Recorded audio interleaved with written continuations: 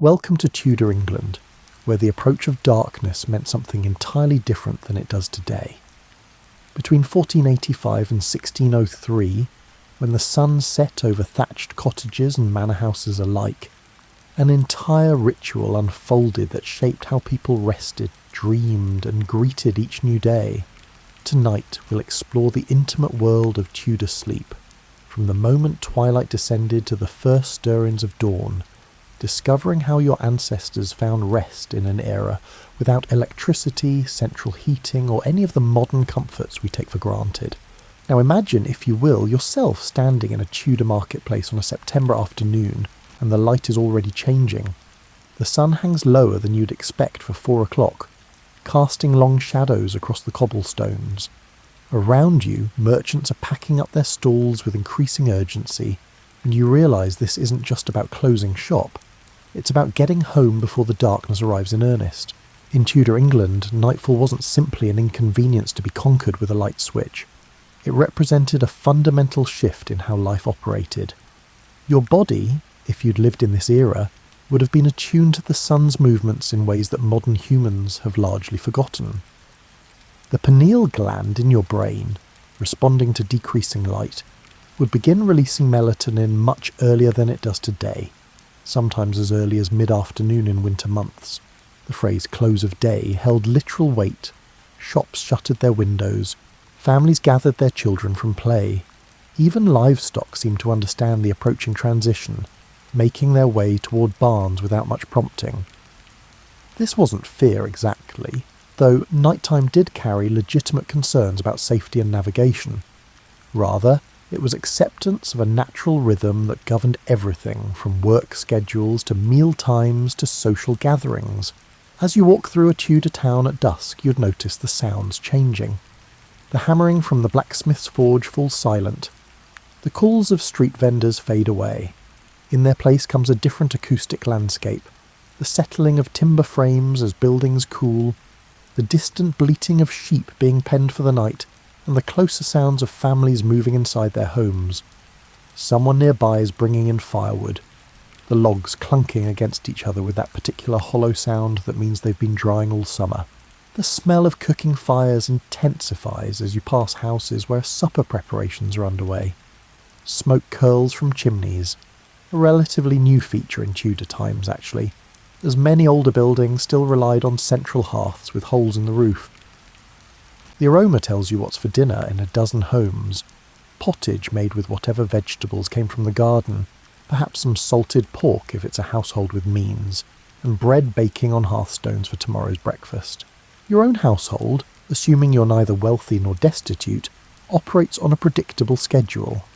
Supper happens while there's still enough natural light to see your food clearly, not out of preference but necessity. Candles and rushlights cost money, and you'll need them for the essential tasks that must happen after dark. The tallow rushlights sputter and smoke, giving off a smell that visitors from our time would find unpleasant, but that Tudor noses barely registered. These weren't decorative elements but practical tools, jealously guarded and carefully rationed. Children are already showing signs of drowsiness much earlier than modern kids would.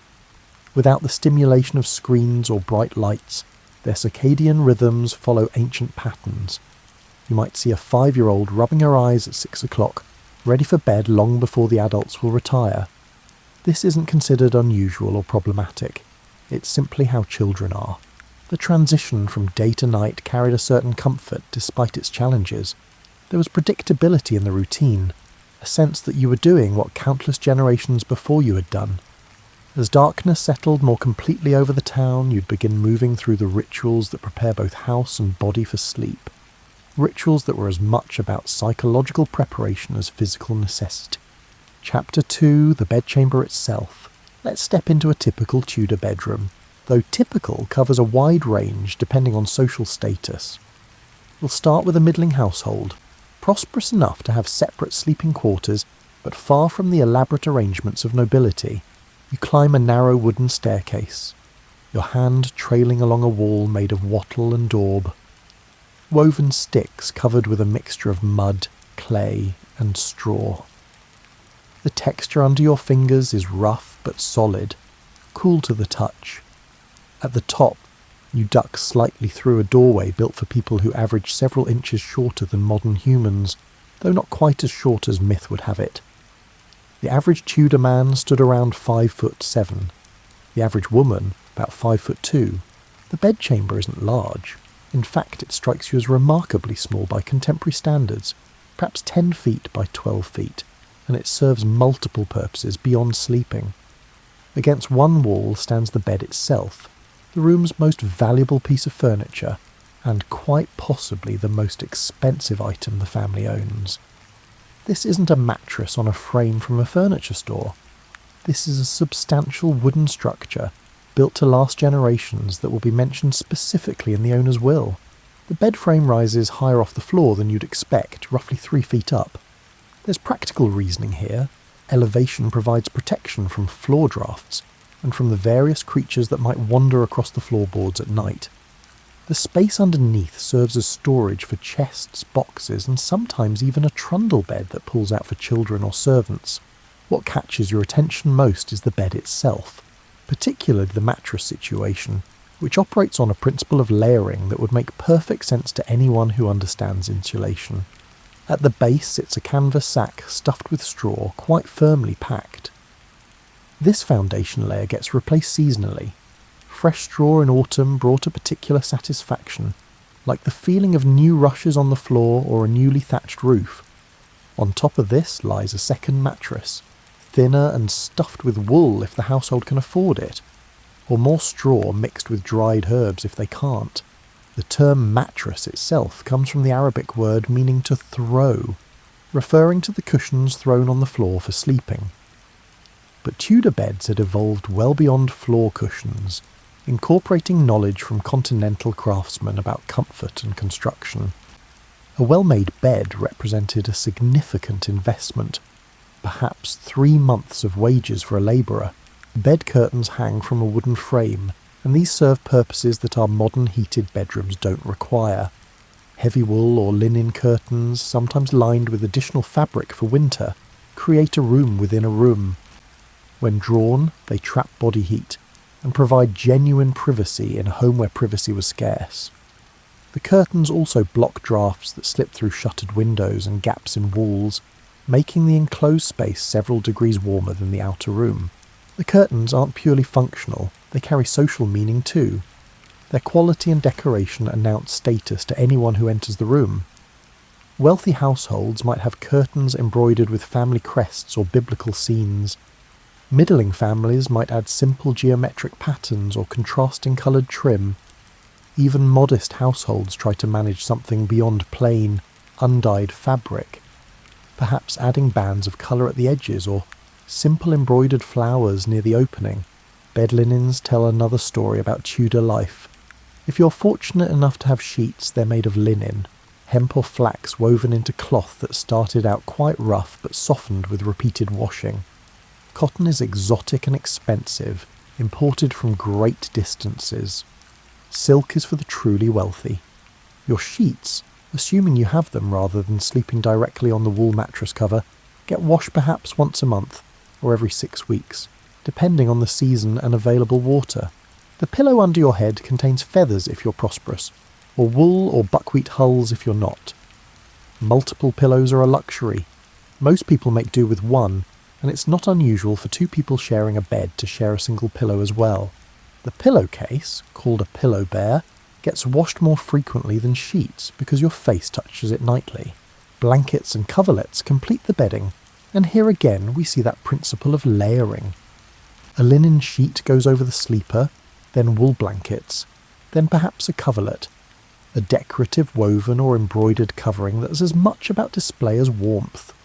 In winter, you might have a fur throw added to the pile, rabbit or lambskin if you're moderately prosperous, or expensive imported furs if you're wealthy. The room contains other furniture, though not much by modern standards. A chest sits at the foot of the bed, holding clothing and linens. This chest probably travelled here with the wife when she married as part of her dowry, and it might be the only piece of furniture she truly owns outright. A small table near the bed holds a candle in a holder, perhaps a cup of water or ale. or maybe a prayer book if the household is literate and devout enough to own one. Pegs on the wall hold clothing. The concept of a closet or wardrobe belongs mainly to the very wealthy. Your few garments hang on these wooden pegs, and you're careful with them because cloth represents significant expense and labour. That wool gown hanging by the door took a shepherd's year of work, a shearer's skill, a spinner's hours at the wheel, a weaver's time at the loom, and a tailor's expertise with needle and thread. You don't treat it carelessly. The floor might be wood planks or packed earth, depending on the house's age and the owner's means. Either way, it's covered with rushes, long grasses strewn across the surface that serve as a combination floor covering, insulation, and waste absorption system. Fresh rushes smell green and pleasant. Old rushes, due for changing, smell of all the things that have fallen into them over weeks or months. You'd notice it immediately, but Tudor noses were acclimated to organic smells that modern sensibilities find challenging. A window, quite small by modern standards, sits high in one wall. It has shutters but no glass. Glass windows remain expensive and mainly appear in the homes of the wealthy or in churches. When shutters close at night, they block wind and rain, but also all light and fresh air. So there's a constant negotiation between warmth and ventilation, between security and stuffiness. The walls might have a religious image or two. Woodblock prints of saints are affordable even for modest households. A crucifix hangs near the bed, placed where you'll see it last thing at night and first thing in the morning, a reminder of spiritual protection during the vulnerable hours of sleep. This room represents safety, privacy, and rest in a world where all three are precious commodities. It's not merely a place to sleep, but a sanctuary from the demands of daylight, the observation of neighbours, and the requirements of work. Within these walls, with those curtains drawn, you can be simply yourself, freed temporarily from the social roles and expectations that govern behaviour in the public sphere. Chapter 3, Who Sleeps Where? The question of sleeping arrangements in Tudor England reveals much about social structure, family dynamics, and practical necessities. The modern assumption that each person deserves their own bed, let alone their own room, would strike Tudor minds as bizarre and rather wasteful. In your middling household, the sleeping arrangements operate on a clear hierarchy. The master and mistress of the house share the main bedchamber we've just explored. This represents both privilege and responsibility. Their bed is the good one, yes, but they're also expected to manage household affairs, which means they might be woken by servants reporting problems at any hour. Children's sleeping arrangements depend on age and gender. Young children, regardless of sex, might share a bed in a separate chamber, if the house has one, or sleep in the same room as their parents in smaller homes. A trundle bed slides under the main bed during the day and pulls out at night for children. This works reasonably well until the children reach a certain age, at which point gender segregation becomes important for modesty. Older boys might sleep in an attic space or in an outbuilding, while older girls typically remain in the house proper under closer supervision. This isn't uniform across all households. Practical considerations often override ideal arrangements. If you only have one chamber, everyone sleeps there in whatever configuration makes sense. Servants present another layer of sleeping logistics.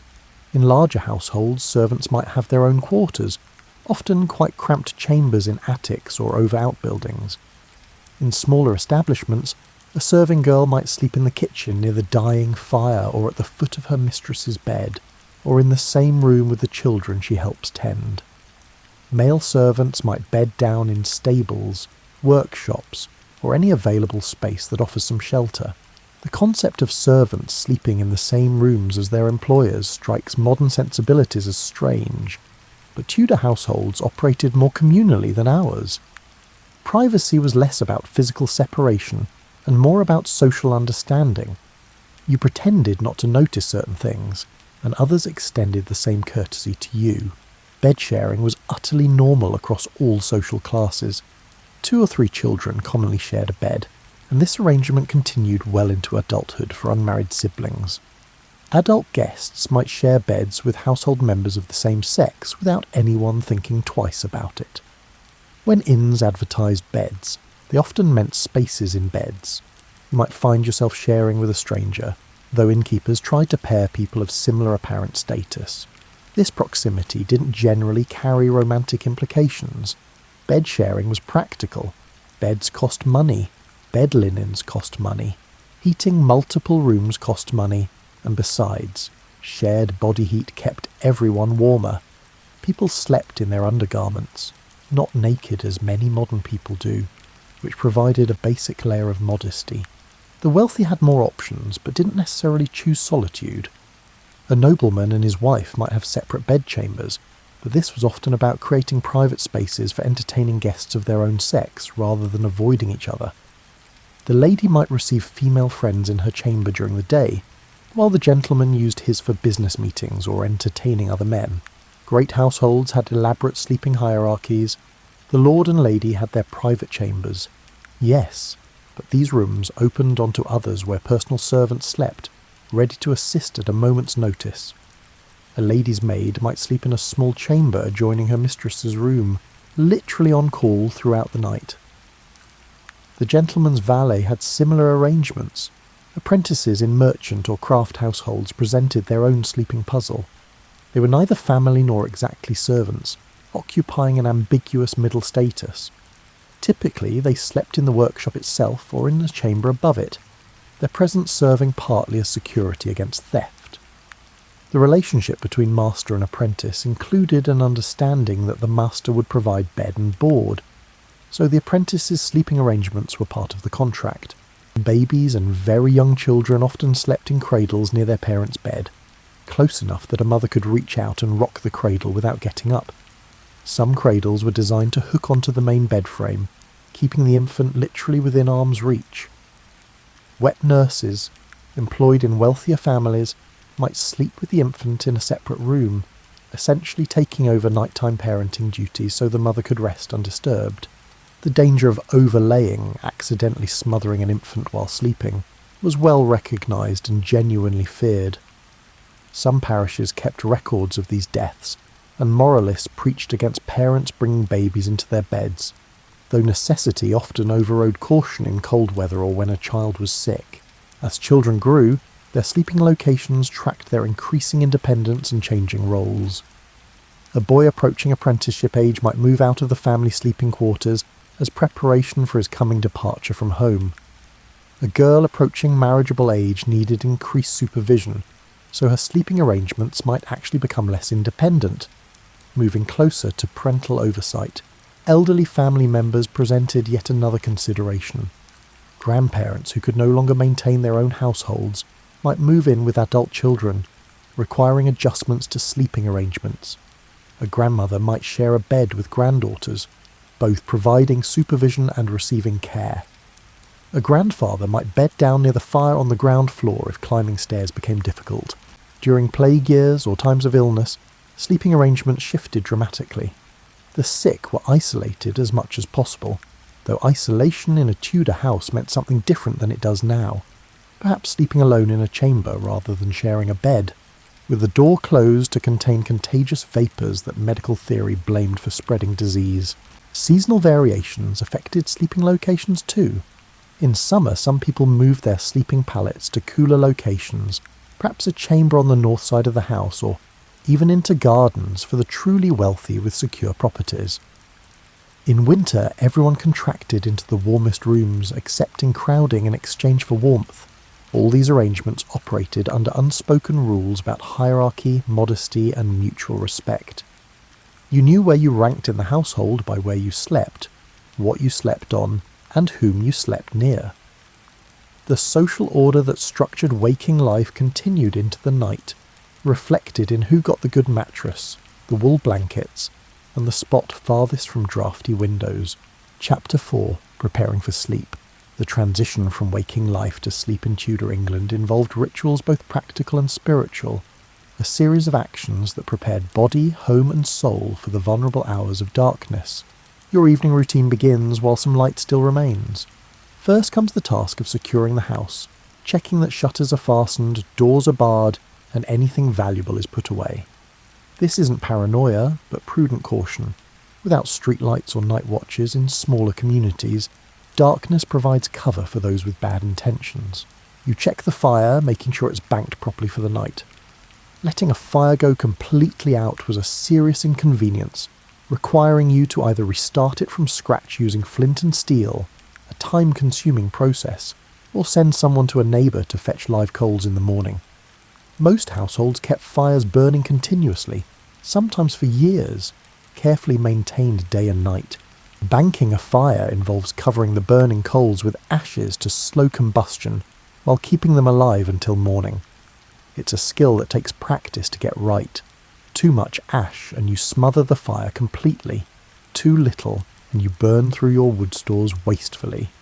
A well-banked fire should still show red embers when uncovered at dawn, ready to spring back to life with fresh wood and a bit of bellows work. Water gets hauled inside for morning needs if your house doesn't have an indoor well or convenient rain barrel. In winter, this prevents you from having to break ice to access water at dawn. A bucket or pitcher sits ready near the fire, where the remaining heat keeps it from freezing solid in the coldest months. Prayers form an essential part of the bedtime routine. Even in households that aren't particularly devout during the day, nighttime prayers serve important psychological functions. They mark the transition from active to resting states. They invoke protection during the vulnerable hours of sleep, and they reinforce the moral framework that governs daily life. In Catholic homes before the Reformation, the Rosary might be recited as a family. After England breaks from Rome, Protestant prayers replace Catholic ones, though the basic rhythm remains similar, a formal acknowledgement of dependence on divine protection through the night. Children learn prayers specifically designed for bedtime, asking angels to guard them while they sleep, requesting they wake to see another day. Personal hygiene before bed is less elaborate than modern routines, but not non-existent. You might rinse your face and hands with water from a basin, using a cloth to wipe away the day's accumulation of dirt and sweat. Teeth cleaning, when it happens, involves rubbing them with a cloth, perhaps dipped in salt or a mixture of herbs. Toothbrushes exist but aren't common. They're novel items, expensive and not yet considered essential. Hair gets attention, especially for women.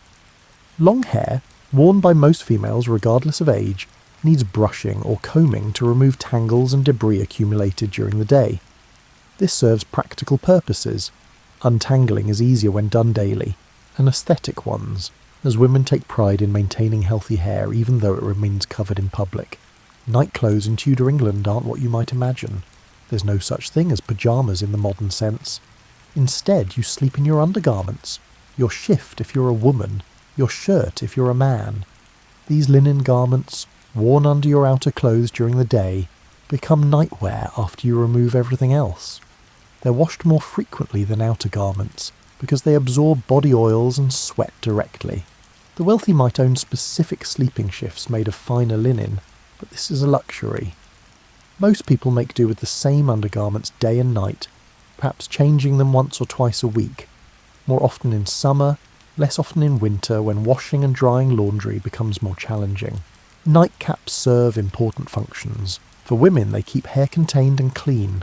For men and women both, they provide warmth. Substantial heat escapes through your head, and a good linen or wool cap helps retain it. You'd no more sleep without a nightcap than you'd sleep without a blanket, except perhaps during the hottest summer nights. Checking on children becomes part of the evening routine. You make sure younger ones have relieved themselves. Chamber pots sit under beds or in corners for nighttime use, because venturing outside to the privy in darkness isn't appealing. You settle any last-minute needs, calm any fears about darkness or strange sounds, and pull blankets up around small shoulders. In larger households, servants perform a final round of duties. They empty chamber pots from the day, carry up pitchers of water for morning, make sure rushlights are safely extinguished, and check that the household's dog is inside or outside depending on its role. Guard dogs stay outside and lap dogs come in. Some households engage in a practice called reading in bed, though this is limited to those who can read and can afford candles or oil lamps. Religious texts are most common: psalms, devotional works, and lives of saints before the Reformation. Reading serves both spiritual edification and practical purposes, as the eye-straining work of reading by poor light naturally induces sleepiness. Conversation happens too, though not the late-night discussions common in the age of electric lights. Married couples might review the day's events, plan tomorrow's tasks, and discuss children or household concerns. But these talks wind down relatively quickly. Candles cost money and tomorrow begins early. Finally, you climb into bed, a process that requires a bit of coordination given the bed's height. Wooden steps or a small stool might assist, or you simply clamber up. The bed curtains close, sealing you into your private domain. The remaining light gets extinguished. A rushlight snuffed, a candle blown out, darkness settling completely. The bed itself feels different from modern mattresses. It's firm, not soft, and it conforms to your body's weight rather than cushioning you above it. The straw beneath rustles with every movement. The wool or linen against your skin carries the smell of the household, wood smoke, cooking, the herbs scattered among stored linens, and the general organic scent of daily life. You lie on your side, most likely, or on your back with knees bent. Sleeping positions recommended by medical authorities who had opinions about which positions promoted health and which encouraged bad dreams or illness. Whether people actually followed this advice is debatable, but the existence of such guidelines shows that even sleep positions carried cultural meaning.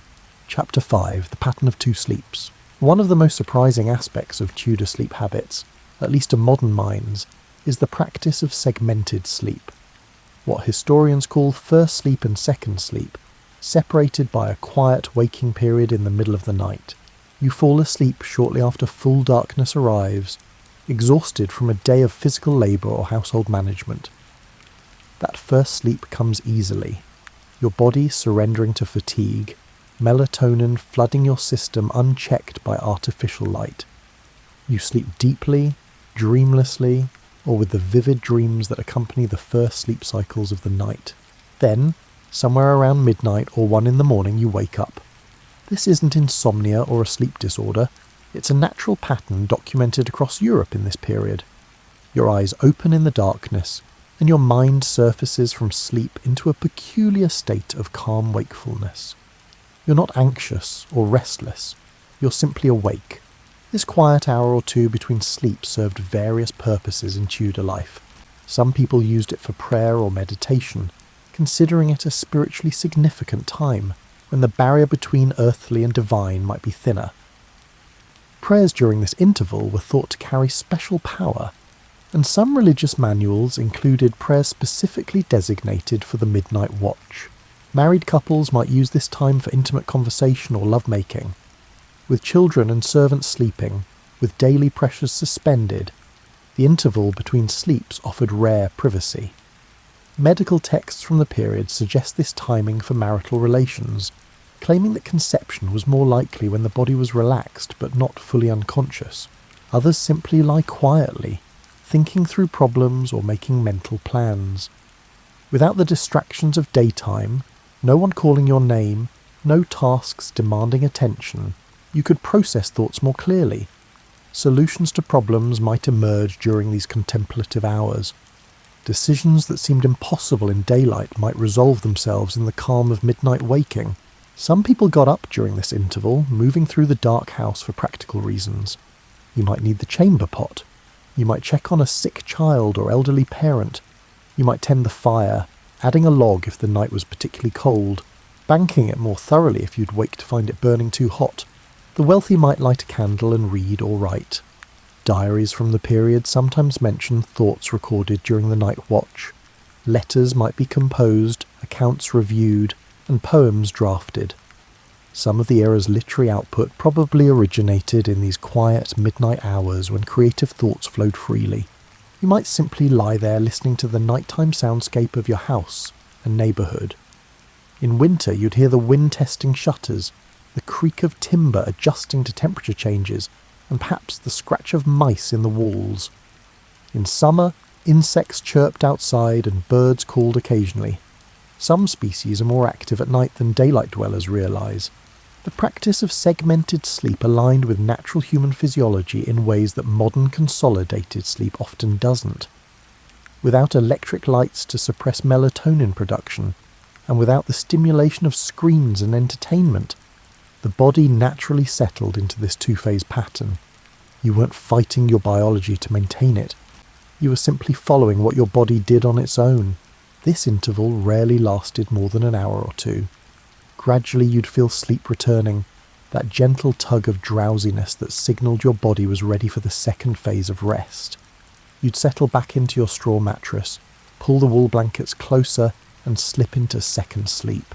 Second sleep was different from first sleep, lighter, more prone to dreams, and easier to wake from. You might shift positions more, surface briefly without fully waking, and experience the vivid narrative dreams that happen in the later sleep cycles. Medical authorities believed second sleep was when the body completed its restorative work, balancing the humours, consolidating memories, and preparing for waking life. The transition from second sleep to morning happened gradually as well. You didn't leap awake at an alarm's insistence. Instead, you drifted toward consciousness, perhaps hovering in that half-awake state where dreams and thoughts intermingle, where you're aware of your physical surroundings but not yet ready to engage with them. This sleep pattern, so foreign to modern consolidated 8-hour sleep, was documented not just in England but across Western Europe in this period. References to first and second sleep appear in legal depositions, medical texts, literature and diaries. People scheduled activities around it. A time to meet a lover might be set for after first sleep, implying everyone knew what that meant. The practice began to disappear in the 17th and especially 18th centuries, as artificial lighting improved and nighttime activities became more common. Street lighting in cities, better home lighting, coffee houses staying open late, and theatrical performances extending into evening hours. All these gradually compressed nighttime into a period for consolidated sleep, rather than segmented rest with a contemplative interval. Modern sleep researchers have studied this pattern, sometimes calling it biphasic sleep, or bimodal sleep. When subjects in sleep laboratories are deprived of artificial light for extended periods, many naturally fall into this two-sleep pattern with a quiet waking interval in between. This suggests Tudor sleep habits weren't cultural quirks, but responses to natural human biology operating without artificial light's interference.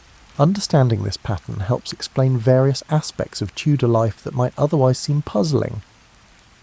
Why did people go to bed so early, even before full darkness fell?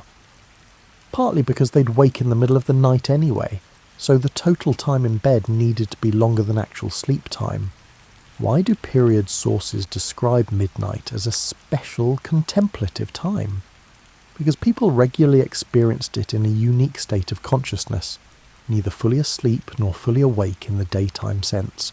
For you, lying in your Tudor bed with curtains drawn around you, this pattern would feel entirely natural. The transition from first to second sleep wouldn't worry you. It's just how night works, how it's always worked, and how everyone you know experiences it. The quiet hour in darkness, alone with your thoughts or quietly talking with your spouse, represents not disrupted sleep, but an integral part of how human beings rest when aligned with natural rhythms. Chapter 6. Staying warm through winter nights. Winter nights in Tudor England presented genuine challenges, particularly in the brutal months between December and February, when temperatures regularly dropped well below freezing, and houses, despite their fires and inhabitants' best efforts, remained cold by modern standards. Your bedchamber in deep winter might hover around 45 degrees Fahrenheit, and that's with a fire burning somewhere in the house. Without central heating or insulation beyond the straw in the walls and the rushes on the floor, keeping warm became a nightly engineering project involving multiple strategies layered together. The bed curtains, which we mentioned earlier, become crucial wintertime allies. When fully closed, they create what's essentially a tent within the room, trapping the heat generated by your body or bodies and separating you from the colder air beyond. The temperature difference between inside the curtained bed and the outer chamber might be 10 or 15 degrees, significant when you're trying to sleep. That layering principle in the bedding reaches its full expression in winter. You start with the base straw mattress, add the wool topper, then cover yourself with a linen sheet, wool blankets, possibly a coverlet, perhaps a fur throw, and in the coldest weather, your outdoor cloak on top of everything. You're essentially building an insulating nest, with yourself as the heat source at the centre. Warming pans represented one of the era's great bedtime luxuries. long-handled brass or copper pans with perforated lids that held hot coals from the fire. You'd run this device between the sheets before climbing into bed, warming the linen and wool and chasing away the bone-deep chill. For about half an hour after using a warming pan, your bed felt positively toasty, a small miracle on a January night when your breath misted in the air. Not everyone owned warming pans, they were significant investments. Poorer households improvised with heated stones wrapped in cloth, achieving similar results though requiring more care to avoid burns. A stone heated in the fire's edge, wrapped in several layers of wool and tucked at the foot of the bed could keep your toes warm for hours. Bed socks existed, though socks in general were less common than you might expect. Stockings, what we might call long socks or tights, were standard day wear for both sexes, and you might keep these on under your sleeping shift if the night was particularly brutal. The very cold sensitive might add a second layer of everything, though this limits mobility under the heavy blankets. Nightcaps, as mentioned before, weren't optional in winter. A substantial wool cap kept heat from escaping through your head and protected your ears from the cold. Some people also wrapped cloths around their necks, particularly if they were prone to throat ailments in cold weather. Shared body heat became increasingly valuable as temperatures dropped. This is one reason bed sharing was so prevalent. 2 people generate more warmth than 1, and 3 more than 2. Children packed together in a bed weren't just saving space, they were pooling thermal resources. Married couples had an obvious advantage here, though even they might invite a young child into their bed on the coldest nights, despite usual preferences for separate sleeping arrangements. Some households brought small braziers or heated bricks into bedchambers before sleep, warming the air briefly, though these had to be removed before actually sleeping due to the danger of fire and the fumes they produced. Carbon monoxide poisoning wasn't understood in these terms, but people recognised that sleeping with burning coals in an enclosed space could kill you, probably attributing it to bad vapours rather than the actual mechanism of asphyxiation. Rooms above the kitchen or bakehouse were prized in winter because heat from below rose into them. If your family ran an inn or shop with ovens operating into the evening, the chambers above stayed noticeably warmer than others. Some people positioned beds directly above the first floor hearth for similar reasons, accepting the occasional bit of smoke seeping through floorboards in exchange for extra warmth. Draft-proofing became a household project as winter approached. Gaps in shutters got stuffed with rags or sealed with wax.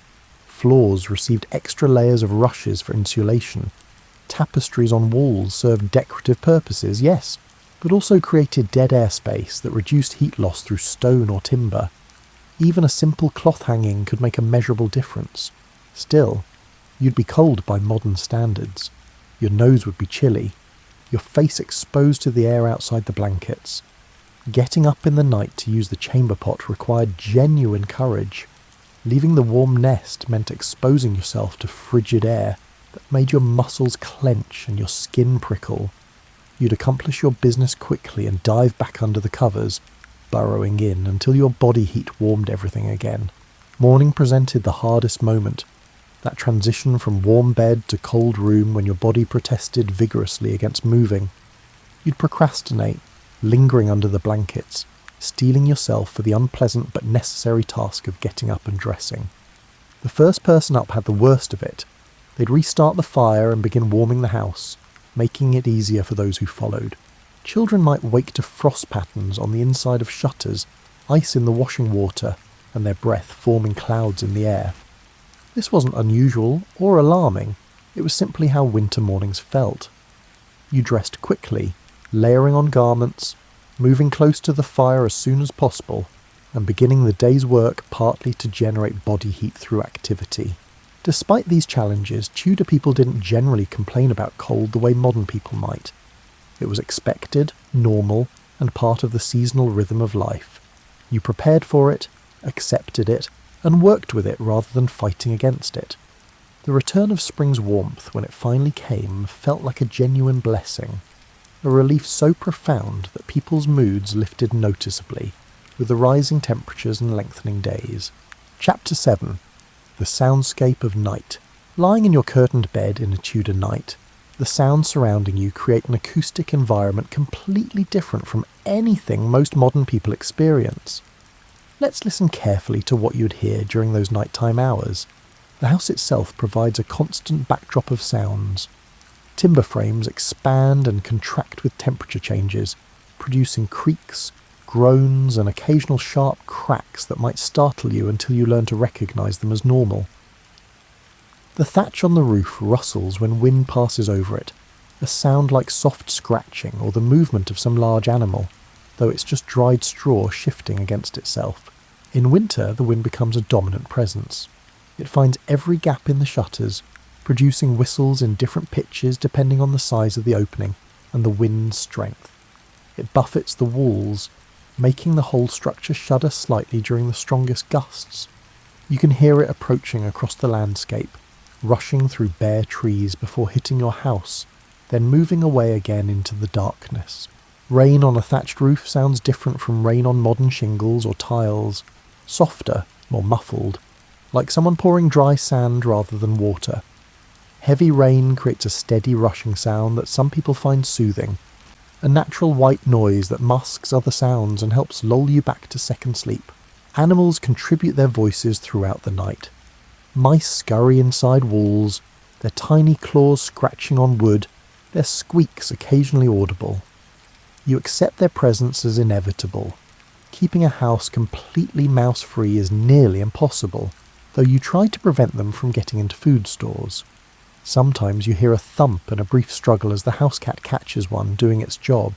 Outside, owls call to each other, their hooting carrying clearly through the still night air. Foxes produce surprisingly disturbing sounds, screams that can sound almost human, particularly unsettling if you're not expecting them. Dogs bark in the distance, one setting off another, creating a chain of canine communication across the neighbourhood. Livestock make nighttime noises too. If you're near a barn, you might hear cattle shifting in their stalls, pigs grunting and horses stamping and blowing air through their nostrils. Chickens sometimes startle awake and cluck nervously before settling back down. These sounds are reassuring in their way. They mean your animals are safe, still alive, and still your wealth and sustenance. Human sounds punctuate the night as well. Someone in the house might snore, the sound carrying from one chamber to another through timber walls that provide less sound insulation than modern construction. Babies cry and get soothed. Young children call out from dreams or need middle-of-the-night comfort. You might hear your neighbours through shared walls if you live in attached townhouses. Their coughs, their conversations, their movements across creaky floors. Church bells mark the passage of nighttime hours in towns and villages. Not every hour gets rung in every place, but midnight typically receives special notice, and some churches ring bells before dawn services. These bells serve practical purposes. They help people track time in the darkness. They call people to prayer at appointed hours, and they provide reassurance that the community's spiritual guardians remain watchful. In cities, night watchmen call out the hours, walking their routes and announcing the time along with the weather conditions. 2 o'clock and all's well, or 3 o'clock and a cold, clear night. These calls serve multiple purposes. They mark time, they announce the watchman's presence to deter criminals, and they provide comfort to those lying awake that someone is keeping guard. The fire, if you can hear it from your chamber, produces its own sounds. Wood pops and hisses as sap turns to steam. Coals shift and resettle in the hearth with soft crashes. On particularly quiet nights, you might even hear the whisper of flames consuming wood. A sound so soft it's barely perceptible but somehow audible in deep silence. Chamber pots get used throughout the night, producing sounds that medieval modesty simply acknowledged and politely ignored. Everyone performed the same biological functions, everyone made the same sounds, and everyone practiced the social fiction of not noticing what they heard from behind bed curtains or from other chambers. Seasonal variations affected the soundscape significantly. Summer nights brought insect choruses, crickets producing their rhythmic chirping, moths batting against shutters drawn to whatever light seeped through cracks. Frogs near ponds or streams added their croaking to the mix. Bats flying overhead produced sounds too high for most human ears, but occasionally audible as soft squeaking. Thunder in summer storms could shake the entire house, each crash followed by the sound of rain intensifying. You'd hear the initial large drops hitting the thatch, then the steady downpour, perhaps the rushing of water through gutters or off eaves, and the sound of the storm passing over like a living thing moving through the landscape. In the quiet periods between sounds, silence itself had a quality different from modern silence. No electric hum of refrigerators or heating systems, no distant traffic sounds, no airplane overhead. Just genuine quiet, broken only by the immediate sounds of your household and natural environment. A silence so complete that modern people who experience it often find it unsettling at first. So accustomed are we to continuous background noise. Your own body produces sounds you might notice in the stillness. Your heartbeat becomes audible when you press your ear against the mattress. Your breathing, your stomach gurgling quietly, the rustle of linen against your skin when you shift position. All become part of the sonic environment when everything else falls still. Some sounds inspired fear or superstition. Unexplained noises might be attributed to spirits or demons testing the household's defences, though most people understood that most mysterious sounds had natural explanations once you learned to identify them. Still, a sudden loud noise in the deep night, its source uncertain, could set your heart racing and make you clutch your religious medals or whisper protective prayers. The return of morning sounds provided its own comfort. The first birds before dawn, roosters crowing, though not always exactly at dawn despite folklore, signalled the approaching end of night. Other birds joined gradually, building toward the dawn chorus. You'd hear the household beginning to stir, people rising, fires being revived, and the sounds of daily life returning to replace the nighttime soundscape. This acoustic world shaped how Tudor people experienced night. Without visual stimuli, with darkness complete behind closed shutters and curtains, hearing became the primary sense connecting you to the world beyond your bed.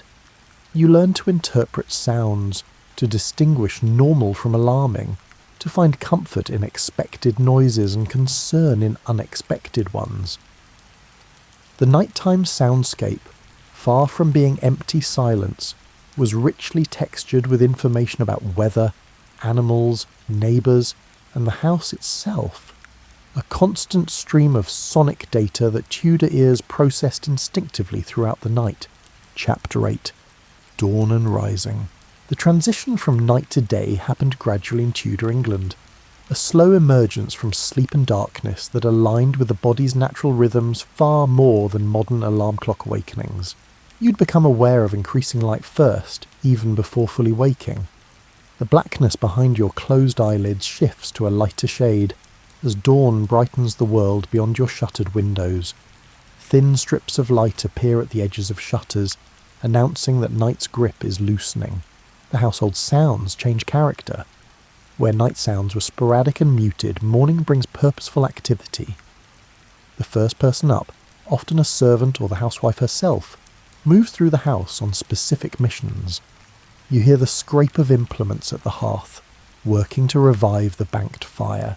You hear the clunk of logs being added, the creak of the bellows, and the first crackling as flames catch hold. You might lie still for a few minutes, not quite ready to leave your warm nest, listening to the house wake around you. Someone opens a shutter downstairs, admitting light and the fresh morning air. You hear water being poured, feet on stairs, and low voices of people greeting each other and beginning their day's tasks. The quality of light seeping into your chamber changes as the sun rises. What started as pale grey brightens toward gold or silver depending on the weather. On clear mornings, you might see actual shafts of light piercing through gaps in the shutters.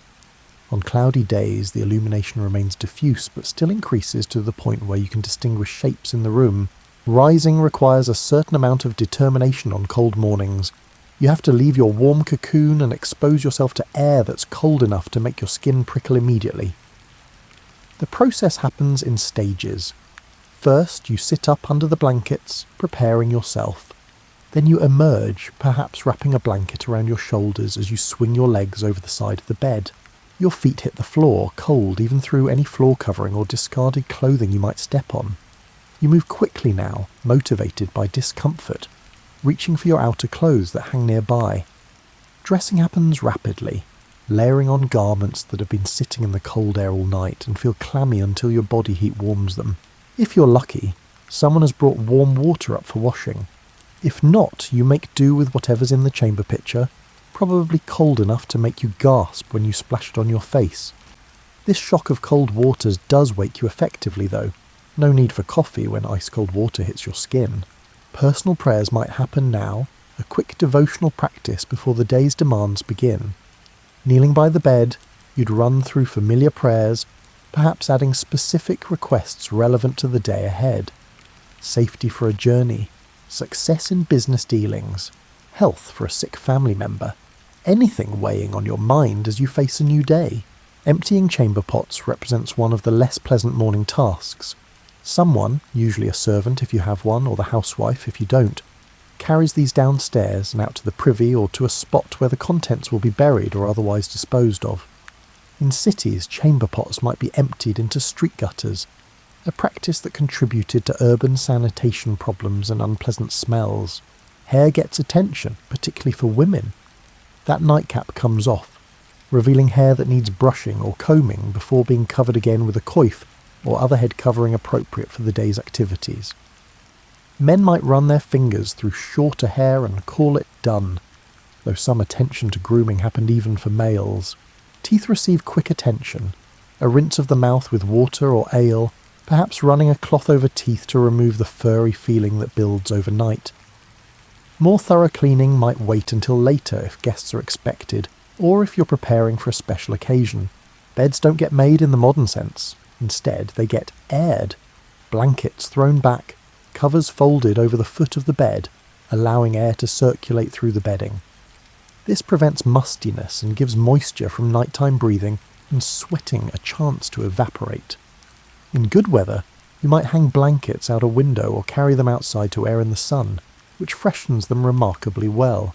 Breakfast in Tudor England wasn't the substantial meal it became in later centuries. Many people, especially those doing physical labour, ate something light. Bread with butter or cheese, perhaps ale or small beer, maybe pottage left from the previous evening's supper and reheated.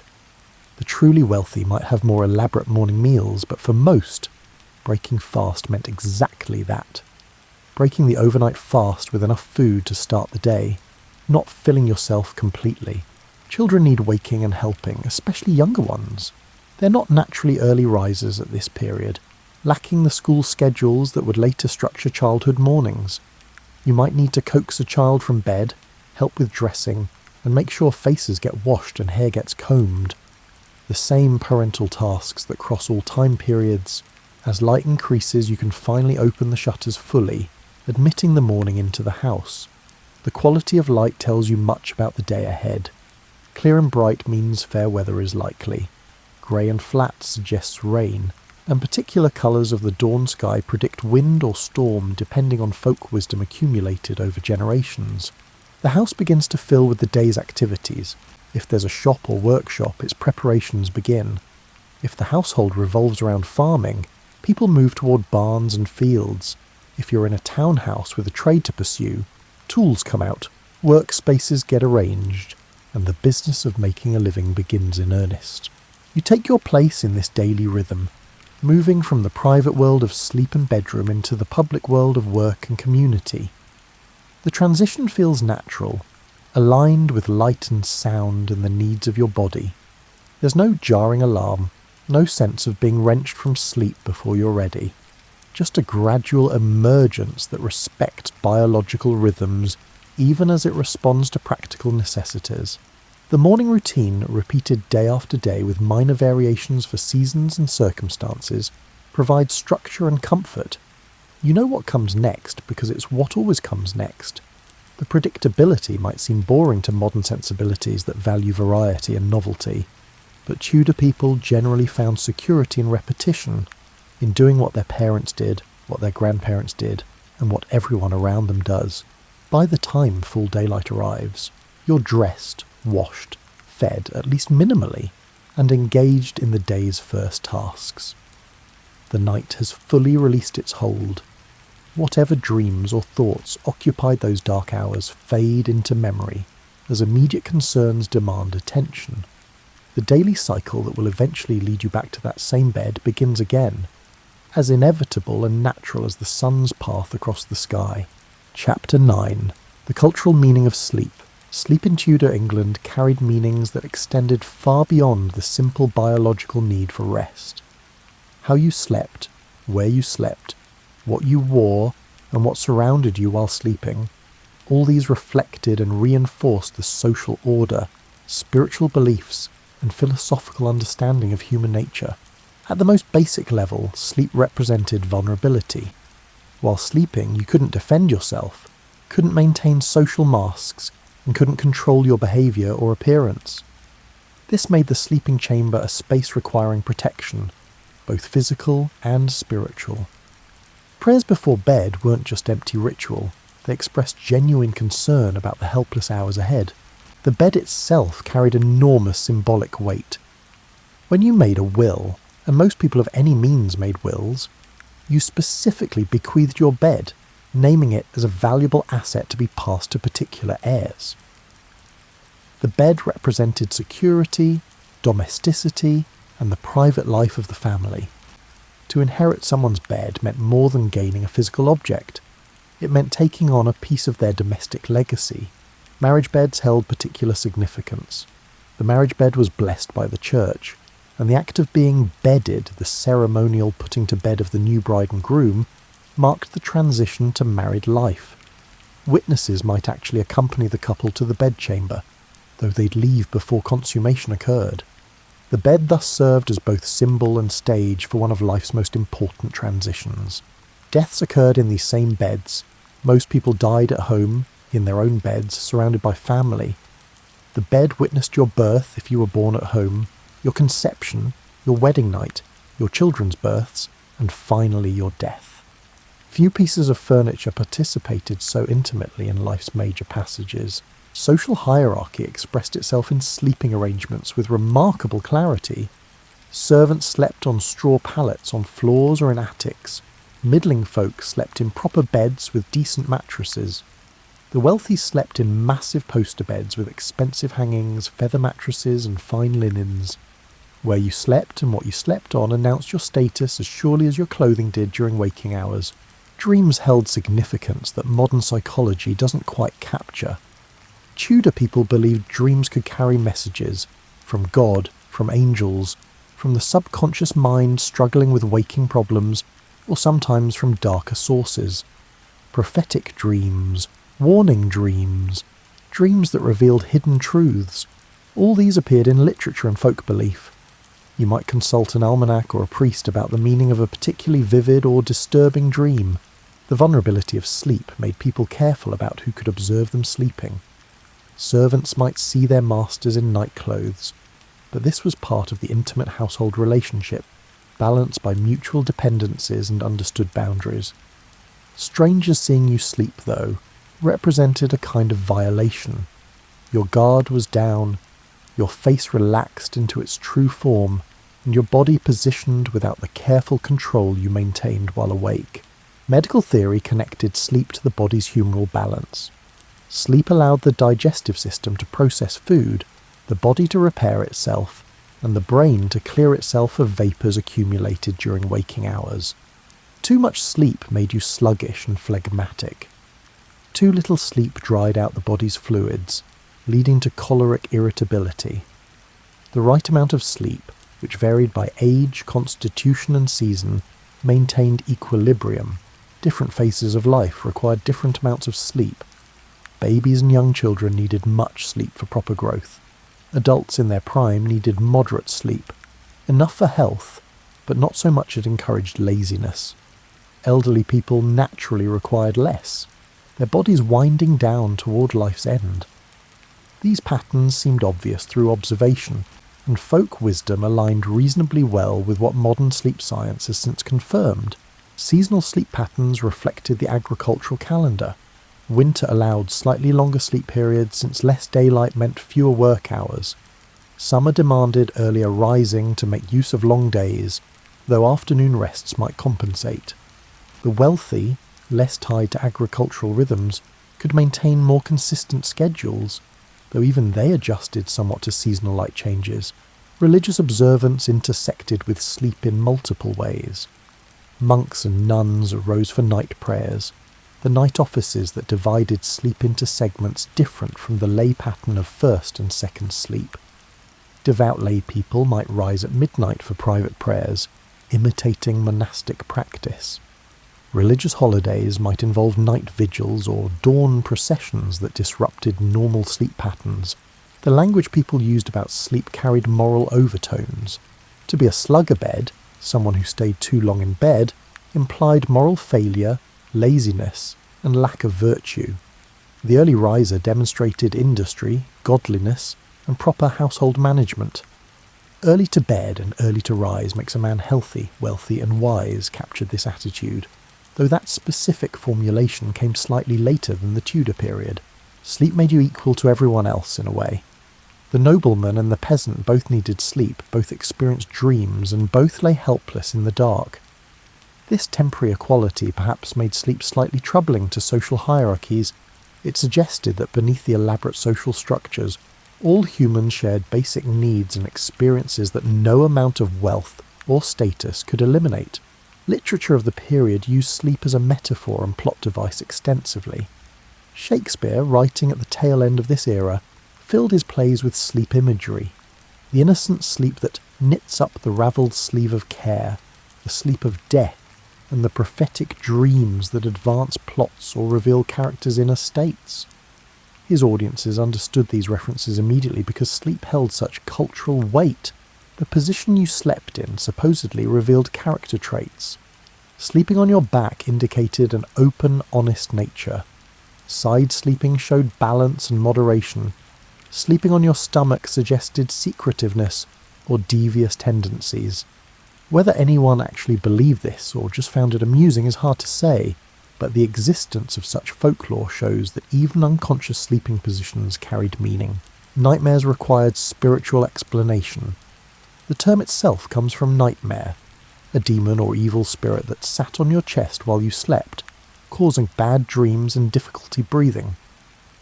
Other cultures had similar concepts, the succubus and incubus of medieval belief, spiritual beings that visited sleepers with various intentions. Whether people literally believed in these entities or used them as explanations for sleep phenomena like sleep paralysis varied among individuals and regions. The continuity between sleep and death, the resemblance of the sleeping body to a corpse, made sleep both natural and slightly uncanny. You surrendered consciousness, trusted that you'd wake again, but couldn't guarantee it. Every night involved a small act of faith that this sleep wouldn't become permanent sleep. Morning prayers often included thanks for being allowed to wake, an acknowledgement that survival through the night wasn't automatic. This rich web of meaning surrounding sleep made it far more than a biological necessity. Sleep represented spiritual states, social positions, moral qualities, and existential concerns. The rituals surrounding sleep, the prayers, the careful preparations, the symbolic objects like blessed medallions hung near beds, addressed these multiple layers of meaning, acknowledging that when you closed your eyes each night, you entered a realm where the normal rules were suspended and something else, something both dangerous and necessary, took over until dawn. And so we come to the end of our nighttime journey through Tudor England. You've experienced the full cycle from dusk's first shadows, through the depth of night to morning's gradual return. You felt the weight of wool blankets on a cold night, heard the soundscape of darkness, and understood the rhythms of segmented sleep and the cultural meanings woven through every aspect of rest. The modern world has gained much in comfort and convenience, but it has lost something too. That deep alignment with natural rhythms, that acceptance of darkness and its own particular gifts, that sense of sleep as something more than mere unconsciousness between productive waking periods. Tudor people, for all their discomforts and challenges, knew how to rest in ways we've largely forgotten. Perhaps there's wisdom in their practices that we might recover, not by returning to straw mattresses and chamber pots, but by remembering that sleep deserves respect, that darkness has value, and that rest is not idleness, but renewal. As you drift towards sleep in your own time, in your own bed, perhaps you can carry a bit of Tudor wisdom with you. The acceptance of natural rhythms, the appreciation for simple comforts, and the understanding that a good night's rest is not a luxury but a fundamental human need, honoured by generations who slept before you and those who will sleep after you're gone. Sleep well whenever and wherever you find your rest.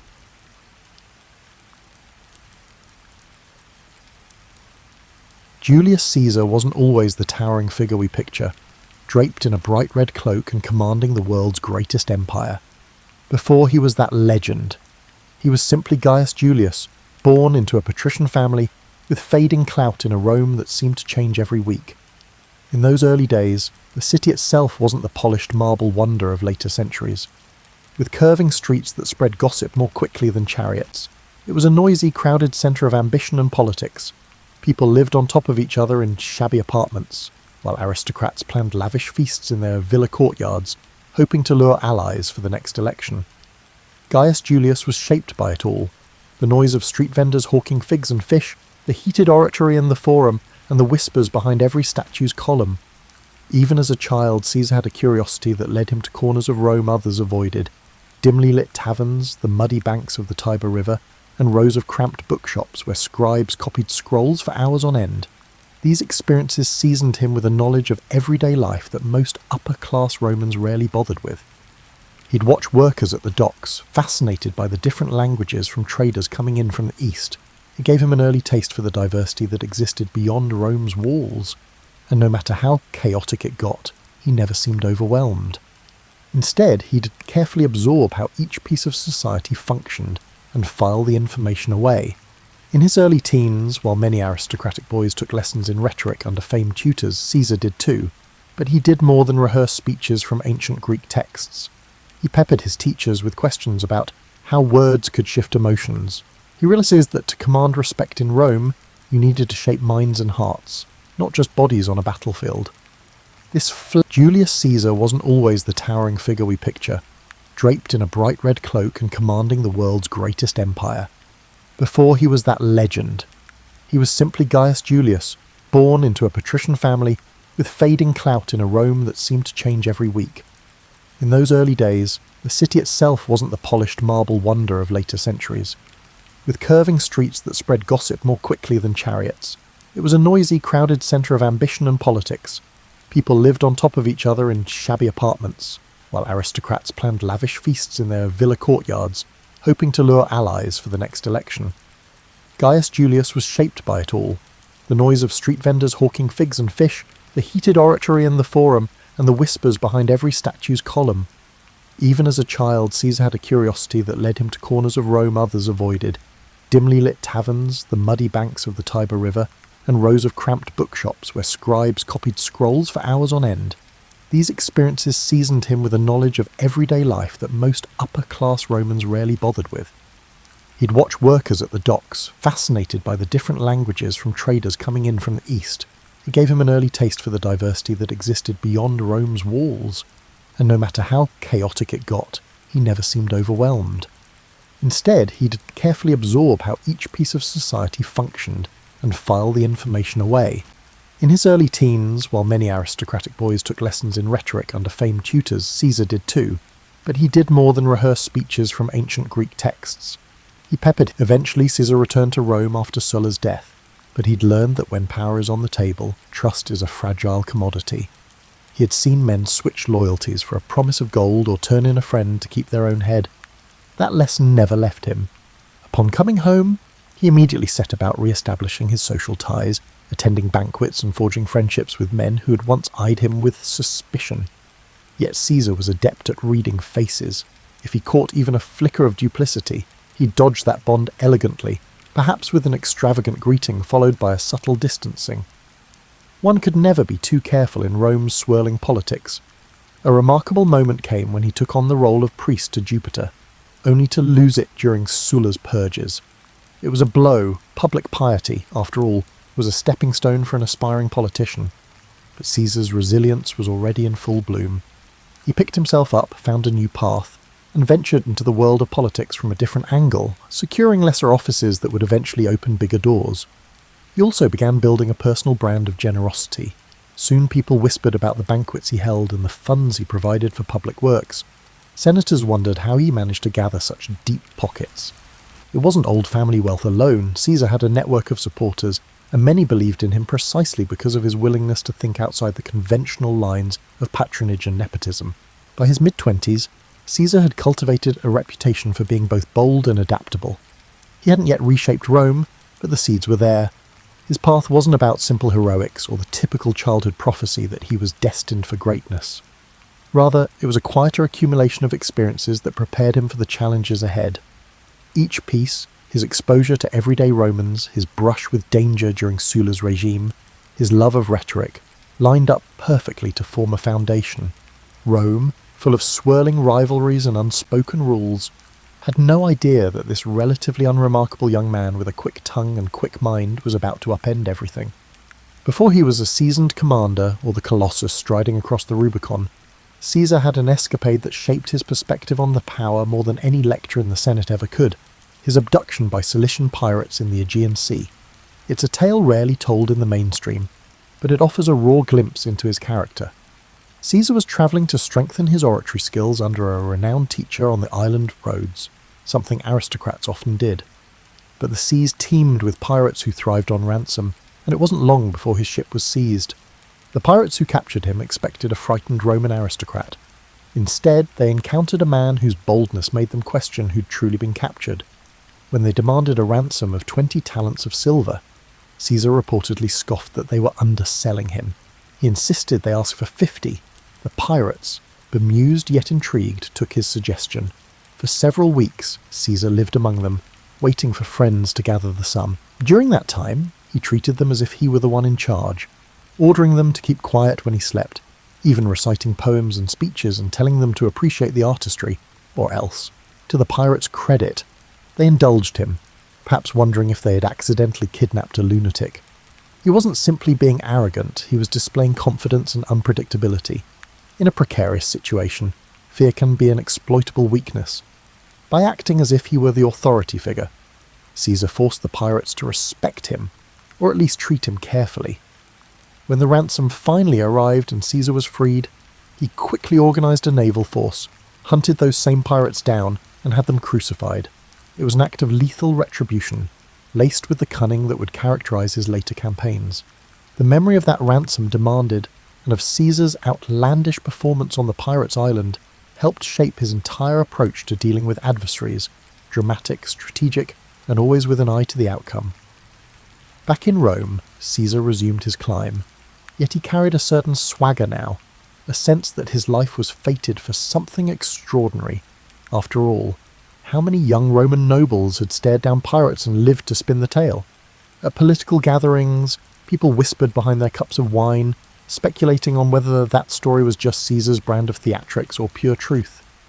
But it was undeniable that he managed to secure enough influence to become a military tribune, and soon he was off to gain experience in the provinces, which gave him intimate knowledge of the armies he would one day command. The politics he left in Rome were no less complicated. He forged a delicate pact with Pompey and Crassus, later known as the First Triumvirate.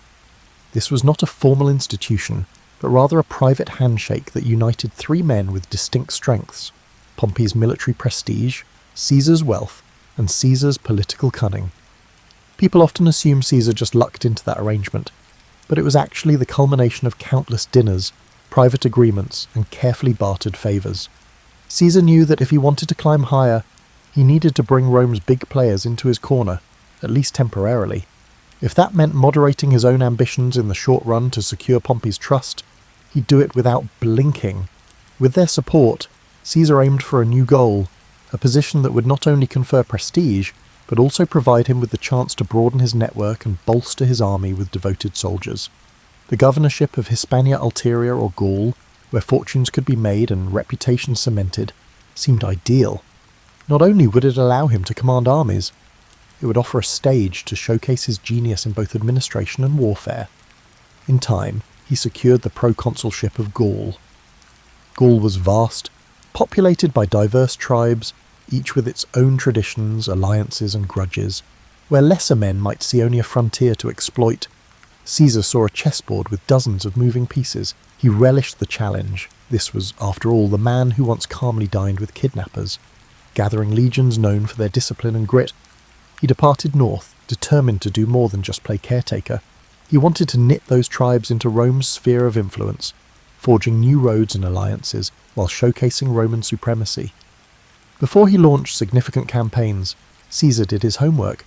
He arranged meetings with tribal chiefs, listening carefully to their rivalries and hearing their pleas for Roman protection. Was it genuine concern or a ploy? Caesar would weigh each statement, reading not just the words but the shifts in tone and eye contact. If he sensed an opportunity, like a tribe longing for revenge on its neighbour, he'd promise support, extracting pledges of loyalty. In many ways, his tactics mirrored the hush-hush political dealings he'd honed back in Rome, only now the stakes were measured in thousands of soldiers and entire territories. Yet, throughout these manoeuvres, Caesar never lost sight of the persona he'd cultivated. He was no mere bureaucrat. He was that daring aristocrat who'd outwitted pirates, the dynamic orator who electrified the courts, and the cunning negotiator who'd found common ground with Pompey and Caesar. Each success in Gaul was reported back to Rome via sensational dispatches, commentarios, written with clarity and flair. People in the city devoured them as if they were tabloid headlines. He dramatized his victories just enough to capture the public's imagination. The Senate, reading the official versions, found themselves both impressed and wary. Caesar was quickly becoming too big to ignore. These initial steps in Gaul, some alliances struck, some small skirmishes won, emboldened him. He sensed that if he could bring all of Gaul under Roman control, he'd move from being just another ambitious politician to a legendary conqueror. That knowledge spurred him on. Caesar might have left behind the pirates who once threatened him, but the memory of that captivity fueled his hunger for absolute control. If he had his way, no one, be they a tribal chief or a Roman senator, would ever have the power to hold him captive again. The Gallic Wars, as Caesar's campaigns would come to be called, weren't just about marching legions across fields and building wooden palisades. They were about psychological warfare, diplomacy, and the cunning exploitation of intertribal rivalries. Rome's dominance always hung on its ability to divide and conquer. With Caesar at the helm, that strategy took on fresh nuance. In the early phases, Caesar consolidated Roman gains by constructing a network of roads and fortifications. This was hardly glamorous labour. Roman soldiers would spend weeks hacking through forests and bogs to erect outposts, sometimes under the threat of ambush. Yet each new Roman-style fort, complete with straight lines and carefully measured intervals, sent a message of permanence. These weren't just makeshift garrisons, they were statements that Rome had come to stay. People often remember Caesar's brilliance on the battlefield, but his true strength lay in methodical organisation. He considered logistics as vital as sword and shield. The various Gallic tribes watched uneasily, some rushing to Caesar's side, others forming alliances against him. Caesar capitalised on the smallest of division. If one tribe feuded with another, he'd arrive as a peace broker, offering Roman friendship and military aid against a rival. Soon enough, the tribe would find itself bound to Caesar by mutual benefit and shackled by Roman expectations. The brilliance lay in making it seem as if the tribe had chosen this path freely. Not that Caesar's campaign was devoid of bloodshed. Certain tribes resisted fiercely, resentful of foreign occupation. The Belgae in the north, for instance, marshalled huge forces that tested Roman discipline. Caesar, never squeamish, deployed tactics to crush resistance decisively, destroying crops, capturing strategic points, and sometimes resorting to brutal reprisals that sent a chill through neighbouring tribes. He didn't revel in cruelty for its own sake, but he understood the Roman tradition of deterrence. A ferocious display could prevent a drawn-out rebellion. This approach, while effective, also laid the seeds for future animosity, especially among fierce defenders of Gallic independence like Vercingetorix. Vercingetorix was an Arvernian chieftain who recognised that the Gallic tribes needed unity more than ever. He wasn't some hot-headed bandit chief. He was methodical, charismatic, and had a strategic mind that could rival Caesar's. While Caesar was off campaigning on another front, Vercingetorix rallied disparate tribes under the banner of Gallic pride. When Caesar got wind of this resistance, he recognised at once that Vercingetorix was no ordinary adversary. The typical trick of exploiting old rivalries might not work here. The confrontation between Caesar and Vercingetorix escalated into one of the defining struggles of the Gallic Wars. Vercingetorix adopted a scorched earth policy, instructing villagers to destroy their own supplies and towns to starve the Roman legions of resources.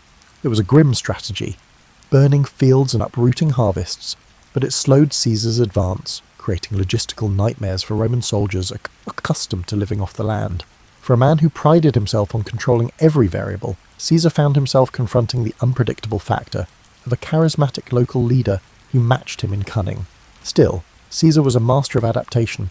Recognizing the challenge, he consolidated his troops and chose to besiege key Gallic strongholds. Most famously, he surrounded the fortress town of Alesia, where Vercingetorix had taken refuge with tens of thousands of warriors. The siege of Alesia would become a testament to Caesar's ability to think in layers. He constructed a ring of fortifications around the city to starve out Vercingetorix's forces, and, anticipating a Gallic relief army, he built another ring facing outwards to protect his legions from an attack from outside. This double fortification was an audacious engineering project, involving miles of ditches, ramparts, and watchtowers, enough to give any modern city planner pause.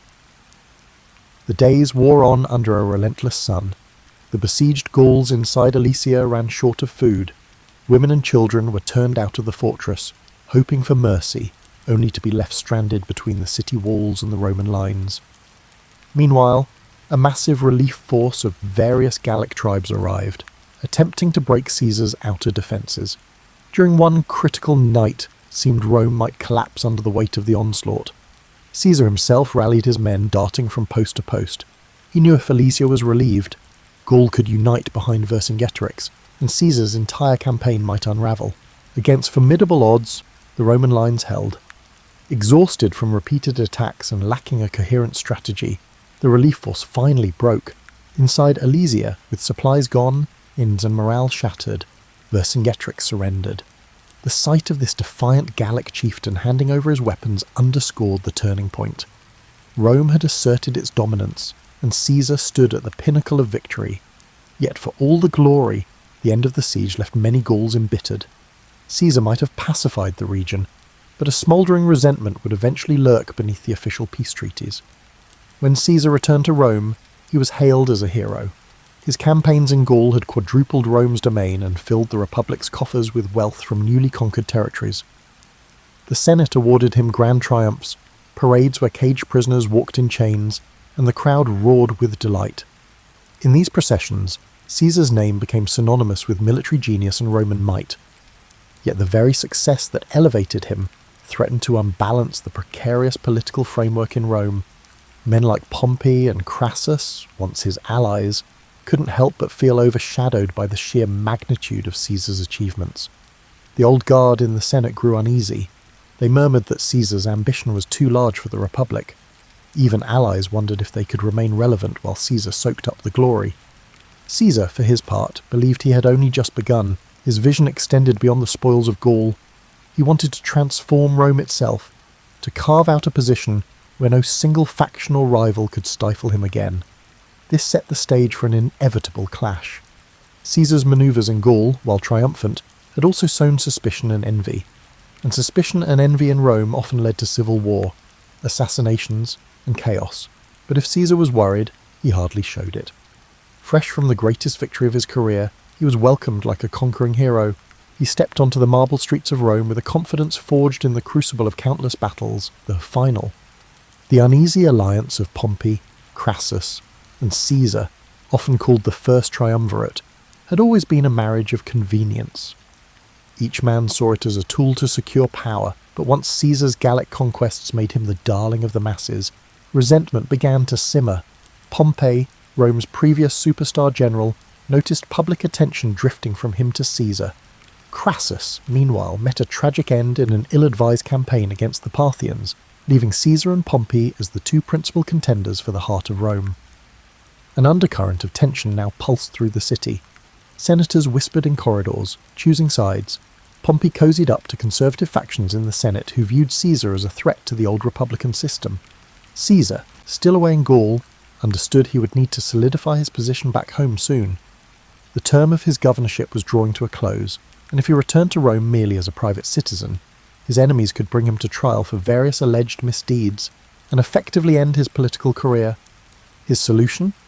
He demanded to run for consul in absentia, seeking an extension of the immunity and power he held as proconsul. The Senate refused, with Pompey supporting that refusal. This was the point of no return. Caesar stood at the banks of the Rubicon River, the boundary beyond which lay Italy proper. Roman law was crystal clear. No general was allowed to bring his army into Italy. To do so amounted to a declaration of war. On a winter's night in 49 BCE, Caesar made his choice. He marched across the Rubicon, uttering the phrase, "Alea iacta est," the die is cast, if the anecdotes hold any truth. Overnight, Rome's system of alliances shattered. The civil war had begun. Pompey and many senators fled Rome to gather forces in the east, confident they'd muster armies far greater than Caesar's. They had the backing of traditional elites, wealthy provinces, and, they believed, time on their side. Caesar, however, wasn't known for cautious delay. He pressed forward at breakneck speed. Towns and cities along the way opened their gates, some out of admiration for Caesar, others out of fear. The unstoppable momentum took Pompey by surprise, forcing him to evacuate Italy altogether. Caesar entered Rome unopposed. But taking Rome was just the beginning. The real challenge was confronting Pompey's legions, which were regrouping in Greece. Caesar, leaving a minimal garrison behind, sailed across the Adriatic to chase down his rival. It was a frantic race, both men vying for resources and key strategic points. Caesar's forces were often outnumbered. Pompey's alliances spanned vast portions of the Republic. Yet Caesar leveraged speed, surprise, and the loyalty he'd earned from legions who'd fought alongside him in Gaul. Battles erupted across multiple theatres: Spain, Africa, and ultimately the plains of Pharsalus in Greece. The Battle of Pharsalus in 48 BCE became a defining moment. Pompey, confident in his superior numbers, formed a traditional line, anticipating a swift victory. Caesar, outmanned, arranged a reserve line of cohorts behind his cavalry on the right flank, anticipating Pompey's horsemen would try to envelop him. When the cavalry clash began, Caesar's hidden cohorts surged forward, routing Pompey's cavalry. This triggered a domino effect.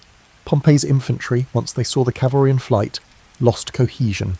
Caesar's legions, hardened by years of frontier warfare, exploited every gap. It was a massacre. Pompey escaped, but the psychological damage was done. Men who had once sworn loyalty to Pompey began to slip away or switch sides, sensing the tides of fate had turned. Pompey fled to Egypt, hoping to regroup, but the Ptolemaic officials, keen to appease Caesar, betrayed him. On his arrival, Pompey was assassinated. His head presented to Caesar as a perverse gift. Caesar was horrified. Despite their rivalry, Pompey had once been his son-in-law. Caesar's daughter Julia had been married to Pompey. Caesar publicly wept at the sight of Pompey's severed head, then ordered the execution of the men responsible for the betrayal. This act conveyed a message. Caesar might be ruthless, but he upheld the dignity of Roman nobility and detested dishonour. Egypt, however, offered its own labyrinth of politics. Cleopatra and her brother Ptolemy were locked in a power struggle. Caesar, now the most influential Roman in the region, found himself arbitrating their dispute. Cleopatra saw an opportunity. She smuggled herself into Caesar's presence, wrapped in a carpet, so the story goes, and charmed him with her intellect, wit, and grand vision for Egypt. Caesar, never one to resist audacity or intelligence, sided with Cleopatra.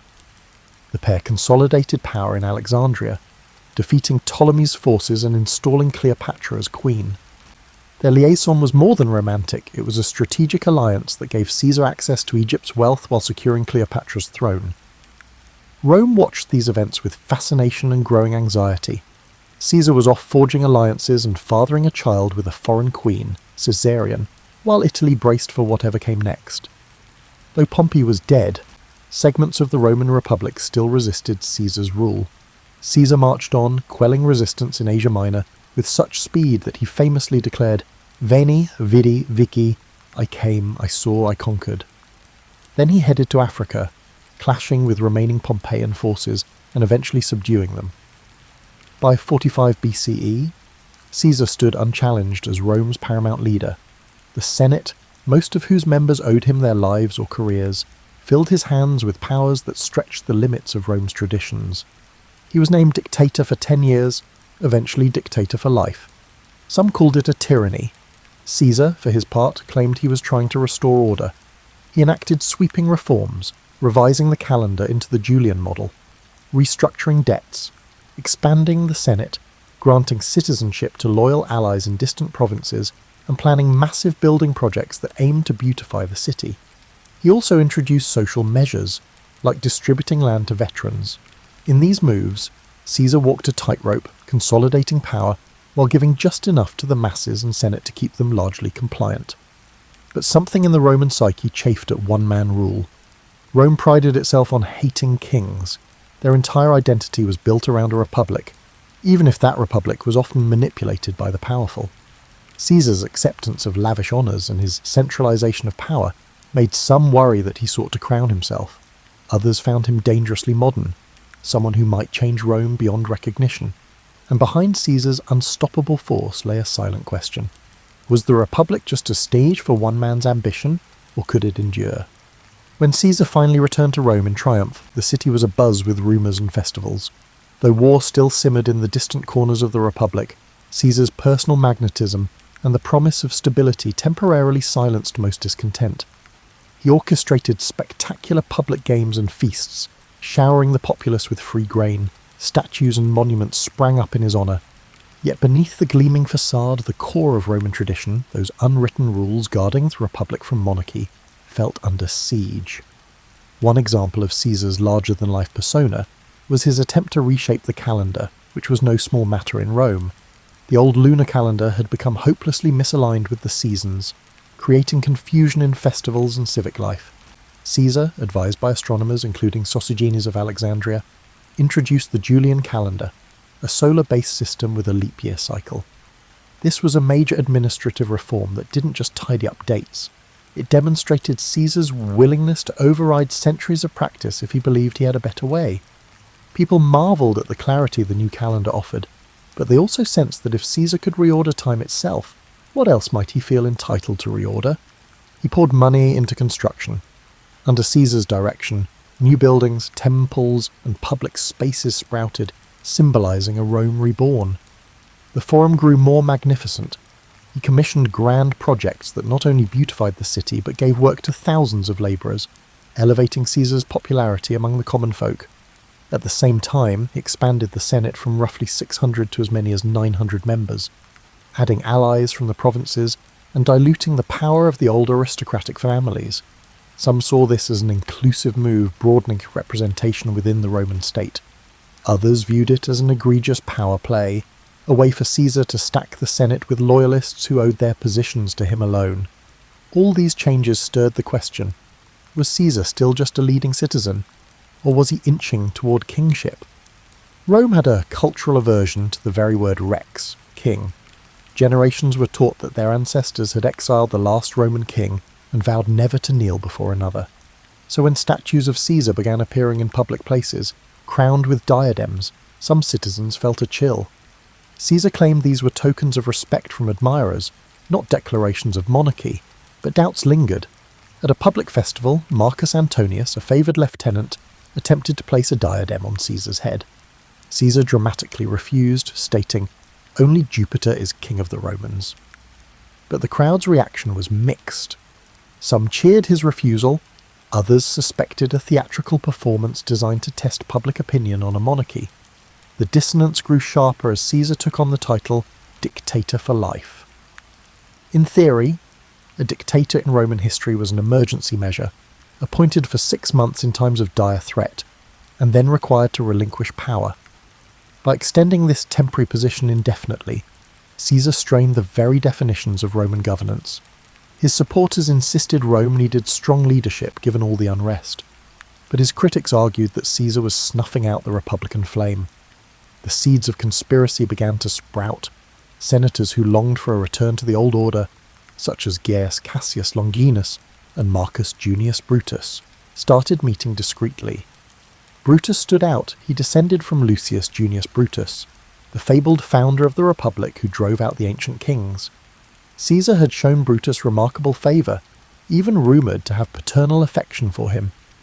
Yet this complicated bond didn't stifle Brutus's conviction that Caesar's power threatened the Republic's core values. Cassius, a cunning figure with a far darker edge, fanned the flames, reminding Brutus of his ancestors' legacy and the sacred duty to protect Rome from a tyrant. Meanwhile, Caesar seemed to sense an undercurrent of danger. He went about with guards, but he also believed that living in constant fear would diminish his stature. On the surface, he continued orchestrating elaborate plans. He was preparing a massive campaign against Parthia in the east, intending to surpass even Pompey's conquests. Returning to Rome from that victory, Caesar likely envisioned a final consolidation of power, an unassailable legacy. His mind overflowed with new ideas for governance, law codes and expansions of citizen rights. He confided in close allies that his rule would transform Rome into a cohesive empire rather than a loose confederation of territories. Yet those grand visions collided with the simmering resentment of the senatorial class. Many of them had gone along with Caesar out of pragmatism, biding their time, waiting for a chance to assert the old ways. They resented how Caesar's reforms undermined their prestige, how his populist measures made the people less reliant on senatorial patrons. Some conspirators hoped to reinstate a pure republic with limited terms of office and carefully balanced powers. Others simply wanted Caesar gone, viewing him as an existential threat to their personal standing. So as Caesar walked the marble floors of the Curia, conferring with senators, not all who greeted him warmly were true allies. The facade of unity was just that, a facade. Whispers circulated about the Ides of March, a date the conspirators had marked as pivotal. Caesar, distracted by preparations for upcoming campaigns, either dismissed or downplayed the signs of looming treachery. He was, after all, Julius Caesar, the man who escaped pirates, conquered Gaul, and overcame Pompey. To him, fear was a cage he refused to live in. To the conspirators, his confidence was both an insult and an opportunity. The stage was set, and all of Rome felt the tension in the air. The days leading up to the Ides of March had a strange energy in Rome. Senators bustled about with forced smiles, while scribes noted a flurry of edicts and proposals Caesar aimed to finalise before departing on campaign. Craftsmen laboured on newly commissioned statues and inscriptions praising Caesar's achievements. Meanwhile, anxious whispers seeped through the city, swirling in the smoky corners of taverns and the hush of aristocratic dinner parties. Caesar himself oscillated between excitement for his Parthian expedition and vague apprehension. Omens were a big deal in Roman society, and several odd occurrences had stoked superstitions, reports of strange lights in the sky, or a soothsayer who warned Caesar to beware the Ides of March. Caesar, rational yet not entirely dismissive of command auguries, seemed torn between curiosity and disbelief. He joked about the warnings, telling friends the Ides of March had arrived and nothing had happened yet. But behind the levity, hints of caution surfaced. He was known to have shared concerns with Calpurnia, his wife, who begged him on to be vigilant. The conspiracy gained momentum.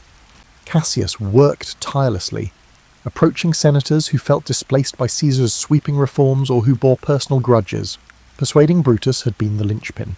Brutus's moral standing and family legacy offered a veneer of honour to what might otherwise look like a naked power grab. With Brutus on board, recruiting others became easier.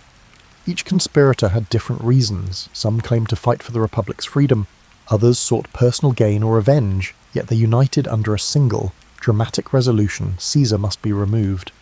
One version of their plan involved attacking Caesar during a Senate session, when he would be relatively unguarded.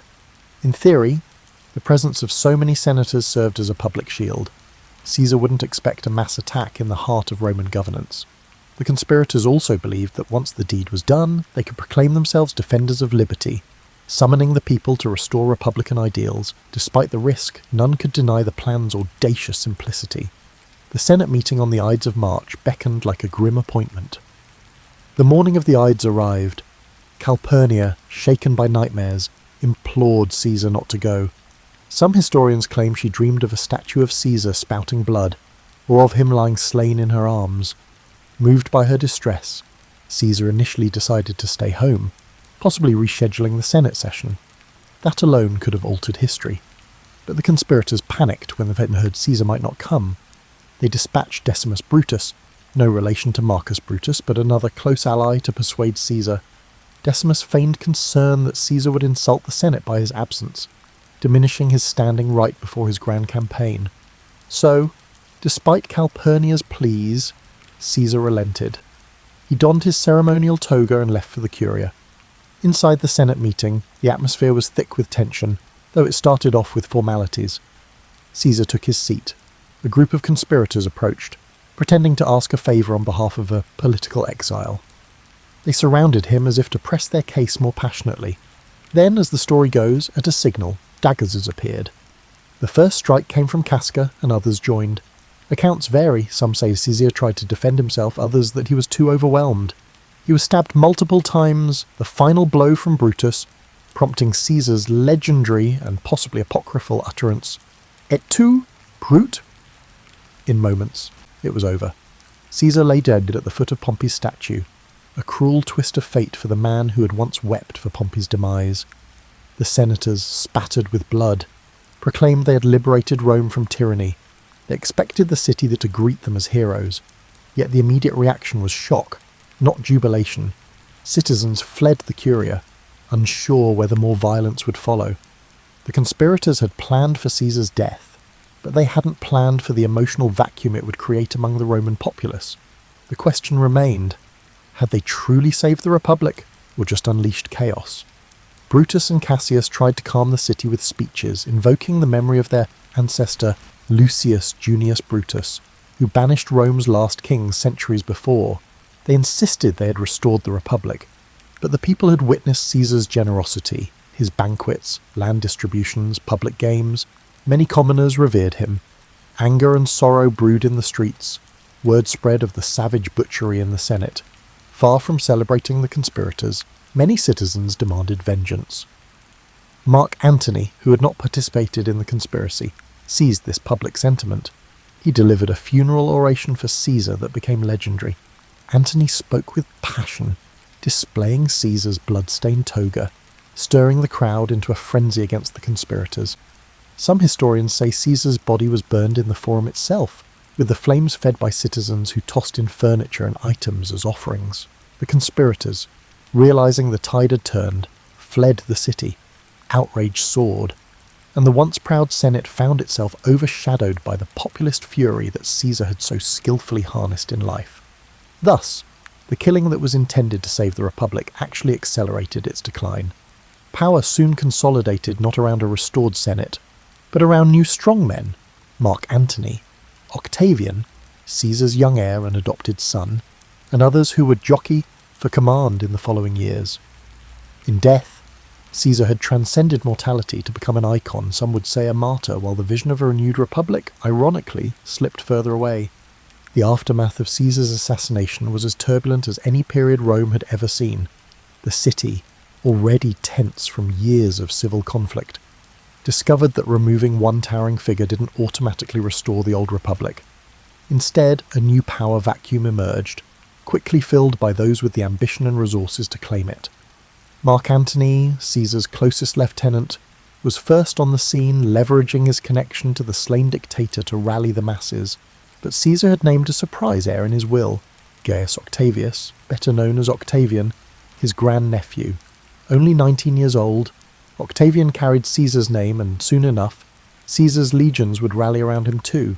Brutus and Cassius fled Rome, hoping to raise armies in the eastern provinces. They published declarations defending the assassination as an act of patriotic duty, but the events in Rome worked against them. The funeral oration by Antony had painted them as traitors to Caesar, and, by extension, enemies of the Roman people. Legions loyal to Caesar scorned the conspirators. Lines hardened. Another round of civil wars seemed inevitable, as one man's ambition had morphed into a generational crisis of identity for Rome. Though Antony and Octavian initially eyed each other with suspicion, they realized they stood a better chance against the conspirators if they cooperated. Along with Marcus Lepidus, a trusted commander, they formed the Second Triumvirate. Unlike Caesar's informal arrangement, this triumvirate was legally sanctioned, granting the three men near absolute power to reorganize the state. And reorganize it they did. Prescriptions, lists of enemies of the state, were published. Men of wealth and influence found themselves outlawed. The triumvirate seized property and executed opponents, echoing the grim days of Sulla's dictatorship.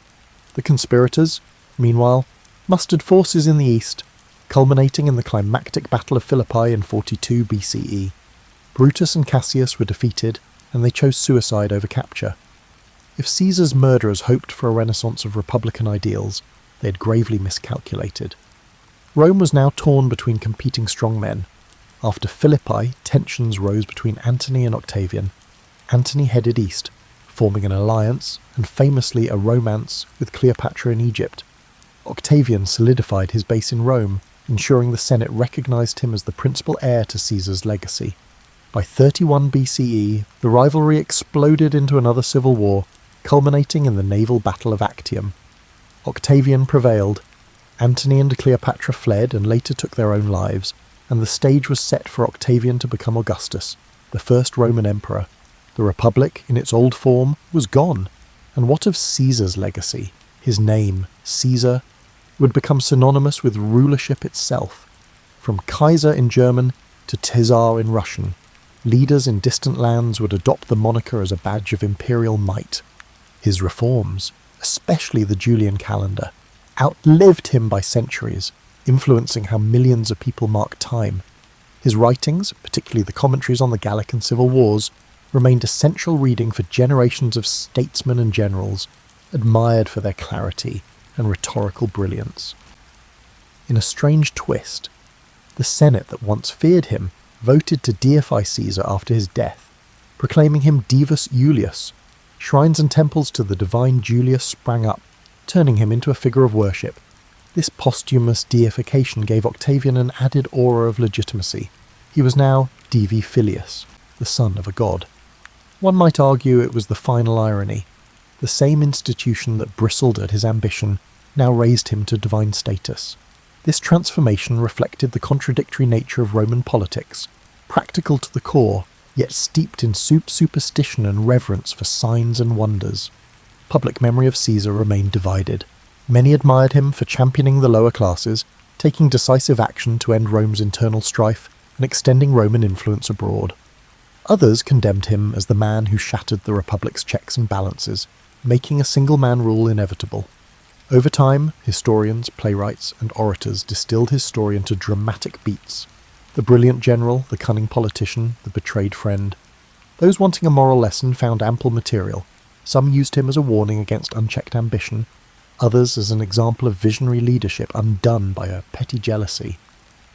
Yet there's a deeper layer to Caesar's life, one less recounted in popular lore. He was profoundly curious about the world, about languages, cultures, and the mechanics of governance. From his youth in the streets of Rome to his kidnapping by pirates, from the muddy battlefields of Gaul to the marble corridors of the Curia, he sought to understand and master every environment he touched. He wasn't content to play by the rules, he rewrote them. Not all admired his methods, but few could deny his results. For those living in Rome after Caesar's demise, daily life eventually stabilized under Augustus's reign. The city grew grander, the empire expanded, and a new system, the Principate, took shape. But an undercurrent of nostalgia persisted among some senators who recalled a republic where men like Cicero and Cato once debated the future of Rome. They wondered if, in slaying Caesar, they had severed the last chance to preserve republican dignity, or if Caesar's very presence had doomed it from the start. And so the figure of Julius Caesar stands in Roman history not simply as a conqueror or a dictator, but as a turning point.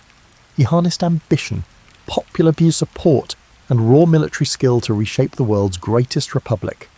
And in doing so, he cleared a path for imperial rule. Some see him as a hero visionary who expanded Rome's horizons. Others view him as the ultimate usurper, betraying the collective governance that had once defined the city's spirit. Perhaps both are true. In the end, Julius Caesar's story reminds us that history rarely lends itself to neat labels. The arcs of power, destiny, and personal will often weave together in ways that defy easy categorization. And if there's one lesson that resonates across the centuries, it might be this. When a single individual grows too large for the existing order, transformation, however exhilarating or destructive, becomes inevitable.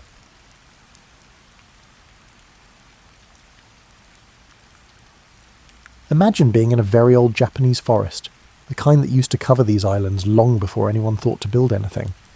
These trees are different from the ones you might see in your area. These trees are Cryptomeria and Hinoki cypress. They can live for 1,000 years and grow straight and tall. Their wood smells a little like lemon and is resistant to rot, like nature's own preservative. Japanese architecture doesn't start in quarries or brick kilns. It starts in these old forests where there was a lot of wood that was easy to work with and seemed to last forever.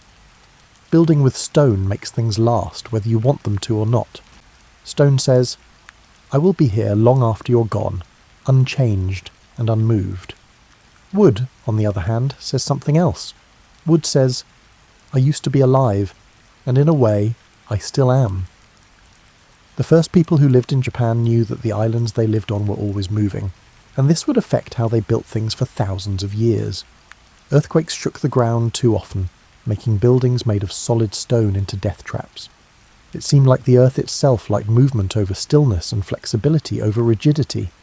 So the Japanese learned how to build buildings that could sway with the earth instead of fighting it. These buildings danced with disaster instead of standing against it. But before we talk about real buildings, we should talk about Shinto, the native religion of Japan that sees divine presence in nature. Shinto says that kami, or spirits or gods, live in everything, from huge mountains to tiny streams, from old trees to interesting rocks. This wasn't just a religious belief, it was a basic way to think about how you fit into the landscape. Your approach to building changes completely when you think that nature is sacred. You don't take over the land, you work with it. You don't cut down all the trees in a forest. Instead, you cut down certain trees with thanks and ceremony. The first Shinto shrines weren't really buildings. They were just areas that were set aside as sacred, maybe with a special tree or rock in them, and simple fences made of branches and rope around them. The Grand Shrine at Ise is one of Japan's most sacred places. It shows how people in Japan interact with nature in a way that might seem strange to people from the West. Every 20 years, the whole shrine complex is rebuilt from the ground up with new cypress wood and traditional methods. The old buildings are carefully taken apart and new ones that look just like the old ones go up in their place. This has been going on for more than 1,000 years, which makes Ise both old and always new. Consider this for a second. A building that is both 1,300 years old and only 20 years old. It's like the ship of Theseus paradox in architecture. This is a philosophical question about whether something stays the same after all of its parts have been replaced. The Japanese knew right away that the shrine's essence wasn't in the materials it was made of, but in its shape, its traditions, and its spiritual continuity. Because of this tradition of rebuilding, people had to learn about architecture by teaching each other, instead of just looking at old buildings. For decades, master carpenters taught apprentices everything they needed to know about how buildings worked, how they breathed, and how they stood up to wind and earthquakes. They didn't just teach them how to cut joints or choose wood. Japanese people used to treat wood with a lot of respect. Carpenters learned to read the grain of wood like you would read someone's face, getting to know its personality, strengths, and oddities. They knew that wood from the north side of a tree was thicker and should be used in a different way than wood from the south side. They knew that the way a tree grew determined how to cut and put its wood in a building. People cared for the tools and treated them with respect. It was important to take care of and eventually pass down a master carpenter's saw. Japanese saws cut on the pull stroke instead of the push stroke, which gives the carpenter more control and makes cleaner cuts. It's one of those little things that shows a whole new way of doing things, working with the tool's nature instead of forcing it to do what you want. The joinery techniques that developed in Japan are still amazing in how clever they are. Master carpenters made connections between wooden parts that were stronger than the wood itself, like interlocking joints that got tighter when they were loaded, corners that could bend without breaking, and connections that let buildings absorb seismic energy instead of breaking under it. Imagine a master carpenter in ancient Japan picking a tree to cut down as you drift off to sleep. He puts his hand on the bark and maybe says a short prayer to the kami of the forest, thanking them for the life he's about to take and the purpose it will serve. The tree will fall, but it will also rise again. It will become pillars and beams, and it will continue to exist in a new form, protecting people as it once protected birds and insects. The basis of Japanese architecture is a deep respect for materials, the idea that buildings are not separate from nature but part of its ongoing cycle, and the willingness to accept change instead of fighting it. The palaces, temples, castles and tea houses that come after this all come from these roots, just like the cypress trees grow from the ground. Japanese architecture changed in a big way around the 6th century CE. Buddhism came from China and Korea, and it brought with it not only new spiritual ideas, but also a whole new way of building. It was like someone suddenly giving you a whole new way to say things you only sort of understood before. In many ways, Chinese architecture was the opposite of what Japan had made. Japanese buildings were low to the ground, while Chinese buildings had many stories and fancy roof lines that went up. Japanese design used natural materials in their raw form, while Chinese architecture used bright colours, intricate decorations and complicated symbols. Japanese architecture was about blending in with the landscape, while Chinese architecture was about imposing geometric order and cosmic meaning. The Japanese reaction to this cultural exchange shows something important about their character. They didn't just copy Chinese models, and they didn't completely reject them either. Instead, they did what you could call architectural translation, which means taking Chinese ideas and slowly and carefully adapting them to Japanese tastes and needs. Japanese architecture didn't really need large interior spaces for congregational worship before. Buddhist temples did. Shinto ceremonies took place outside or in small private places, but Buddhism needed big rooms where monks could meet, chant sutras and do complicated rituals. This meant learning how to build on a scale that Japanese architecture hadn't done before. The pagoda, which is a unique multi-tiered tower found in Buddhist temples, is actually a brilliant piece of earthquake engineering that the Japanese perfected through trial and error and careful observation. A shinbashira, a huge central pillar, runs through the middle of a traditional Japanese pagoda. It is held up from the top and barely touches the ground. The building shakes when an earthquake hits, but the central pillar keeps the whole thing stable by acting as a counterweight and dampener. Modern seismologists who studied ancient pagodas found something amazing. This design, which was developed through years of observation, predicts principles that structural engineers didn't understand mathematically until the 20th century. Some pagodas have been around for more than 1,400 years and have withstood many earthquakes that have destroyed newer buildings nearby. Old-time carpenters didn't need computer models. They had patience, careful observation, and years of experience. The Horyuji Temple, which was built in the early 7th century, has the oldest wooden buildings in the world that are still standing. It's like stepping into a time machine when you walk around its grounds, but you're not really there. You're in bed, imagining what it would be like. The wood has darkened over time to a deep brown that looks like it absorbs light. The pillars have a slight curve called entasis that comes from Greek architecture through Chinese middlemen. This makes them look more like living things than rigid shapes. It's interesting how quickly these early Buddhist temples began to look more Japanese than Chinese. The rooflines got less fancy but more elegant. The colours changed from the bright reds and greens of Chinese temples to softer, more natural tones. The connection with the garden around it became more integrated, less about symbols and more about real sensory experience.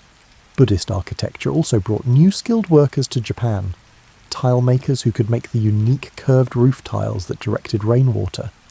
Metal workers who could make the beautiful bronze decorations that went on doorways and roofs. Sculptors and painters who made statues of Buddhas and Bodhisattvas that filled temples. There were different traditions and techniques for each craft that had to be changed to work with Japanese materials and weather. The changes in temple architecture over the next few hundred years show a slow process of creative digestion. Each generation of builders learned from the ones before them, but they also tried new things, changed things, and sometimes came up with new ideas that were less like Chinese models. By the Heian period, which lasted from the 9th to the 12th centuries, Japanese Buddhist architecture had developed its own unique style. It was clearly based on Chinese models, but it was clearly Japanese in how it was built. The covered corridor, or roka, is one new idea that stands out. In Japan, where it rains a lot, these wooden walkways connected different buildings in a temple or palace complex. They made sure that people could move between buildings without getting wet. The corridors weren't just useful. They made a rhythm of walking through covered and open spaces, switching between light and shade, the sound of rain on wooden roofs, and the sight of gardens glistening with water. As you get more comfortable in your blankets, picture yourself walking down one of these hallways on a rainy day. The wooden floor is smooth under your feet, because it has been used for hundreds of years. Rain is falling in sheets outside, making a curtain between you and the garden. The sound is everywhere. Rain on the roof tiles, rain on the stone paths, and rain filling the stone basins. But you're dry and moving through this protected space that connects you to the life of the buildings, while keeping you safe from the weather. The hallway is not completely inside or outside. It's a space in between, a threshold, and Japanese architecture would come to love these unclear areas very much. The aristocratic architecture of the Heian period Japan, from the 9th to the 12th centuries, is one of the most refined domestic traditions in human history. This was the time of the tale of Genji, a great work of world literature that shows us how the nobility lived, loved, and thought about the places where they lived. The Shindenzukuri style that was popular in aristocratic homes at this time was based on a simple idea: build rectangular buildings around a central courtyard garden, connect them with hallways, and let the spaces flow into each other with as few barriers as possible. It sounds simple, but when you compare it to European or Middle Eastern palaces from the same time, you can see how radical this idea was. Picture a mansion for a nobleman from above. The main hall, or shinden, always faces south because of Chinese geomantic ideas about good directions. To the east and west, smaller buildings hold family members, servants, and other household tasks. Covered hallways connect everything, making a safe way for people to get around. And in the middle, the courtyard garden, which is more than just a decoration, it's the heart of the whole thing. There are almost no walls inside, which is what makes this so different from, say, a medieval European manor. The buildings are basically roofed platforms with screens and curtains that can be moved around. Not solid walls, but how you arrange your furniture and fabric gives you privacy. You don't define space by closing it off. Instead, you do it by carefully placing screens, blinds, and hanging textiles to suggest boundaries. This meant that homes of the rich were very adaptable. During the day, the rooms could be open and bright. Screens and curtains made private rooms at night. When you had guests over, rooms could easily become bigger spaces. The house could change completely with the seasons. In the summer it was very open to let in breezes, and in the winter it had screens placed just right to keep warmth from braziers. The floors of these buildings were made of famous hinoki cypress wood platforms that were about 2 feet off the ground.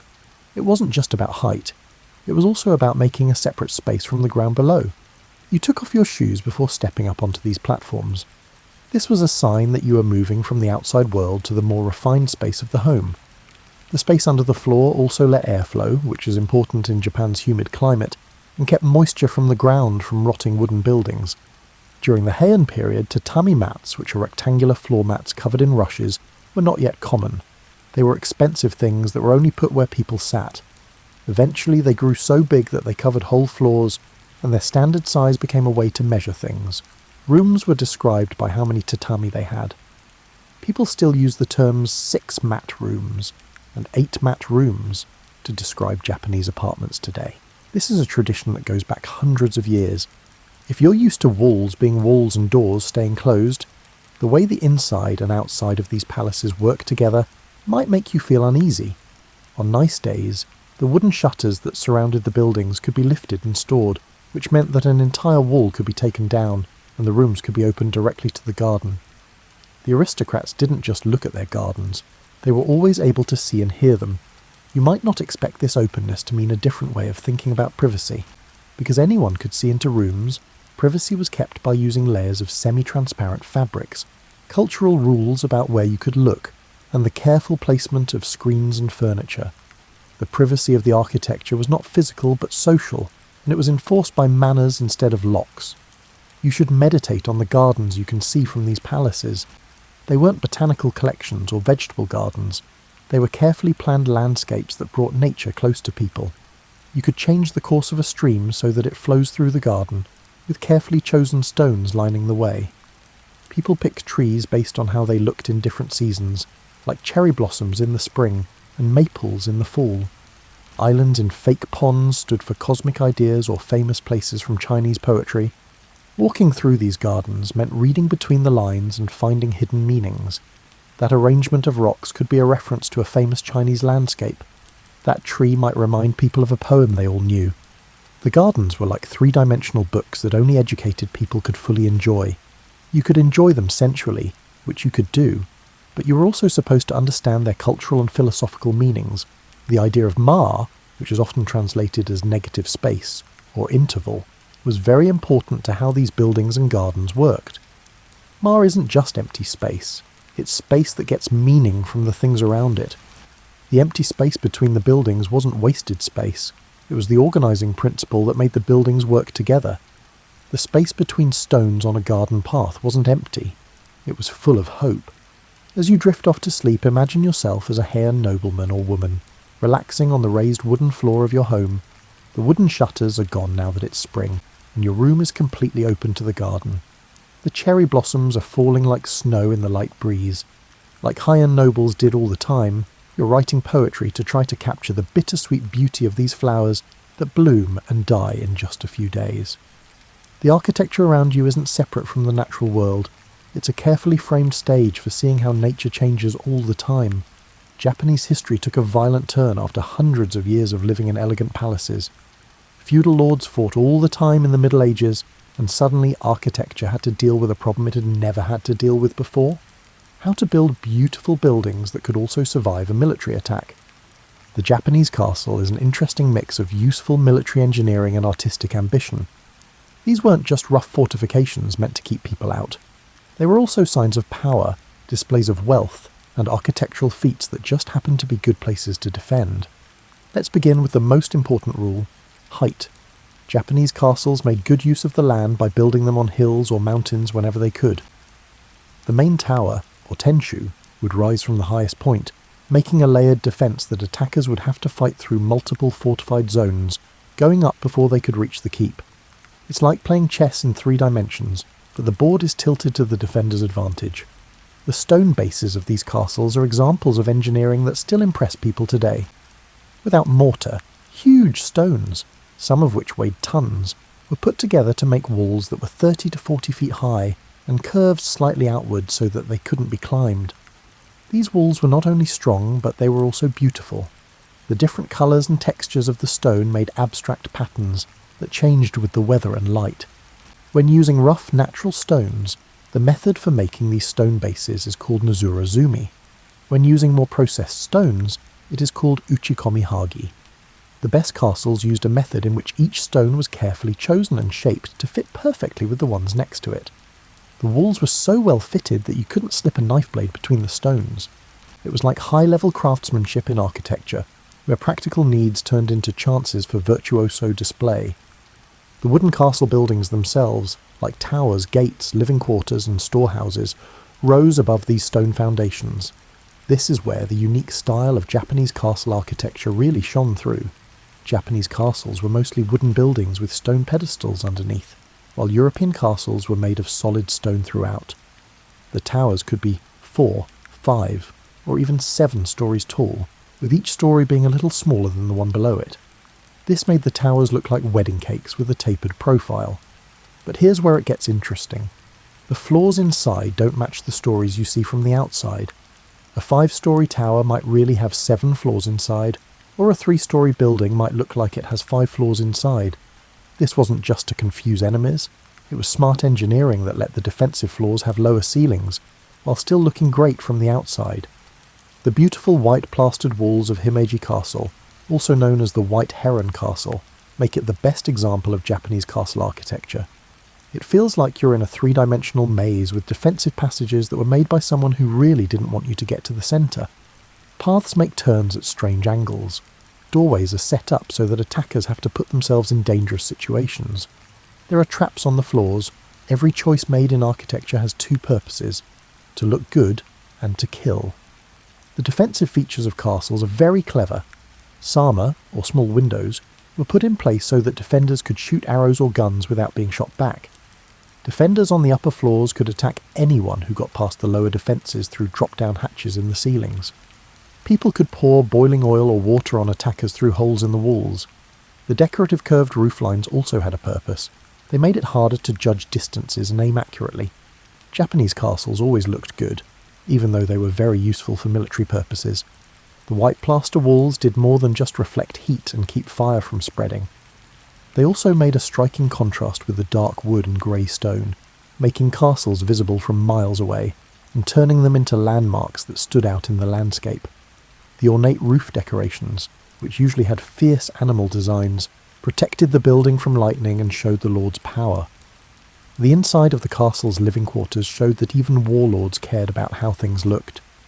There were painted screens by famous artists in the rooms, alcoves for displaying valuable items, and windows that looked out on gardens. The strongest lords hired the best painters, carpenters, and gardeners to make places that were good for both siege warfare and poetry parties. During the time of castles, there was one new thing: hidden rooms and passages. There were often rooms in castles that could only be reached through hidden doors. These rooms were used to store treasures or for guards to hide in to keep the lord safe. Some castles had whole networks of hidden corridors in their walls that let defenders move between floors without being seen. Sometimes during restoration work hundreds of years later, people found these hidden spaces, which still had old equipment or forgotten supplies in them. During the Edo period, the shift from war to peace turned castles from military bases into government buildings and symbols of power. Lords still owned them, but they were more like government buildings than fortresses. They added more detailed gardens. The reception rooms got bigger. The martial parts stayed, but they became more decorative than useful. As you sink deeper into your pillow, picture yourself standing on the top floor of a castle tower at dusk. You can see the countryside around the castle through the small windows. The town is built around the base of the castle. The fields are beyond that, and the mountains are in the distance. The castle's many defensive rings go down in layers of stone and wood below you. The wind whispers through the intricate wooden structure, giving the whole building a life of its own. The castle is calm and watchful tonight, a mountain of human intention rising from the natural landscape. Tomorrow may bring battle. Japan entered the Edo period in the early 1600s under the Tokugawa shogunate. After centuries of war, all that military architecture became mostly useless. Japan didn't need castles or fortifications right now. It needed cities, neighborhoods, and daily life. And out of this long peace came city buildings that changed the way millions of people lived.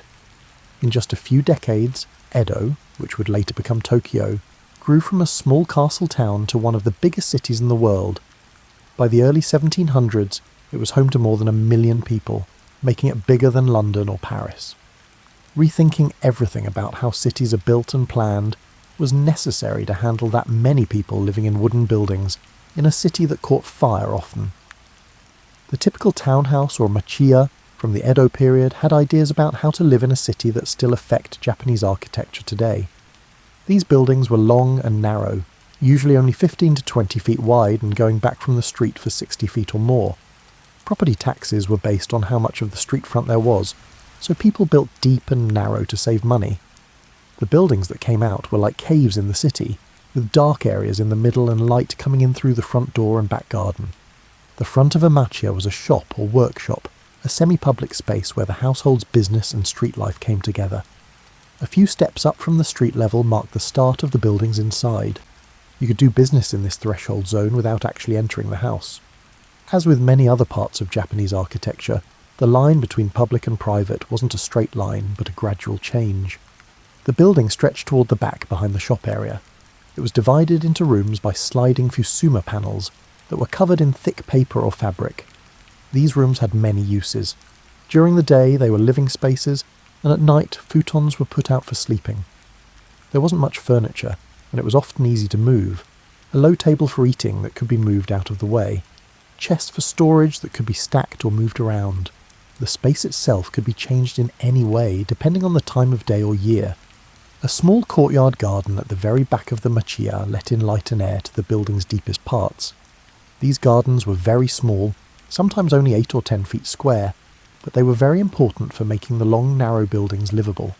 That little bit of sky, that one tree, and those few carefully placed stones changed the whole character of the space, making it feel like it was connected to nature even though it was in a busy city. The whole neighbourhood of machiya gave the city a texture that Western cities don't have. Because the houses were so narrow, the streets were lined with different versions of the same thing, which made the streets look more interesting instead of boring. Because it was so small, everything was easy to get to on foot. The fact that there were shops on the ground floors and homes above them meant that neighbourhoods were busy all day and night. Fire was always a threat to Edo's wooden buildings. The city was hit by big fires all the time, and sometimes they destroyed tens of thousands of buildings in just one day. The Japanese didn't build in stone because it was more expensive and less comfortable. Instead, they came up with a complicated system for preventing and responding to fires. There were volunteer fire brigades in neighbourhoods. Buildings had thick-walled storehouses called kura that were fireproof and had heavy doors. Fire breaks were built into the streets. You always knew that fire would happen, so you built quickly and cheaply enough that it wouldn't be a disaster to rebuild. The kura is worth paying special attention to because it shows a completely different way of building in the larger wooden city. These storehouses were basically boxes with thick earthen walls that were covered in plaster and had small windows that were sealed with heavy shutters. Families kept their most valuable things inside, like documents, heirlooms, and expensive fabrics. The kura's thick walls might keep their contents safe, even when the main house burned down around them. Families would come back after the fire to find their storehouses standing like white islands in a sea of ash. But the pleasure quarters and tea houses that thrived during the long peace might be Edo's most unique architectural contribution. These entertainment districts created their own style of architecture, with buildings that had more detailed facades, bigger windows, and rooms that were meant for gathering and performing instead of just living. The ukiyo, which was captured in prints and literature, was a famous floating world in Edo. It had its own unique architecture and spaces made just for a culture of high-class entertainment. During the Edo period, the tea house itself, which we'll talk about in more detail soon, became very popular. But the tea houses in cities were not the same as the ones for tea ceremonies. These were places where people could meet and talk about business, where artists could gather, and where samurai could forget about their status for a night. The architecture showed this flexibility by having rooms that could be opened or closed, and spaces that could go from private to public depending on what was needed. During the Edo period, townhouses also saw the full development of the tokonoma, an alcove that may have become the most important part of the Japanese home. The tokonoma was a small raised area with a slightly different floor level and a decorative backing. The family would put a scroll and maybe a flower arrangement or a treasured object there. The tokonoma wasn't for sitting or storing things, it was just for showing off, a sign of the family's taste and refinement. What you put in your tokonoma said a lot about who you were and what you cared about. During this time, tatami changed in a way that made floor plans the same all over Japan. Tatami mats came in standard sizes, which made it easy to guess how big a room would be. A room with 6 mats was a room with 6 mats. Whether it was in Edo or Kyoto, the sizes of the mats did differ slightly by region, of course. Because of this standardization, it was possible to make a lot of architectural parts like screens, doors and alcove pieces that could fit in any building that followed the rules. As you move around in bed to find the perfect spot, picture yourself in a townhouse from the Edo period on a summer night. The shutters in the front are open to let in any breeze from the street. People who live nearby walk by and talk to each other. The small garden at the back of the house is in the shade, and the single maple tree is a dark shape against the deep blue sky. You're sitting close to the tokonoma, where a scroll shows a mountain landscape and a simple flower arrangement that together make a small world of meaning. The city with 1 million people is outside. Inside is this carefully planned space that isn't too big, but has everything you need to live a civilized life. To really get to know Japanese architecture, you have to go into a tea room, or chashitsu. These small buildings, which usually have only 4.5 tatami mats of floor space, are the best example of how Japanese design ideas can be turned into buildings. Before we talk about the building's architecture, we should learn about the tea ceremony, which is what these buildings are for. You do drink tea, but that's not really the point. It's about making a temporary world of refined interaction, where the usual rules and worries of daily life don't matter anymore. Instead, there is only the pure present moment that the host and guests share. The architecture's job is to set the stage for this experience and make it easier to have. Sen no Rikyu, a tea master from the 16th century who wrote down many of the rules for tea ceremonies, changed tea architecture by moving it away from fancy buildings that were influenced by Chinese styles and toward buildings that were almost radically simple and focused on natural materials and rough textures. Rikyu's ideas about Japanese taste go far beyond tea. Almost every modern idea of Japanese taste can be traced back to what he said. Before you even walk in, a tea room starts to work. You walk through a garden path called a roji, which is meant to help you switch your mind from the outside world to the tea room. You might walk through a garden gate, over stepping stones, past a bench where someone is waiting, and then to a stone basin where you can wash your hands and mouth. Each part has both practical and psychological uses. You're not just walking to a building, you're slowly breaking your ties to the outside world. The entrance to the tea room is meant to make you feel small. The Nijiriguchi, or crawling in entrance, is only about 2 feet square, so even the most important guests have to bow low and crawl through. The samurai had to leave their swords outside because the opening was too small for them to go in with them. This forced humility set the mood for the rest of the events. There were no social hierarchies in the tea room that were outside of it. There were only the host and the guests drinking tea. At first glance, the inside of a tea room looks almost like a cave. The walls of rough clay mixed with straw show their texture well. Wooden posts keep their bark or have irregularities that are meant to be there. The ceiling might be made of a mix of materials like bamboo, reeds and wood, to make a patchwork that looks random but is actually carefully planned. Small windows with translucent paper on them let in natural light, which makes the room softly lit from the side. But this look of being rustic is actually very sophisticated.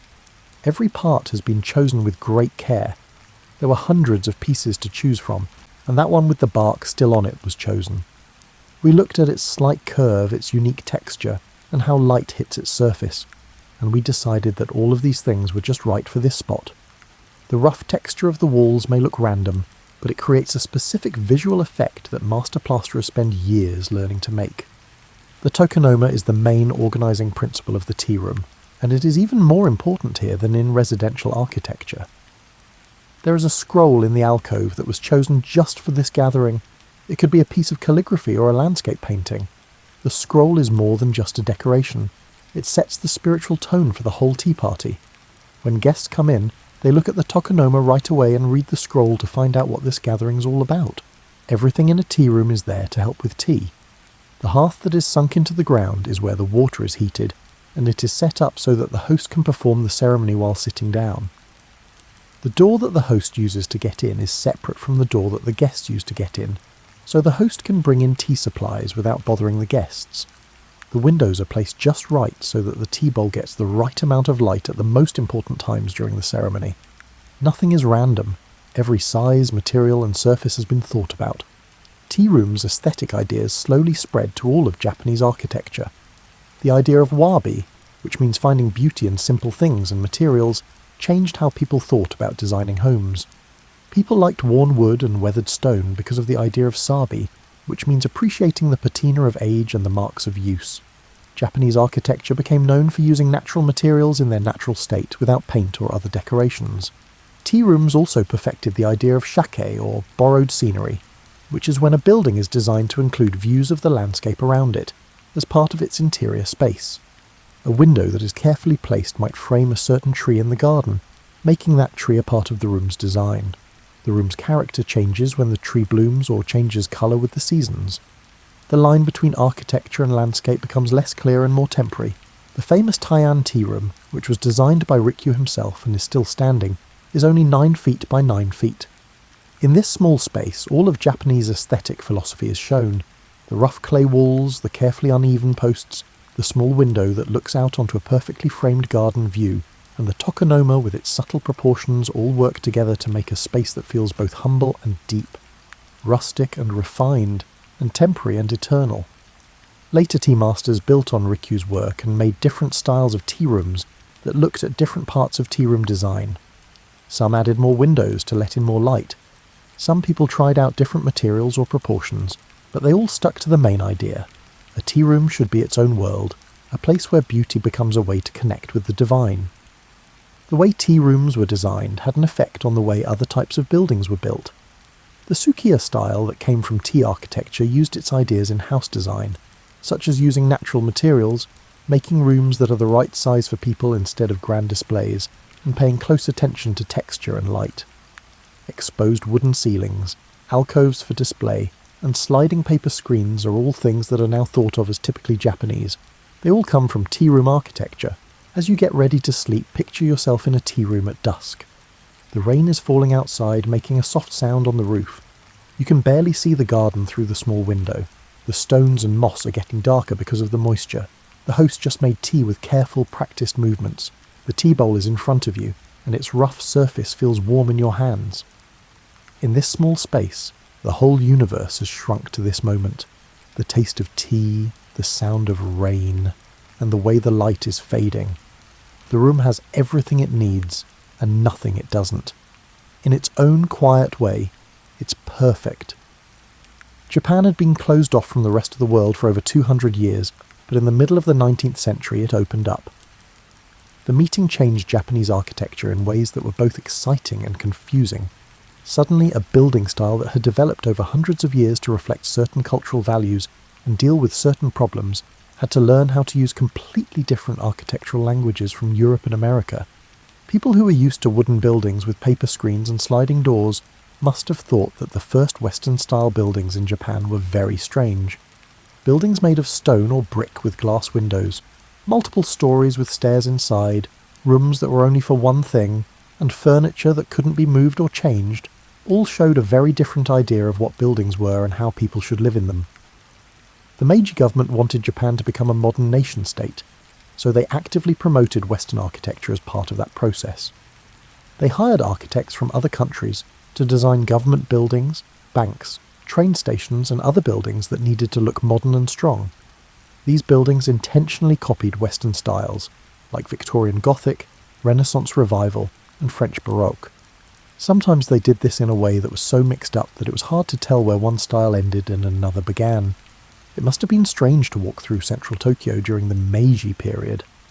There were brick banking houses with Corinthian columns next to traditional wooden temples and machiya.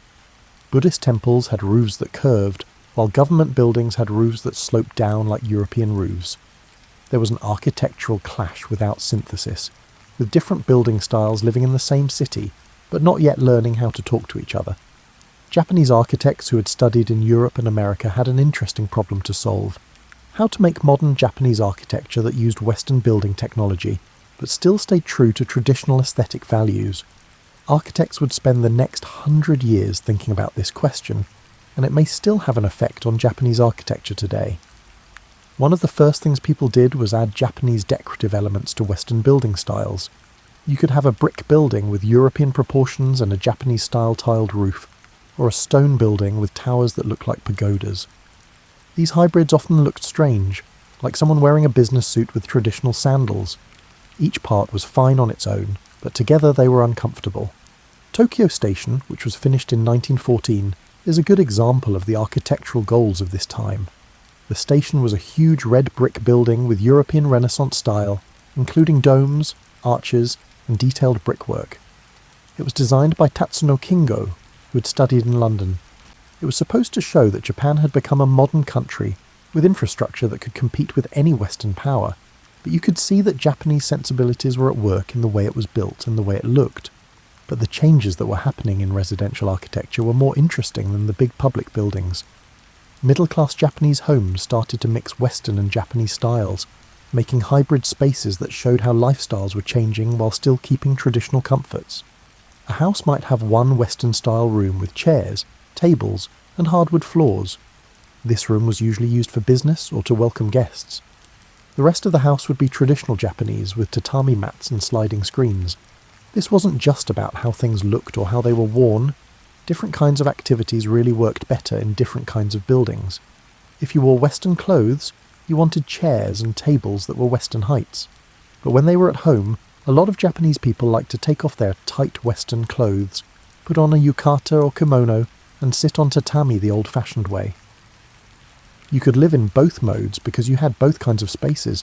You could choose the right one for each activity. The engawa, a space between the inside and outside that looked like a porch, was a big part of traditional Japanese architecture. In Meiji period homes, it took on a new form. Sometimes it had glass windows around it, making it look like a sunroom that kept the weather out but still let you see the gardens.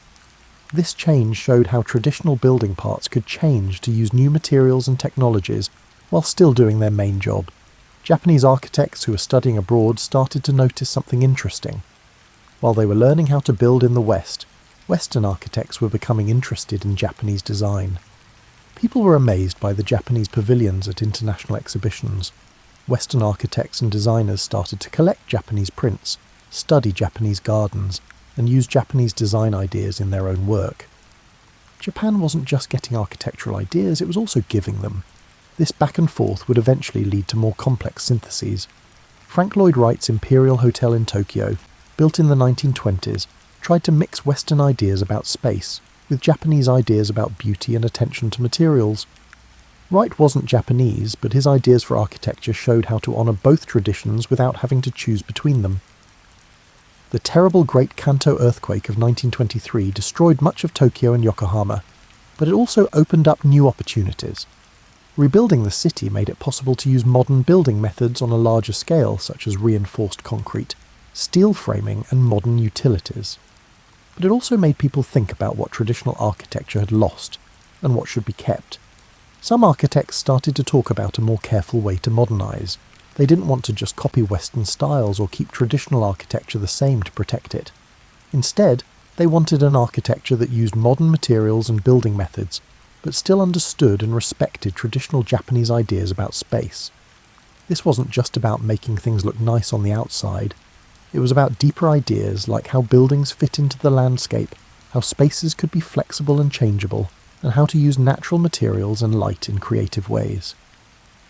In the early 1900s, modernist architecture spread around the world. It focused on clean lines, honest use of materials, and combining indoor and outdoor spaces. Surprisingly, this style of architecture had a lot in common with traditional Japanese architectural values. Both traditions valued simplicity over decoration, honest materials over surface decoration, and fluid connections between buildings and their surroundings. Japanese architects started to see that some of the ideas behind modernism weren't completely new to them. In some ways, they were similar to ideas that their own tradition had been working with for hundreds of years. A steel and glass building with clean lines and little decoration wasn't that different from a traditional tea room, which used natural materials and didn't add extra decoration. Both were examples of aesthetic philosophies that put value on essence over decoration and clarity over confusion. This understanding would ultimately result in some of the most groundbreaking architecture of the 20th century, as Japanese architects employed contemporary materials and methods to convey traditional spatial ideas in novel manners. But that's a story for the next chapter when we get to the present. As you settle deeper into sleep, picture Tokyo in the 1920s. It was a city that was rebuilding itself and full of contradictions and possibilities. This is a traditional wooden house with one room that looks like it belongs in the West. A concrete office building is trying to look like a French palace. You can still see the roofs of the temples in the distance, but they are now surrounded by buildings that would have been unthinkable just a few decades ago. It's a mess, but it's also exciting, uncomfortable, and full of promise. A civilization is going through a huge change and trying to figure out how to stay the same while becoming something else. Japan's cities were ruined by World War II. Bombing had mostly destroyed Tokyo, Osaka, and Nagoya. In the immediate aftermath of the war, all that was needed was to put roofs over people's heads with whatever materials were on hand.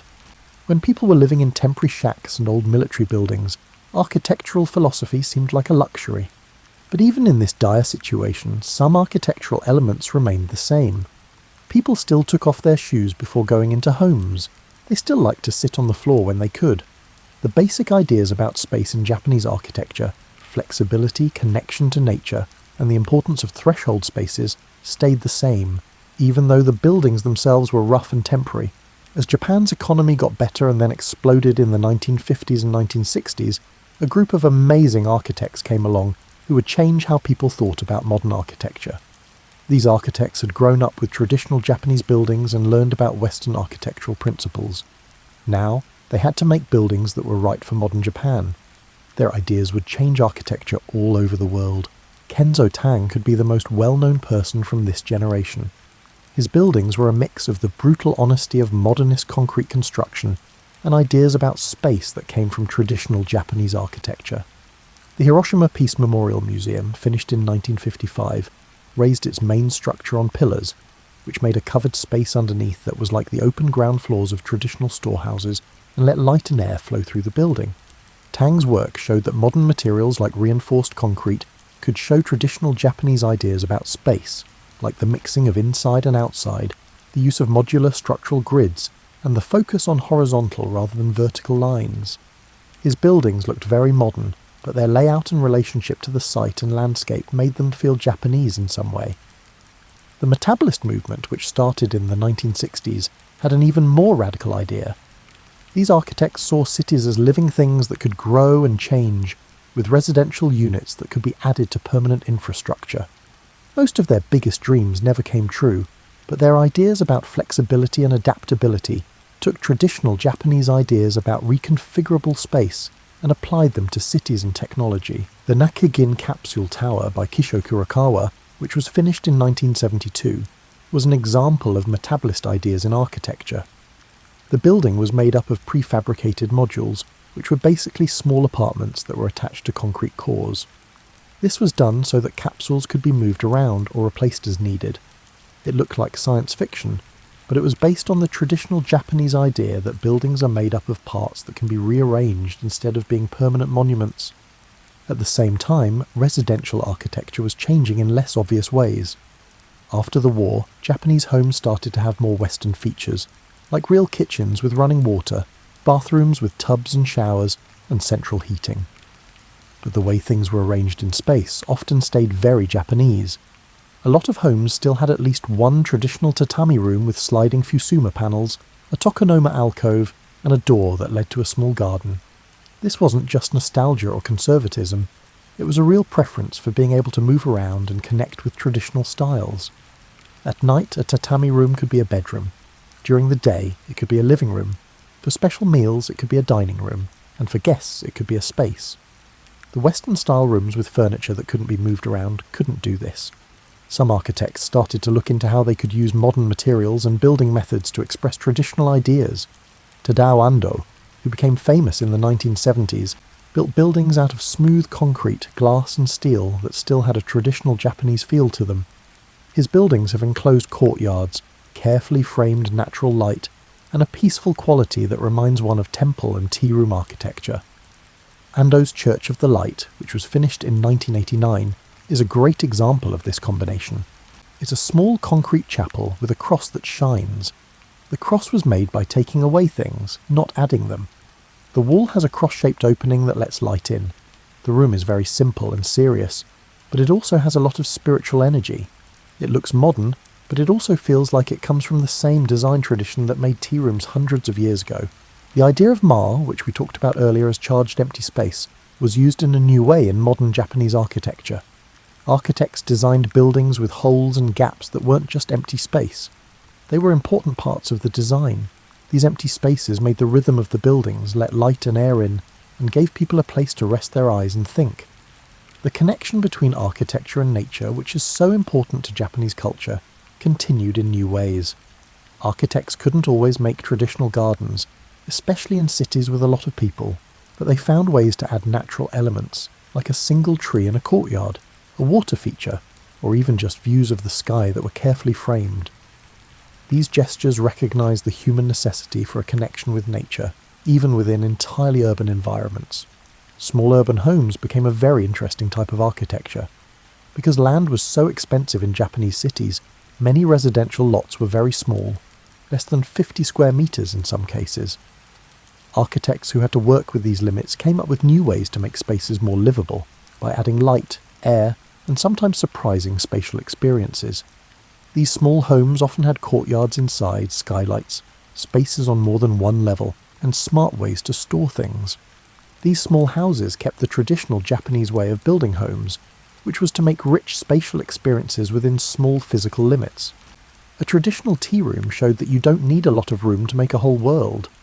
Modern tiny houses took this idea further by showing that careful design could make even the smallest spaces feel full and welcoming. Modern engineering's earthquake-resistant building methods were added to Japan's traditional knowledge of how to make structures that can bend. Modern buildings in Japan often have advanced dampening systems, flexible joints, and extra structural support that let them sway with seismic forces instead of fighting them. This high-tech method is similar to the old idea of building wooden structures that could move with the earth. As you start to feel sleepy, picture yourself walking through modern Tokyo. This is an old temple with wooden buildings that have been well cared for. Next to it is a modern building made of glass and steel. Its ground floor opens completely to the street, making the line between inside and outside less clear. This is a very modern take on a traditional idea. A small house, across the street, has a tree growing through the middle of it, bringing nature into the middle of a busy city. The city is like a palimpsest. with layers of history and new ideas all in the same place. The buildings from each time period seemed to talk to each other. By the end of the 20th century, something amazing had happened. Japanese architecture had become influential all over the world in ways that went far beyond just unique details or surface beauty. Architects all over the world were looking at Japanese buildings, spatial ideas and design philosophies to find ways to solve modern architectural problems that Western traditions hadn't fully dealt with. Japanese aesthetics had a big impact on the minimalism that became so popular in architecture around the world starting in the 1990s. The Japanese had been refining the ideas behind clean lines, limited colour palettes, carefully chosen materials, and empty space as a positive design element for hundreds of years. Japan had been doing what the West thought was a radical new style since the 16th century, when tea masters started doing it.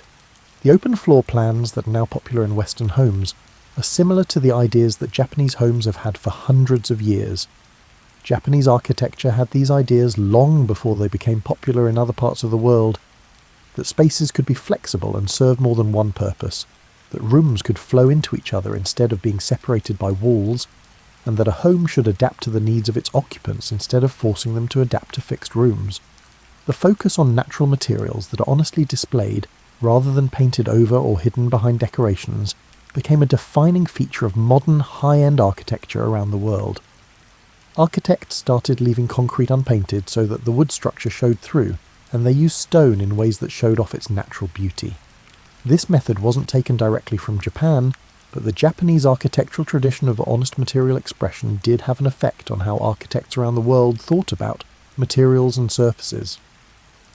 The relationship between the inside and outside that Japanese architecture had always stressed became more and more important in modern architecture around the world. In modern design, people wanted buildings with walls that could open all the way, rooms that led into gardens, and threshold spaces that were neither fully inside nor outside. The traditional Engawa had changed into modern terraces, balconies, and transitional spaces that made buildings more interesting for people to experience. Japanese architects had an impact on the world as well. In 1995, Tadao Ando won the Pritzker Prize, the first of many Japanese architects to win the most prestigious award in the field. Kazuyo Sejima and Ryue Nishizawa's company, SANAA, built buildings that were incredibly delicate and spatially complex, and their work had an impact on architects all over the world. Shigeru Ban was the first to use paper tubes and other unusual materials in buildings that were both structurally innovative and socially responsible. It wasn't obvious that these architects built buildings that looked like traditional Japanese ones. Their work didn't have pagoda roofs or torii gates, but their buildings had spatial ideas, material sensibilities, and connections to sight and light that were more connected to traditional Japanese architecture. They showed that tradition isn't just about copying old styles, it's also about understanding and building on basic ideas. The idea of wabi-sabi, which means finding beauty in things that aren't perfect, don't last, or aren't finished, became part of the global design vocabulary. It may have been overused in Western design circles, where it was sometimes seen as just a style instead of a complicated philosophical stance. But at its best, the world's love of wabi-sabi showed a real appreciation for Japanese aesthetic values that were different from the Western focus on permanence, perfection, and completion. The design of Japanese gardens had a bigger and bigger effect on gardens around the world. From California to England, modern gardens showed how to use natural materials, how to make spaces for thinking, and how to make small versions of larger landscapes. The notion that landscape design could be an art form as sophisticated as architecture, a belief rooted in Japanese tradition, garnered broader acceptance. The best Japanese architecture was very aware of the environment. It paid attention to natural ventilation, used local materials, and was carefully oriented to the sun and wind. These were all things that became important in architecture around the world. Japanese architecture has always been sustainable because it had to be. Contemporary architects learned from these traditions how to build buildings that are better for the environment. The Japanese idea that architecture is not a permanent monument, but something that can be changed and rebuilt, challenged Western ideas about architecture in interesting ways. The 20-year rebuilding cycle of the Is Shrine, which we talked about a long time ago, was a whole new way of thinking about preserving architecture. Instead of trying to keep buildings the same, it meant keeping tradition alive through constant renewal. This idea changed how people thought about cultural continuity and architectural sustainability. Japanese culture had a big impact on the way people saw small-scale, carefully detailed architecture. Not every building had to be a big deal or a big statement. In small urban houses or tea rooms, where every detail had been carefully thought out, the most beautiful architecture could happen. This recognition of small-scale excellence changed how architects around the world thought about residential and small-scale projects. Japanese architects combined traditional building techniques with modern materials and methods. This gave other countries ideas for how to keep traditional building crafts alive, while also making modern buildings. Japanese architectural craft was known for its careful joinery, attention to surface qualities, and respect for materials. These things still affect how buildings are detailed and built. As we near the end of our journey through Japanese architectural history, we come to the present. What we see is not a complete preservation of tradition, or a complete break from the past, but rather a creative conversation between historical principles and modern needs that is still going on. There is a fascinating tension in modern Japanese architecture. Japan is still one of the most architecturally innovative countries in the world. Architects there build buildings that are very creative and technically advanced. On the other hand, traditional building types like temples, shrines, tea rooms, and even some types of homes are still used today, not just as museum pieces. In Kyoto, you'll see master carpenters still teaching apprentices how to do traditional joinery that doesn't use any nails. These craftsmen aren't putting on historical reenactments. They're keeping temples and shrines that are still used for religious purposes up to date using the same methods that their ancestors used hundreds of years ago. The knowledge is passed down from master to apprentice in an unbroken chain.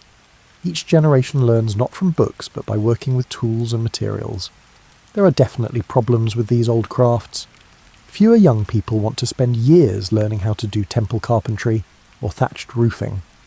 The economic problems are real, but the tradition lives on, thanks in part to cultural pride, religious necessity, and a growing understanding that these skills are irreplaceable knowledge about materials and construction.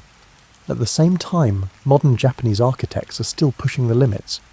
They build buildings that are incredibly delicate, with walls that seem to dissolve and spaces that flow into each other like water.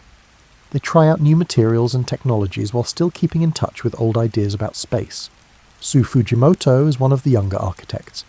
He makes buildings that blur the lines between architecture and nature, inside and outside, and building and landscape. Sometimes his buildings look more like abstract sculptures or natural formations than regular buildings, but they are perfectly livable spaces. They're a modern evolution of traditional Japanese ideas about how buildings and nature interact. Kengo Kuma's work is very modern, but it also clearly draws on traditional Japanese architecture. He wants to know how modern methods can be used with traditional materials like wood, stone, and paper to make buildings that feel like they come from the past without copying old styles. His buildings often have fancy wooden screening systems that are modern versions of traditional features that control light, give people privacy, and make rich visual textures. There is an endless stream of new houses being built in Japan because people there are still interested in small, well-designed homes. Tokyo is full of tiny lots where architects have to work within very strict limits to make amazing spatial experiences. These houses are in line with the Japanese tradition of making a lot out of a little, by carefully designing them instead of just making them big. These small modern homes often have features that are similar to traditional homes, like an internal courtyard that lets light and air into the middle of the building, a threshold space that separates the street from the home, and a special room or alcove for thinking and showing off. But they use modern materials and building methods, which makes the buildings feel both new and traditional. Japan has a unique way of keeping its old buildings in good shape. Preservation doesn't mean trying to keep buildings the same over time. Instead, it usually means rebuilding them every so often using traditional methods and materials. This keeps not only the buildings themselves, but also the knowledge and skills needed to build them. It's preservation through practice, not through museums. The Japanese people as a whole stay connected to traditional architectural spaces by practicing tea ceremonies, going to temples and shrines, and sometimes even in their own homes. A lot of modern Japanese homes and apartments still have at least one tatami room. This is a place where people can connect with traditional aesthetics and practices even when they are in a modern setting. More and more, Japanese architecture is being shaped by environmental concerns. Building practices that are strong and long-lasting are important because the country is prone to earthquakes, typhoons, and other natural disasters. Modern Japanese architecture often uses both high-tech and traditional methods. For example, it might use advanced seismic dampening systems and energy-efficient mechanical systems, as well as natural ventilation, careful solar orientation, and local materials. Japanese architecture is always trying to find a balance between old and new. Other cultures can learn from this as they try to find ways to honour the past, while also meeting modern needs. Japan's example shows that tradition isn't just keeping things the same, it's a living practice that changes while still being true to its core values. As you drift off to sleep, think about all the Japanese architecture we've seen tonight. The ancient forests where it all began, the Shinto shrines that mark sacred places, the Buddhist temples that reach for enlightenment, the palaces that open up to gardens, the castles that rise from stone foundations, the Edo townhouses that make city life possible, the tea rooms that find infinity in small spaces, the Meiji experiments with new forms, the post-war innovations, and the modern explorations that are still going on today. Every time period built on what came before it and adapted to the needs of the time. There was no time that was frozen, but there was no time that was completely lost. The tradition lived on because it kept changing and adapting while still holding on to threads of continuity that go back hundreds of years. The house you build in dreams, an epilogue. As you finally fall asleep, your mind might build fake buildings out of all the architectural parts we've looked at tonight. Maybe you're walking through a house that has parts from different times, like a tea room that opens up to a garden from the Edo period, or a high-end palace with flowing spaces made from modern materials, or a castle that looks strong but is softened by modern transparency. This dream architecture doesn't mix things up or contradict itself.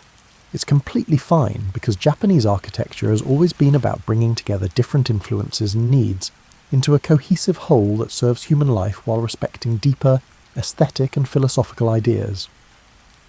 The lessons from the history of Japanese architecture apply to more than just Japan. They remind us that buildings are more than just places to live. They are also ways for us to show how we want to live, what we value, and how we see our place in the natural world. They show that tradition and innovation are not opposites, but partners in a creative conversation that never ends. Japanese architecture teaches you to be patient, to think carefully about every detail, to choose materials carefully, and to let designs grow through repeated refinement. It values restraint, which means that knowing what to leave out is often more important than knowing what to put in. It accepts that everything is temporary, just like all buildings and other things made by people are temporary parts of nature's longer story. Japanese architecture teaches us that the way spaces are set up can change how we feel. The light in a room, the feel of a wall, the connection between the inside and the garden, and the size of a space all affect how we feel, think, and interact with other people. Architecture isn't just about building places for people to live, it's also about making places where people can thrive. When you wake up tomorrow, you might see your own living space in a new way. That window's connection to the light in the morning, the line that separates rooms, the things and textures that are around you, the existence or non-existence of natural components. These aren't just things that are useful, they're also chances to make daily life more beautiful, thoughtful, and connected. You don't have to live in a traditional Japanese house to learn from Japanese architecture. The rules can be used anywhere. Less is more, quality over quantity, connecting with nature, spaces that change to fit your needs, honest materials that get better with age, paying attention to light and shadow, and the power of empty space. You might put one flower in a special place, making your own small version of a tokonoma.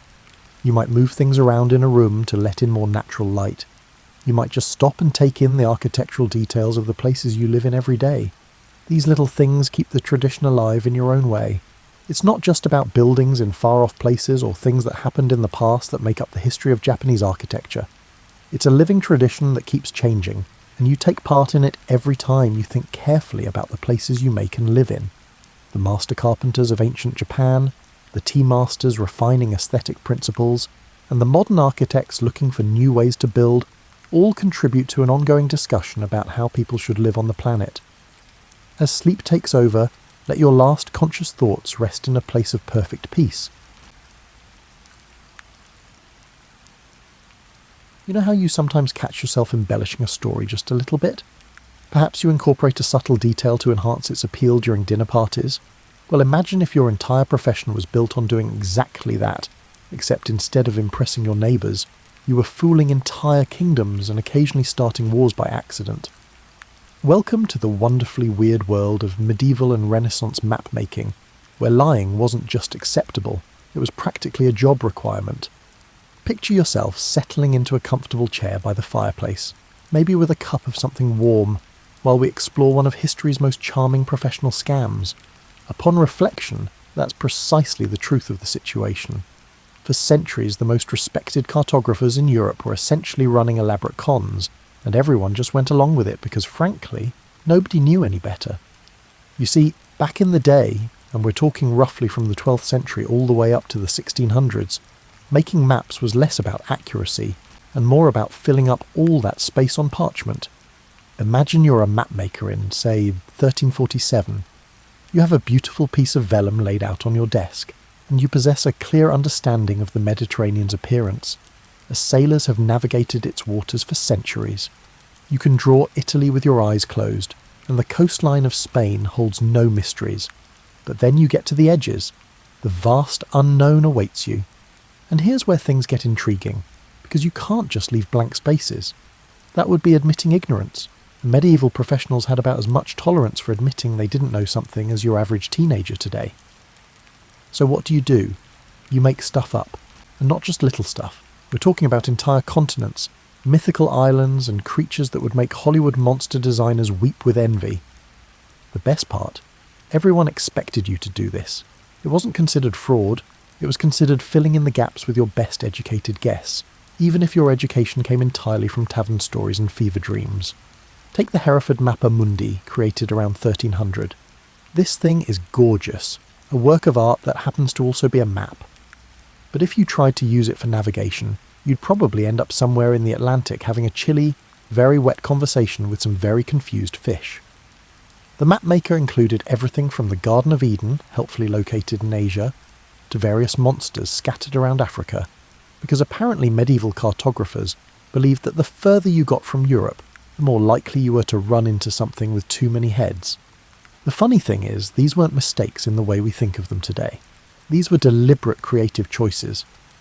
Medieval mapmakers operated under the assumption that the world was full of wonders, and if they hadn't personally seen proof that a particular wonder didn't exist in a particular place, well, it might as well go on the map.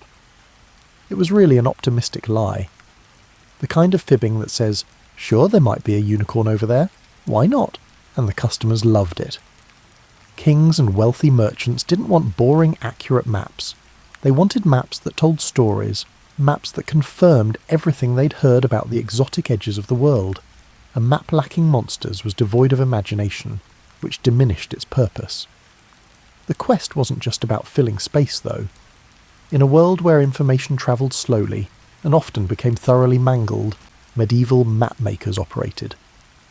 By the time a story about a distant land had travelled from explorer to trader to scholar to mapmaker, it had usually picked up so many embellishments that it bore about as much resemblance to reality as a fish story told by your uncle after his fourth beer.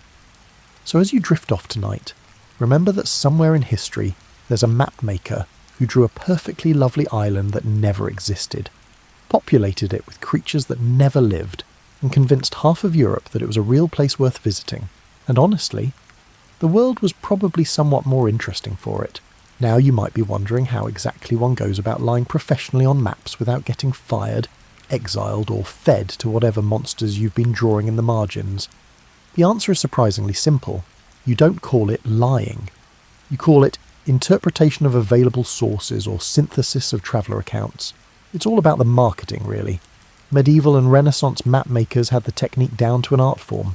They'd take a grain of truth, maybe a sailor's story about seeing land on the horizon, and grow it into a full-fledged continent complete with cities, rivers, and the occasional dragon. Think of it as the original version of making a mountain out of a molehill, except the molehill might not have existed either. The map-making process back then was part detective work, part creative writing, and part wishful thinking. You'd gather every scrap of information you could find. Ancient texts, travellers' tales, other maps, and wild guesses from people who claim to know someone who once met a guy who sailed somewhere vaguely in that direction.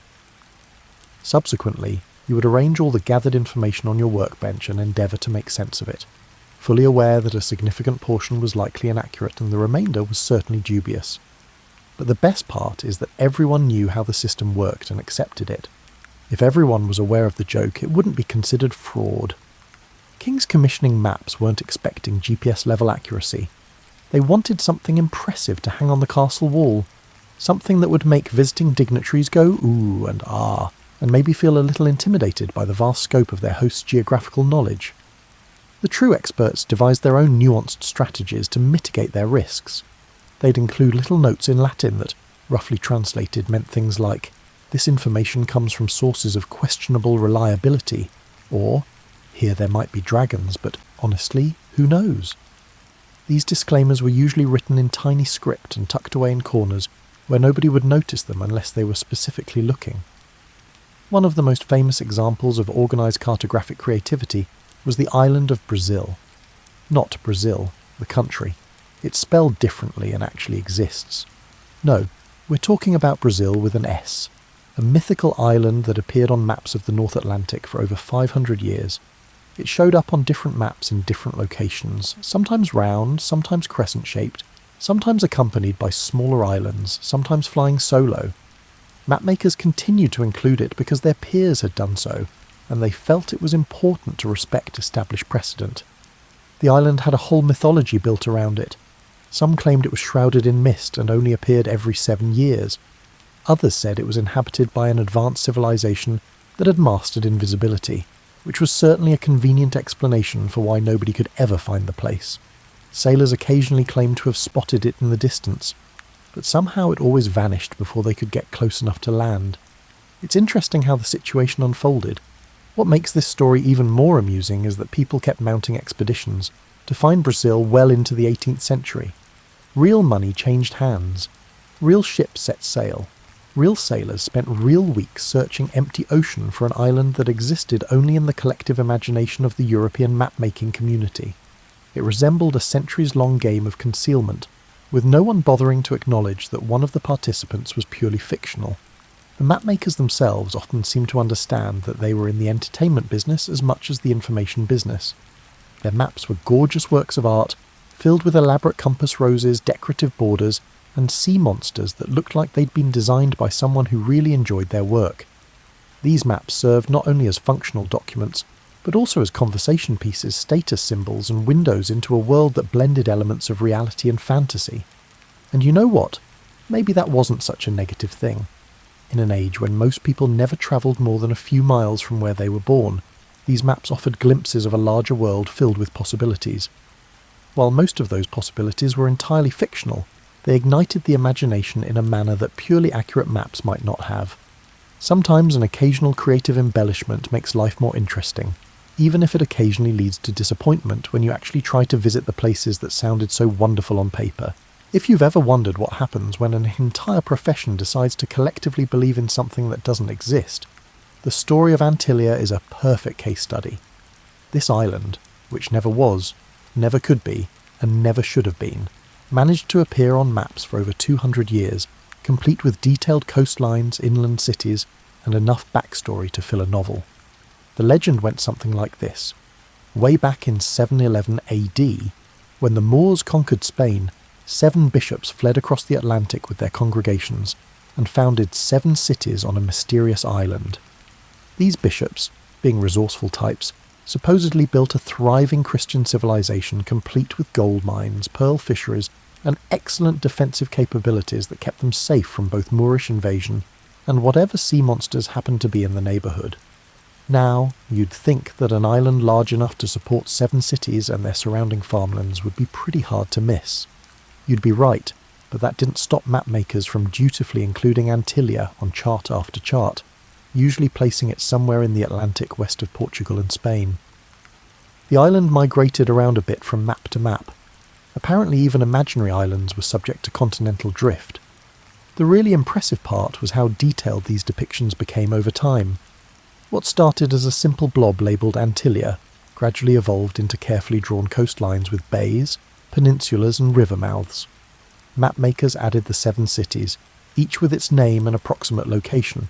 Some even included roads connecting the cities, because apparently medieval cartographers were thorough in their fiction. Portuguese sailors, being practical people, occasionally set out to find this convenient Atlantic paradise. After all, if there really was an island full of Christians sitting on gold mines, it seemed worth checking out.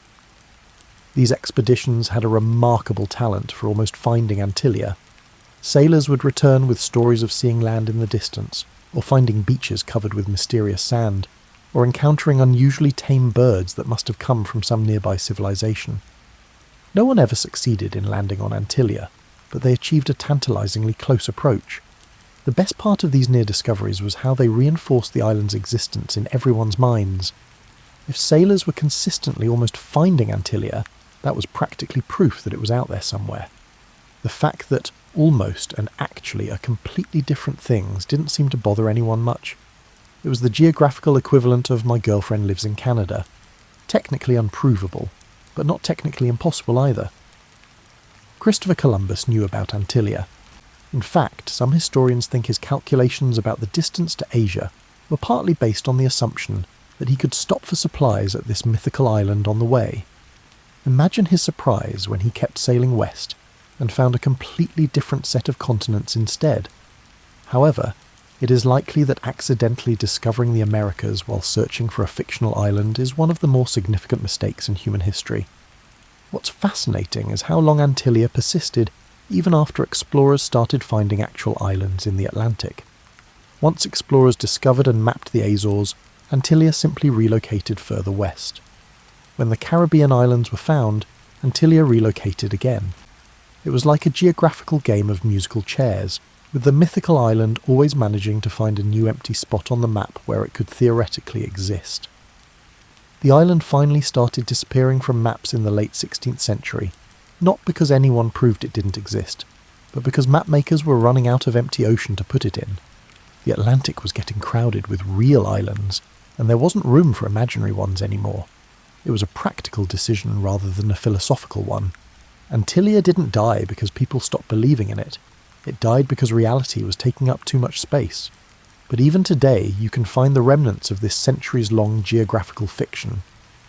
The Caribbean islands are still called the Antilles, a name that comes directly from our 7-city island that never was. Every time someone mentions the Lesser Antilles or the Greater Antilles, they're invoking the memory of those 7 bishops and their imaginary Christian paradise. It's probably the most successful piece of medieval fake news in history, outlasting the civilization that created it by several centuries. You're likely beginning to understand that medieval mapmakers had a relatively relaxed approach to factual accuracy, but we haven't yet discussed their most delightful creation, the decorative monster. If you don't populate the vast unexplored regions on your map with terrifying creatures, what's the purpose?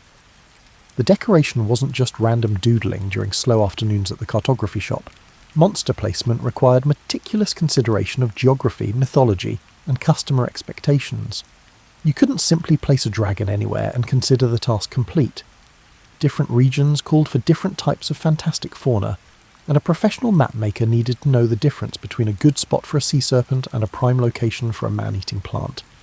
The phrase, "here be dragons," has become famous as a shorthand for the unknown, but actual medieval maps rarely use those exact words. Most mapmakers were more creative in their warnings. They'd include detailed illustrations of whatever horrible creature supposedly lived in each unexplored region, often with instructive little notes about its feeding habits, temperament, and preferred method of devouring unwary travellers. Africa was particularly well stocked with fascinating wildlife, according to medieval mapmakers. The continent apparently hosted everything from giants who lived backwards, whatever that meant, to tribes of people with their faces in their chests, to animals that were basically lions but with human hands instead of paws. These weren't just random monster designs. They came from a long tradition of travel literature that had been enthusiastically embellished over generations of retelling. Classical authors, who had never visited the places they described, provided the source material for many of these creatures. Pliny the Elder, writing in Rome in the 1st century, compiled a natural history filled with second-hand accounts of distant lands and their exotic inhabitants. His work included dog-headed men, people with backwards feet, and various other anatomical impossibilities that medieval mapmakers copied faithfully onto their charts. Nobody seemed to question whether Pliny might have been a bit gullible, or whether his sources might have been pulling his leg. Sea monsters were another growth industry. The ocean was vast, largely unexplored, and perfect for hosting creatures of any size, and description the mapmaker's imagination could conjure up. Some maps featured relatively modest sea serpents, basically large snakes with fins and an attitude problem. Others depicted multi-headed beasts the size of islands, capable of creating whirlpools by swimming in circles. The most famous sea monster of the cartographic world was probably the kraken, though it went by various names depending on which mapmaker was drawing it. This creature was typically depicted as an enormous octopus or squid, large enough to wrap its tentacles around entire ships and drag them down to whatever passed for the bottom of the medieval ocean. The kraken had the advantage of being based on something real. Giant squids do exist. But the mapmaker's versions were usually about 10 times larger than anything that actually lived in the sea. What made these monster maps particularly entertaining was how specific they got about the creature's behaviours. It wasn't enough to just draw a dragon. You needed to include information about what the dragon ate, how it interacted with local human populations, and whether it was the sort of dragon that hoarded treasure, or the sort that just enjoyed setting things on fire for recreational purposes.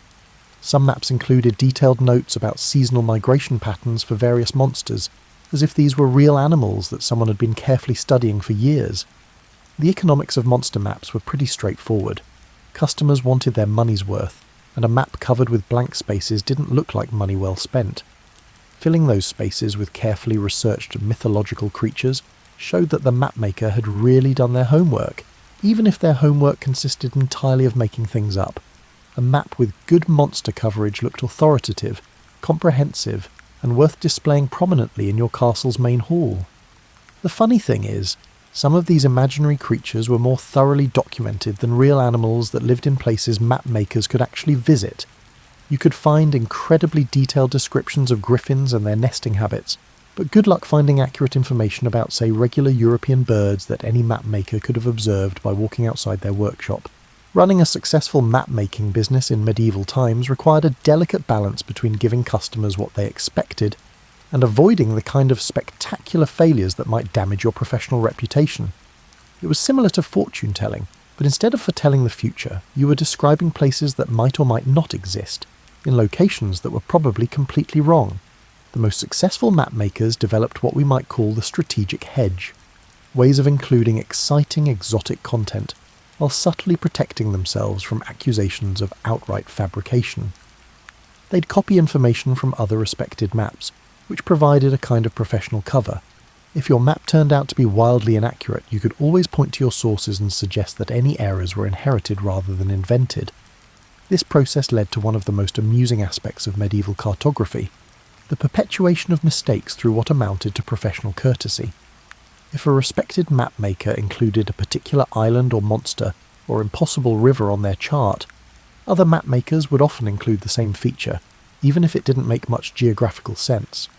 Nobody wanted to be the one cartographer who left out something that everyone else considered important, even if everyone else was completely wrong about it. The price structure for medieval maps reflected these realities in intriguing ways. Basic maps with just the essential geographical features were relatively affordable, but if you wanted the full treatment, complete with monsters, mythical islands, detailed illustrations and exotic place names, you paid premium prices. Essentially, the most expensive maps were works of art that incorporated geographical information, not just attractively designed geographical documents. Wealthy customers often commissioned custom maps that emphasized whatever regions or features they were most interested in. A merchant planning trade routes might want extra detail in commercial ports and shipping lanes, while a nobleman might prefer elaborate illustrations of his family's coat of arms scattered across various continents. Some designers primarily designed maps as conversation pieces, prioritizing visual impact and entertainment value over geographical accuracy. The map-making guilds that developed in major European cities served partly as professional organizations and partly as quality control systems. They established standards for things like parchment quality, ink formulations, and artistic techniques, but they were remarkably flexible about accuracy requirements. A map could be completely wrong about the basic shape of continents, and still earn guild approval, as long as it was beautifully executed and based on appropriately prestigious sources. Competition between map-making centres led to some creative approaches to marketing. Venetian maps emphasised their access to information from eastern trade routes, while Spanish maps highlighted their expertise in Atlantic exploration.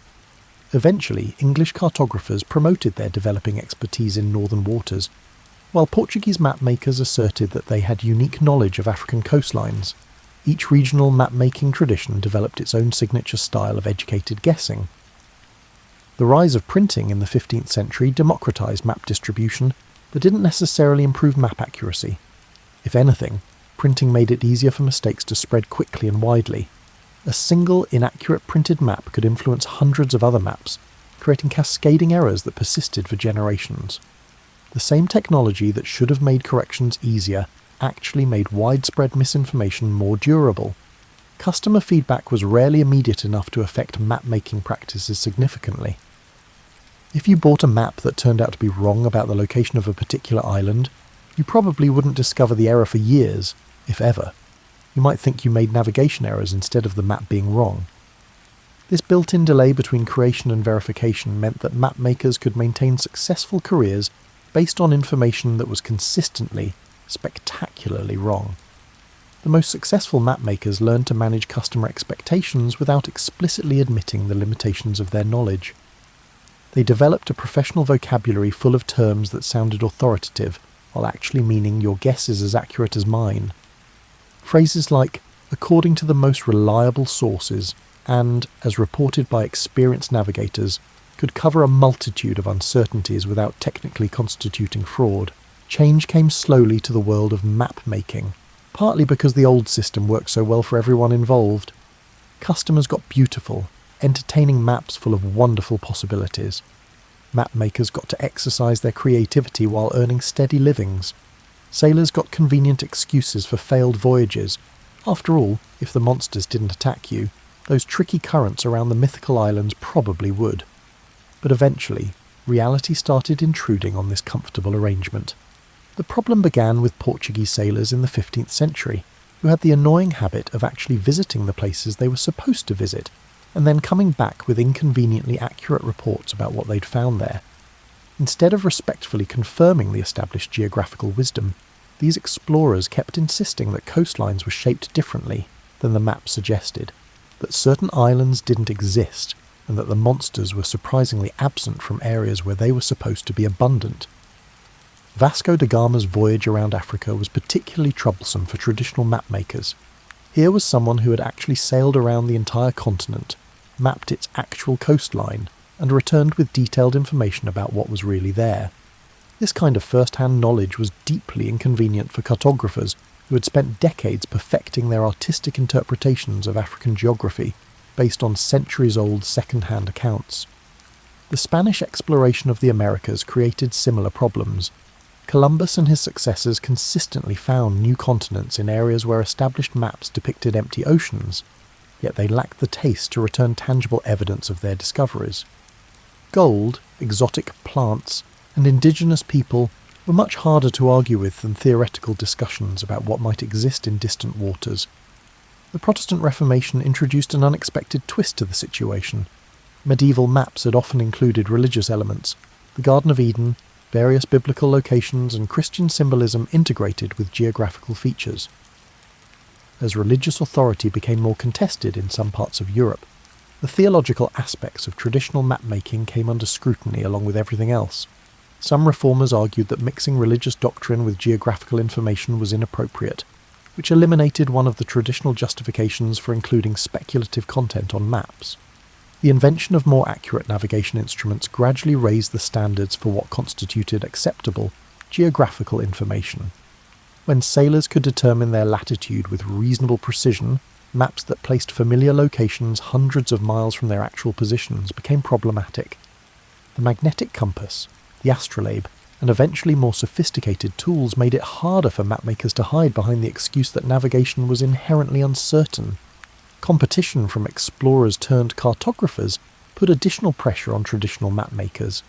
People who had actually visited distant places could produce maps based on direct observation rather than scholarly speculation. These explorer cartographers didn't necessarily create more beautiful maps, but their charts had the compelling advantage of actually working for navigation purposes. Although customers valued beauty, those who intended to use their maps for real travel placed a greater value on functionality.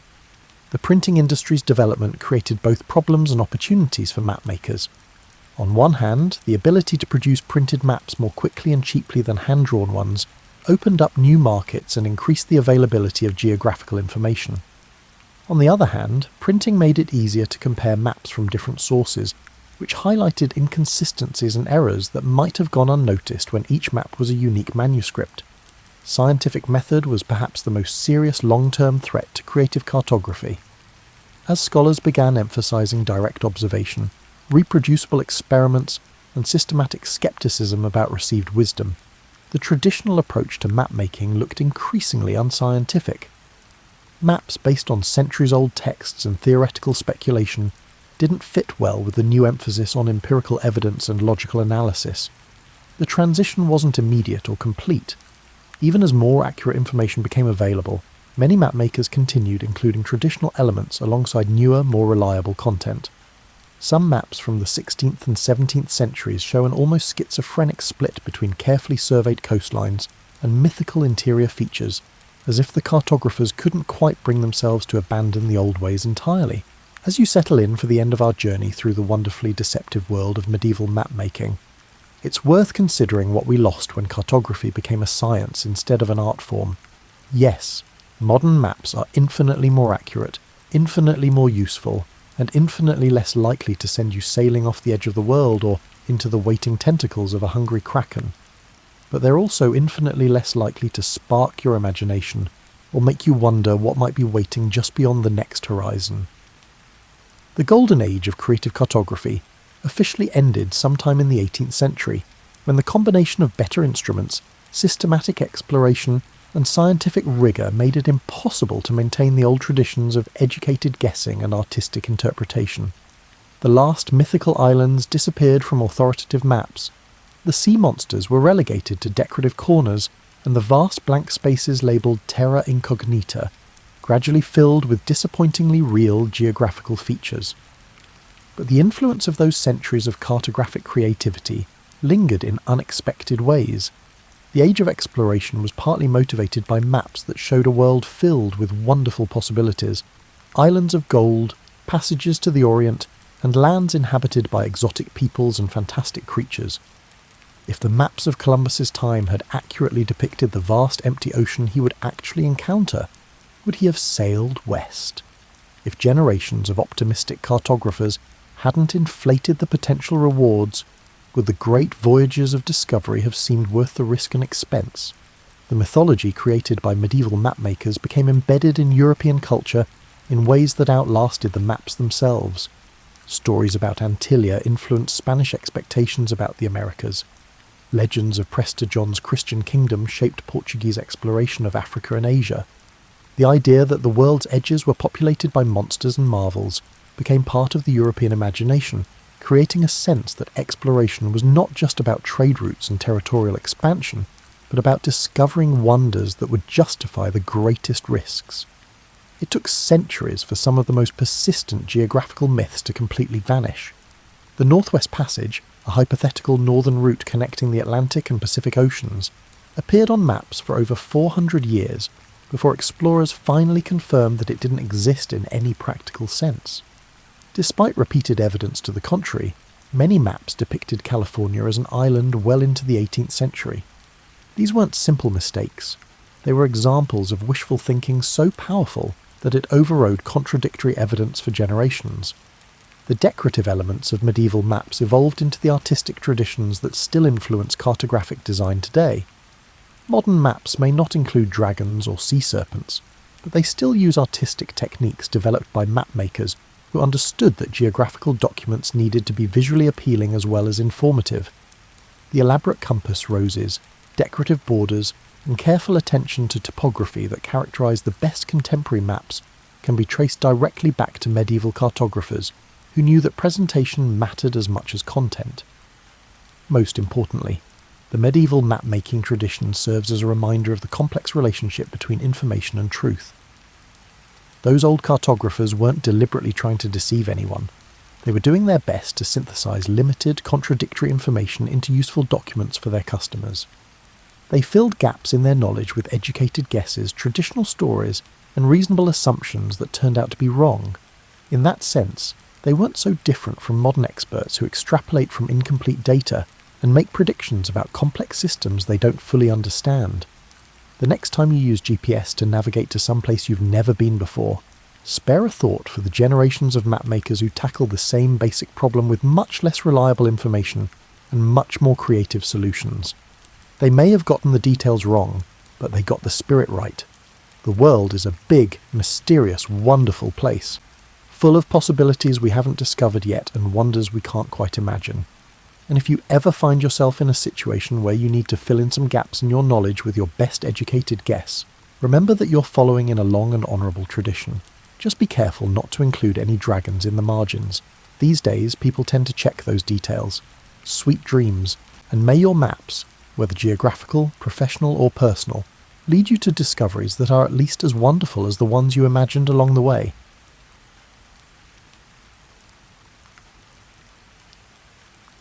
Imagine you're sitting around humanity's first controlled fire maybe 400,000 years ago, give or take a few millennia. You're not quite a modern human yet. Your brow ridge is more pronounced, your posture slightly different. But your brain is asking the same questions humans still ask today. What is this? How does it work? And most importantly, how can I use this to make my life better? The fire itself was already miraculous enough. Your ancestors had watched lightning strikes for generations and seen the devastating and cleansing power of wildfire. But now they could carry this elemental force in their hands, feed it, control it, and make it dance to human rhythms. The warmth alone would have been revolutionary, transforming caves from cold stone chambers into something approaching homes. But then something unexpected happened. Someone, let's call her the world's first accidental aromatherapist, threw some green wood onto the fire. Maybe it was wet sage or pine boughs, or some resinous branch that hadn't dried properly. The smoke that rose wasn't the usual grey plume. This smoke was thick and aromatic, and when it drifted past someone's face, something changed. You have to understand that these early humans had no context for what we'd call relaxation or stress relief. Life was an endless cycle of hunting, gathering, avoiding predators, and trying not to die from infected wounds or bad weather. The concept of deliberately calming yourself would have seemed as alien as quantum physics. But when that fragrant smoke passed by, muscles that had been tense for days suddenly loosened. Minds that had been vigilantly scanning for danger found themselves drifting into something approaching peace. It probably took generations to connect the dots. Fire plus certain plants equals feeling different. But humans are pattern recognition machines, and eventually someone noticed that burning juniper made the cave smell clean and left people feeling lighter. Burning certain resins made everyone drowsy and content. Burning others seemed to sharpen the mind or lift the spirits. These early experiments weren't written down. Writing wouldn't be invented for hundreds of thousands of years, but they were passed down through demonstration and experience. The knowledge became embedded in human culture so deeply that by the time we invented writing, smoking various substances for various effects was already an ancient practice. The interesting thing is that this discovery was almost certainly made independently in dozens of different locations around the world. Humans in Africa, Asia, Europe, and eventually the Americas all figured out that smoke could be more than just a byproduct of fire. It could be a tool, a medicine, a pathway to altered states of consciousness, or simply a moment of relief in otherwise relentless lives. Consider the sensory experience for these early humans.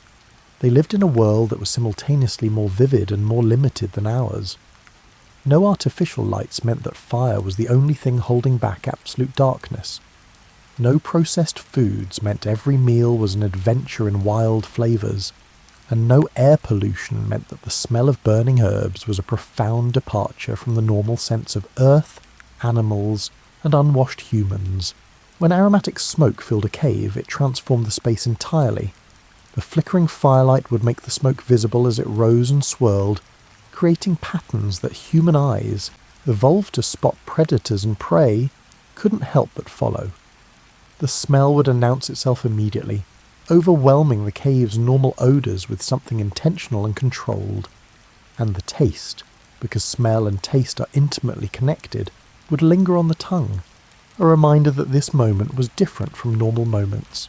Some of these early smoke experiments probably went badly.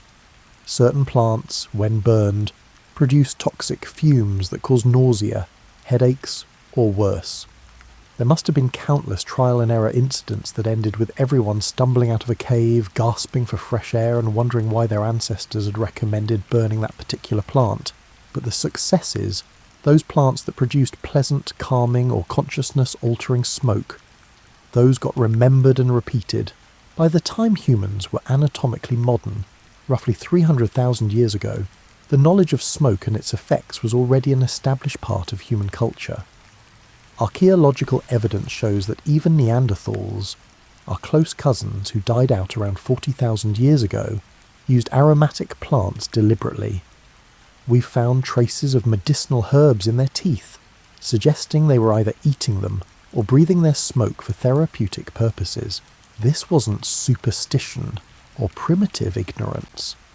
These early humans were conducting empirical experiments with their own consciousness, discovering that certain substances could reliably produce specific effects. They were, in their way, the world's first pharmacologists, working without laboratories or double-blind studies, but with a deep intuitive understanding of how plants and human bodies interact. The smoke itself became a teacher. Watch how it rises, always seeking the sky, never moving straight but dancing in response to air currents too subtle for human senses to detect. See how it gathers along the cave ceiling, creating a visible layer between earth and stone. Notice how it clings to hair and clothing, marking those who sat closest to the fire with a lingering reminder of the experience. These observations would later become metaphors and spiritual concepts. Smoke rises like prayers. Smoke connects earth to sky. Smoke transforms solid matter into something ethereal and temporary. But before the metaphors came the simple, physical reality. Burning certain things produces smoke that makes you feel different. And feeling different can be exactly what you need. Fast forward several 100,000 years, humans have invented agriculture, built cities, developed writing systems, and created the first civilizations. We're now in the ancient world of temples and priests, of organized religion and institutionalized ritual. And smoke, our old friend from the cave, has become absolutely central to how humans interact with the divine. Picture yourself in an ancient Egyptian temple around 2000 BCE. You've been awake since before dawn, preparing for a ceremony that will honour the gods and hopefully secure their blessings for the coming harvest. The temple itself is a marvel. Massive stone columns carved with hieroglyphs, painted in colours that would seem garish by modern standards, but that shimmer beautifully in lamplight. But what hits you first, before you even enter the inner sanctuary, is the smell. Incense has been burning in this temple for hours, maybe days. The priests know that the sacred space must be properly prepared, and preparation means filling the air with fragrance so thick you can almost see it. The ancient Egyptians took their incense seriously. And by seriously, I mean they built an entire economic system around it. They imported frankincense and myrrh from the mysterious land of Punt, probably modern Somalia or Yemen, paying enormous sums for resins that were literally worth their weight in gold.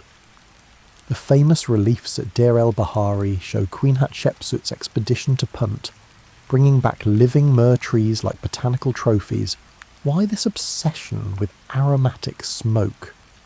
The practical answer is that temples were located in hot climates, filled with animal sacrifices and attended by crowds of people who bathed less frequently than we do. Incense was, among other things, the ancient world's most sophisticated air freshener. But that's only part of the story. The Egyptians believed that fragrant smoke was literally food for the gods. When they burned incense before a statue of Ra or Osiris, they weren't just creating a pleasant atmosphere. They were providing sustenance to divine beings who existed in a realm beyond human senses. The smoke rising from the censer was a bridge between worlds, carrying prayers and offerings to places humans couldn't reach. The physical effect of this constant incense burning would have been significant. Ancient temples used frankincense, myrrh, styrax, and other resins that we now know contain psychoactive compounds. Frankincense, for instance, contains tetrahydrocannabinol and other chemicals that can produce mild euphoria and reduce anxiety when burned in enclosed spaces. Stand in a temple filled with frankincense smoke for hours, and you're going to feel different, calmer, more contemplative, perhaps more receptive to spiritual experiences. The priests understood this, even if they couldn't explain it in modern pharmacological terms. They knew that the right combination of incense, chanting, drumming and ritual could induce states of consciousness that felt like communication with the divine. Whether these states actually involved supernatural contact or were simply altered brain chemistry is almost beside the point. The experience was real, profound, and reliably reproducible. Now travel west to ancient Greece, around 500 BCE. You're at the Oracle of Delphi, that famous sanctuary where priestesses delivered prophecies that kings and generals would stake their fortunes on. The oracle sits in a small chamber built over a geological fault, and modern researchers have discovered something fascinating. That fault releases ethylene gas, a sweet-smelling substance that produces euphoria and dissociative states in moderate concentrations. The Greeks didn't know about ethylene chemistry, but they certainly knew that the Pythia, the priestess who served as the oracle, would breathe deeply from the vapours rising from the earth, then enter a trance state during which she would speak the words of Apollo. They burned additional substances, laurel leaves, barley and other materials, to enhance the effect and create an atmosphere thick with smoke and mystery. You can imagine standing in that sacred precinct, waiting your turn to consult the oracle. The smell of burning laurel fills your nostrils, sharp, slightly medicinal, strangely compelling. The Pythia's attendants maintain the fires, adding more leaves when the smoke begins to thin. The whole process has been refined over centuries to produce maximum psychological and pharmacological effect. When the Pythia finally speaks, her words are often cryptic and ambiguous, famously so.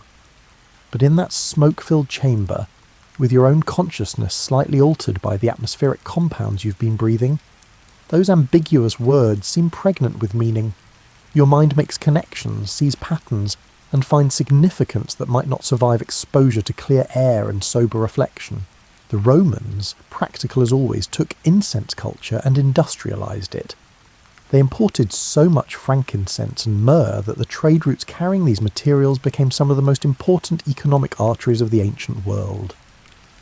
Roman temples burned incense constantly, not just during special ceremonies, but as a regular offering to maintain good relations with the gods. But Romans also recognised the secular uses of aromatic smoke. Wealthy households burned incense to mask unpleasant odours and create an atmosphere of luxury. Roman physicians like Galen and Dioscorides wrote extensively about the medicinal properties of different incenses, recommending specific substances for specific conditions. Headache? Try burning willow bark. Anxiety? Chamomile smoke. Insomnia? Valerian or poppy. The censers themselves, those ornate metal containers designed to burn incense, became works of art. Some were simple clay bowls, others were elaborate bronze constructions with chains for carrying, perforated lids to control airflow, and decorative elements that showed exactly how important incense had become to Mediterranean culture. Across the Mediterranean in ancient Judea, incense played a central role in temple worship. The Book of Exodus describes a specific incense recipe, stacte, onycha, galbanum, and frankincense, mixed in precise proportions, that was so sacred that making it for any purpose other than temple worship was punishable by exile. The cloud of incense smoke in the temple's Holy of Holies was thought to veil the very presence of God, making the divine bearable to human eyes. This period, roughly 3000 BCE to 500 CE, represents the high water mark of institutional incense culture in the ancient world. smoke had evolved from a cave discovery to a cornerstone of religious practice, from an accidental finding to a deliberate technology for altering consciousness and creating sacred space. While priests were burning incense in temples, another group of professionals was discovering that smoke could heal the body as directly as it elevated the spirit. The ancient physicians, those observers of human suffering who combined empirical observation with theoretical frameworks that seem both sophisticated and charmingly wrong by modern standards, developed an entire branch of therapeutics based on inhaling medicinal smoke. Let's visit ancient China around 200 BCE. You're suffering from a persistent cough that's been keeping you awake at night, and your family has finally scraped together enough money to consult a physician. He's a learned man who has studied the classics, understands the flow of qi through the body, and has access to the accumulated medical wisdom of centuries. After examining your tongue, checking your pulse at several points, and asking detailed questions about your diet and daily routine, he nods thoughtfully. The problem, he explains, is an imbalance of energies in your lungs, complicated by excess dampness. The treatment requires a careful combination of approaches, but one element will be therapeutic smoke. The physician produces a small bundle of dried herbs, mahuang, ephedra, some dried mulberry leaf, and other materials you don't recognise. He instructs you to burn these over charcoal and breathe the resulting smoke deeply, 3 times per day, always facing east in the morning and west in the evening. The ritual specification isn't arbitrary. Chinese medicine viewed the body as intimately connected to cosmic patterns, and timing treatments to align with daily cycles was thought to enhance their effectiveness. The herbs he's prescribed actually work, though not for the reasons he believes. Mahuang contains ephedrine, a bronchodilator that opens airways and makes breathing easier. The other herbs have antimicrobial and anti-inflammatory properties that would genuinely help a respiratory infection. The act of deliberately slowing your breathing to inhale the smoke probably helps too, inducing a relaxation response that reduces stress-related coughing. The Chinese weren't alone in developing smoke-based therapeutics. In ancient India, Ayurvedic physicians created elaborate systems of dhumapana, therapeutic smoking. The Sushruta Samhita, a medical text composed around 600 BCE, describes specific herbs to be smoked for specific conditions. Asthma, try a mixture that includes cannabis and datura. Mental disturbances, different combinations of aromatic woods and resins. Even hiccups had their own prescribed smoke treatment. These Ayurvedic physicians understood something important. Different substances produce different effects depending on how they're consumed. Cannabis eaten as food produces one set of effects. The same plant smoked produces different, faster-acting results. This wasn't superstition, it was practical pharmacology based on careful observation. The Greeks and Romans also incorporated therapeutic smoking into their medical practice. Hippocrates, the father of Western medicine, described using smoke inhalation to treat gynecological problems. His reasoning was based on the theory that the uterus could wander through the body, a delightfully wrong idea called the wandering womb, and strong-smelling smoke would drive it back to its proper position. The theory was nonsense, but some of the herbs he recommended had genuine anti-inflammatory or muscle-relaxing properties that probably provided actual relief. Galen, probably the most influential physician of the ancient world, wrote extensively about smoke therapeutics. He distinguished between different types of smoke based on their properties, hot or cold, wet or dry, subtle or thick. A physician needed to match the qualities of the therapeutic smoke to the imbalance in the patient's body. Too much heat in the lungs. Use cooling smoke from cucumber seeds or lettuce. Too much cold. Warming smoke from pepper or mustard. The interesting thing is that many of these ancient smoke remedies actually worked, even if the theoretical explanations were completely wrong. When you burn eucalyptus and breathe its vapour, your congested sinuses do clear, not because you're balancing humours or adjusting your key, but because eucalyptus is a genuine expectorant and decongestant. ancient physicians didn't need to understand the chemistry to observe that it worked and to incorporate it into their practice. Some ancient smoke therapies were surprisingly sophisticated. Greek and Roman physicians developed fumigation tents where patients with respiratory problems could sit surrounded by therapeutic smoke from carefully chosen herbs. The dosage could be controlled by adjusting ventilation. The duration of treatment was specified precisely, and patients were monitored for adverse reactions. In ancient Persia, physicians at the famous medical school in Gundashapur compiled extensive pharmacopoeias that included detailed descriptions of therapeutic smoking. They categorized hundreds of plants by their effects when burned and inhaled, creating reference works that physicians could consult when treating specific conditions. The sensory experience of these treatments would have been significant in itself. Imagine suffering from some chronic condition, joint pain, respiratory problems, or digestive issues, and being prescribed a treatment that involves sitting in a warm room filled with aromatic smoke while a physician monitors your response. The relaxation induced by the setting, the attention from a respected healer, and the pleasant smell of the burning herbs, all of these factors would work together to produce what modern medicine calls placebo effects, though that term doesn't quite capture the complexity of what's happening. Because here's the thing about placebo effects. They're real.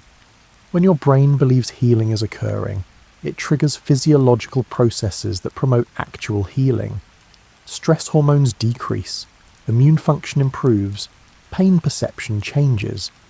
The ancient physicians may not have understood the mechanisms, but they understood that healing involved the whole person, body, mind, and spirit, and that therapeutic smoke could address all three aspects simultaneously.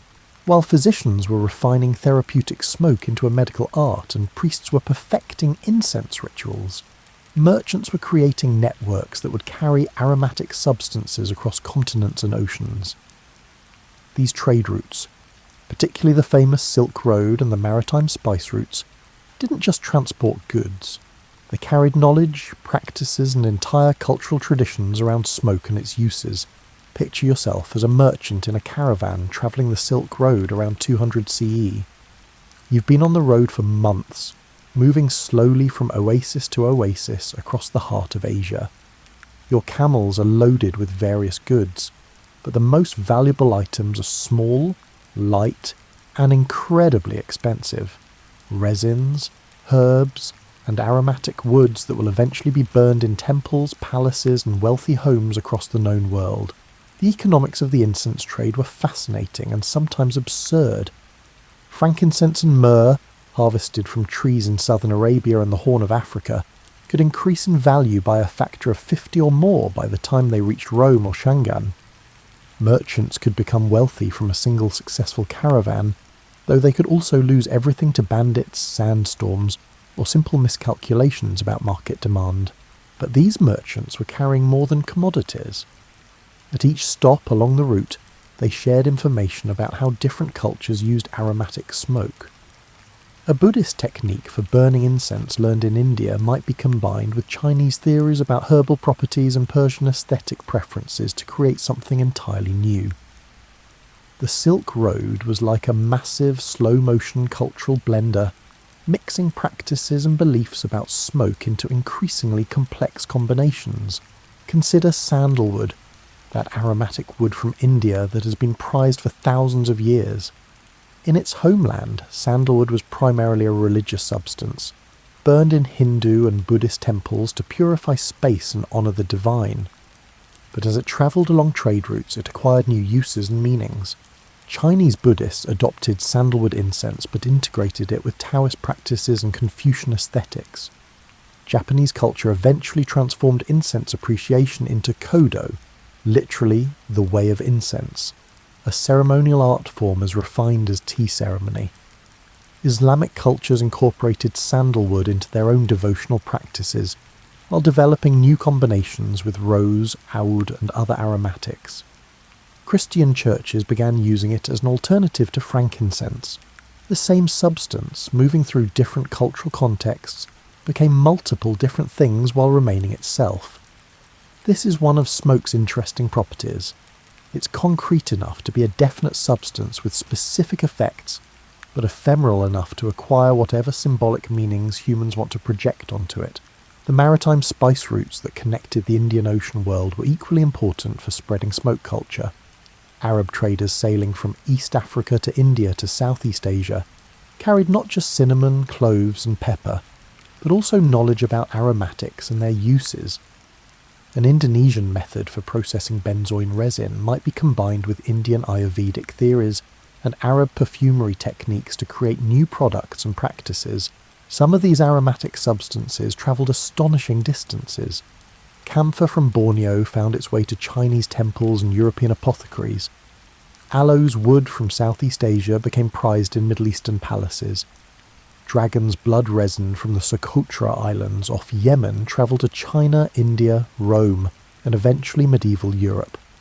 Each substance carried with it stories, practices, and beliefs about smoke and its properties. The traders themselves often became experts in aromatic substances. They needed to know not just market prices, but also how to identify genuine materials versus adulterations, how to store and transport delicate resins without losing their aromatic properties, and what different customers in different regions preferred.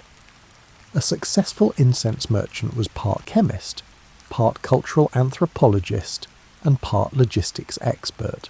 These trade routes also spread technologies for using aromatic smoke. The censer designs we discussed earlier, those specialised containers for burning incense, evolved through contact between different cultures. Chinese designs influenced Persian metalwork. Indian temple practices inspired Southeast Asian Buddhist rituals. Arab innovations in perfumery influenced European approaches to aromatic substances. By the medieval period, you could track cultural influence by following incense practices. When you see a particular way of blending aromatics or a specific ritual use of smoke appearing in a new region, you're usually seeing evidence of trade contact and cultural exchange. Smoke became a marker of cultural connection, a visible sign that ideas and practices were flowing between regions.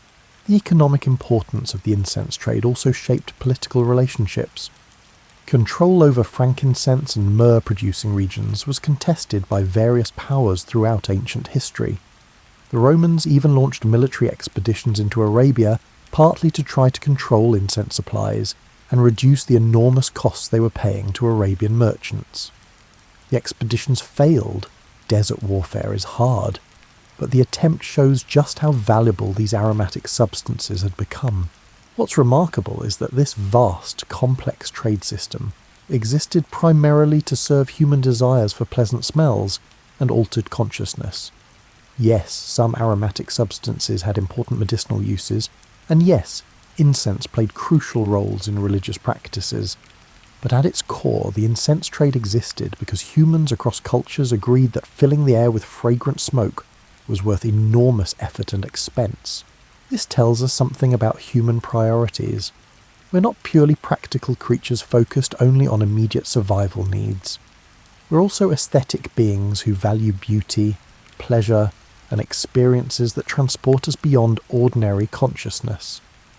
The ancient incense trade served these deeper human needs, and merchants became wealthy because they understood something essential about what humans want from life. By now, several thousand years into humanity's relationship with aromatic smoke, something interesting had happened. Smoke hadn't just become a tool or commodity, it had become a language, a system of symbols through which humans expressed ideas about the sacred, the mysterious, and the boundaries between different realms of existence. Let's explore how different cultures turned this physical phenomenon into metaphor, and how those metaphors shaped human understanding of consciousness, divinity, and the structure of reality itself. Start in ancient Mesopotamia, that cradle of civilization between the Tigris and Euphrates rivers. The Babylonians and Assyrians burned incense in their temples, but they also carefully observed the patterns smoke made as it rose.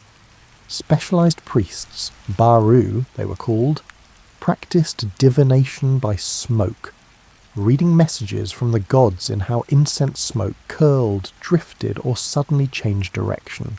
This wasn't as arbitrary as it might sound.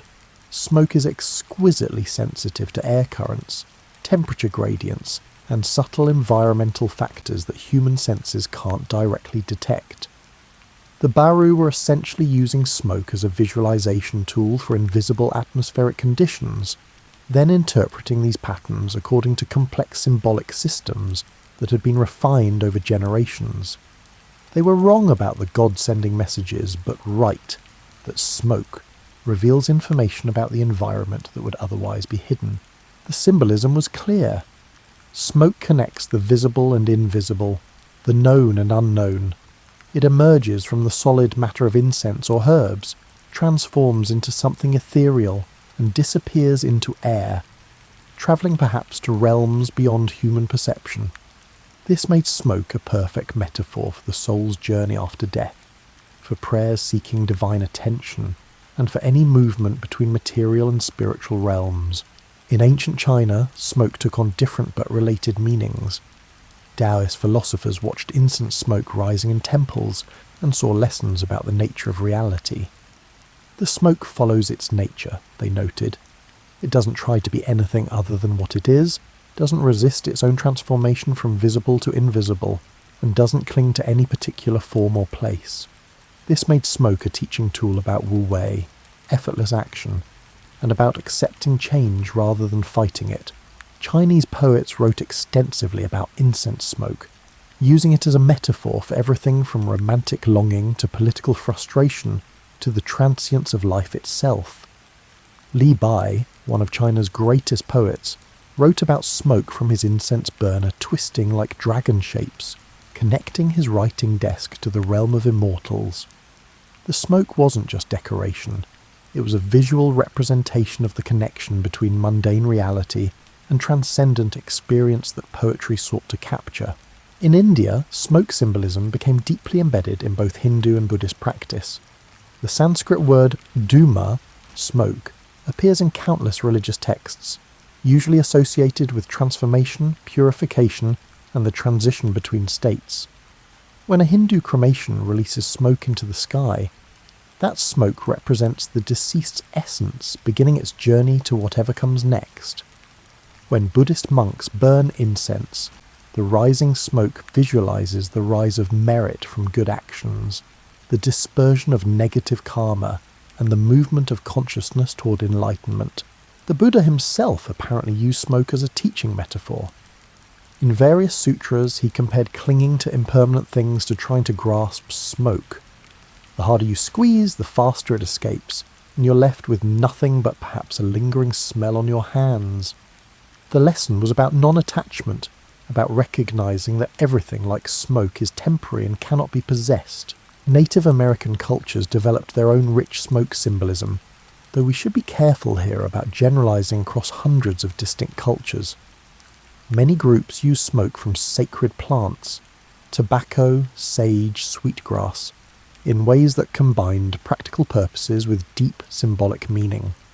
Smoke might purify a space, carry prayers to the spirit world, mark the boundaries of sacred ground, or seal agreements between peoples. The peace pipe, sage, and or ceremonial pipe. Traditions found in many North American cultures treated smoke as a covenant mediator. When former enemies shared smoke from the same pipe, they were creating a physical and symbolic bond. The smoke they exhaled had been inside their bodies, mingling with their breath and blood. Sharing that smoke meant sharing something essential. Breaking an agreement made over the pipe wasn't just political betrayal, it was spiritual violation. In Islamic cultures, smoke acquired meanings related to both beauty and transcendence.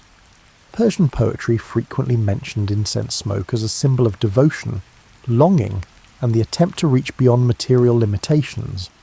Sufi mystics sometimes used aromatic smoke as part of their practices, seeing in its rising movement an image of the soul's aspiration toward God. The best smoke, pure, fragrant, rising straight and true, represented the ideal spiritual state.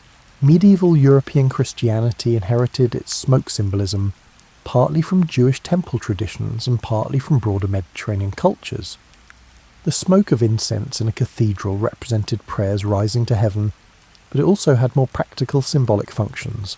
It marked sacred space as distinct from ordinary space, created an atmosphere for experiences of the numinous, and literally illustrated theological concepts about mediation. between human and divine realms. The writers of medieval mystical texts often used smoke as a metaphor for spiritual experiences that couldn't be captured in ordinary language. How do you describe a vision of God? It's like seeing through smoke. You perceive something. You know something is there, but you can't make out clear details, and the experience is inherently transitory. Smoke became the language for describing encounters with the ineffable. What's interesting across all these traditions is how smoke's physical properties, its visibility combined with intangibility, its upward movement, and its gradual dissolution, made it almost universally available as a metaphor for similar concepts. Different cultures didn't arrive at identical smoke symbolism, but there are striking parallels in how humans have interpreted this phenomenon. The colour of smoke also acquired symbolic meanings. White smoke was generally positive, pure, clean, auspicious. Black smoke suggested something wrong, dangerous or malevolent. Grey smoke was ambiguous, neither clearly good nor bad. These colour associations weren't arbitrary. They related to what actually produces different coloured smoke. White smoke comes from clean burning aromatics, and black smoke from incomplete combustion or impure materials. Humans turned these practical observations into symbolic systems. Even the smell of smoke carried symbolic weight. Sweet smoke suggested divine presence, spiritual purity, or successful ritual.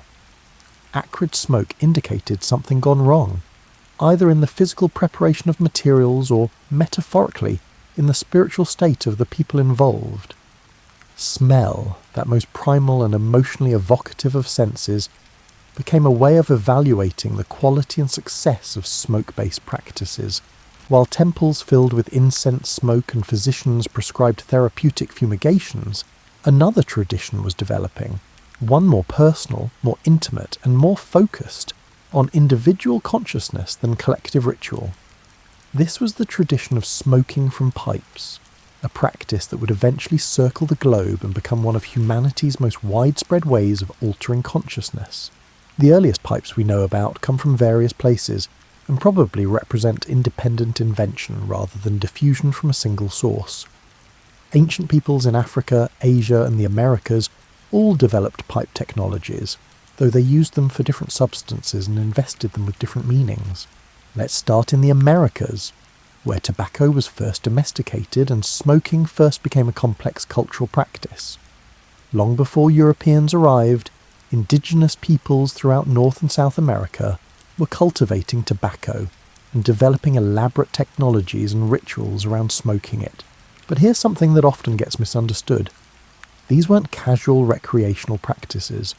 When a Mayan priest smoked tobacco through a long reed tube, or when a Cherokee elder filled a ceremonial pipe with sacred tobacco mixed with other herbs, they were engaging in religious practice as serious as any temple ceremony. The smoke from these pipes was medicine, sacrament, and diplomatic tool all rolled into one. The physical experience of smoking tobacco through a pipe would have been intense, far more so than modern cigarettes. Ancient tobacco varieties were significantly stronger than modern breeds, and pipe smoking delivers nicotine more efficiently than modern smoking methods. The immediate effects, mild euphoria, slight nausea, dizziness, altered perception, would have reinforced the sense that something spiritually significant was occurring. Native American pipe traditions often treated the pipe itself as sacred. Materials were chosen carefully, certain woods, specific stones, and decorations that carried symbolic meaning. The process of filling, lighting, and smoking the pipe followed prescribed patterns. Smoke might be offered to the four directions, to the earth and sky, or to ancestors or spirits.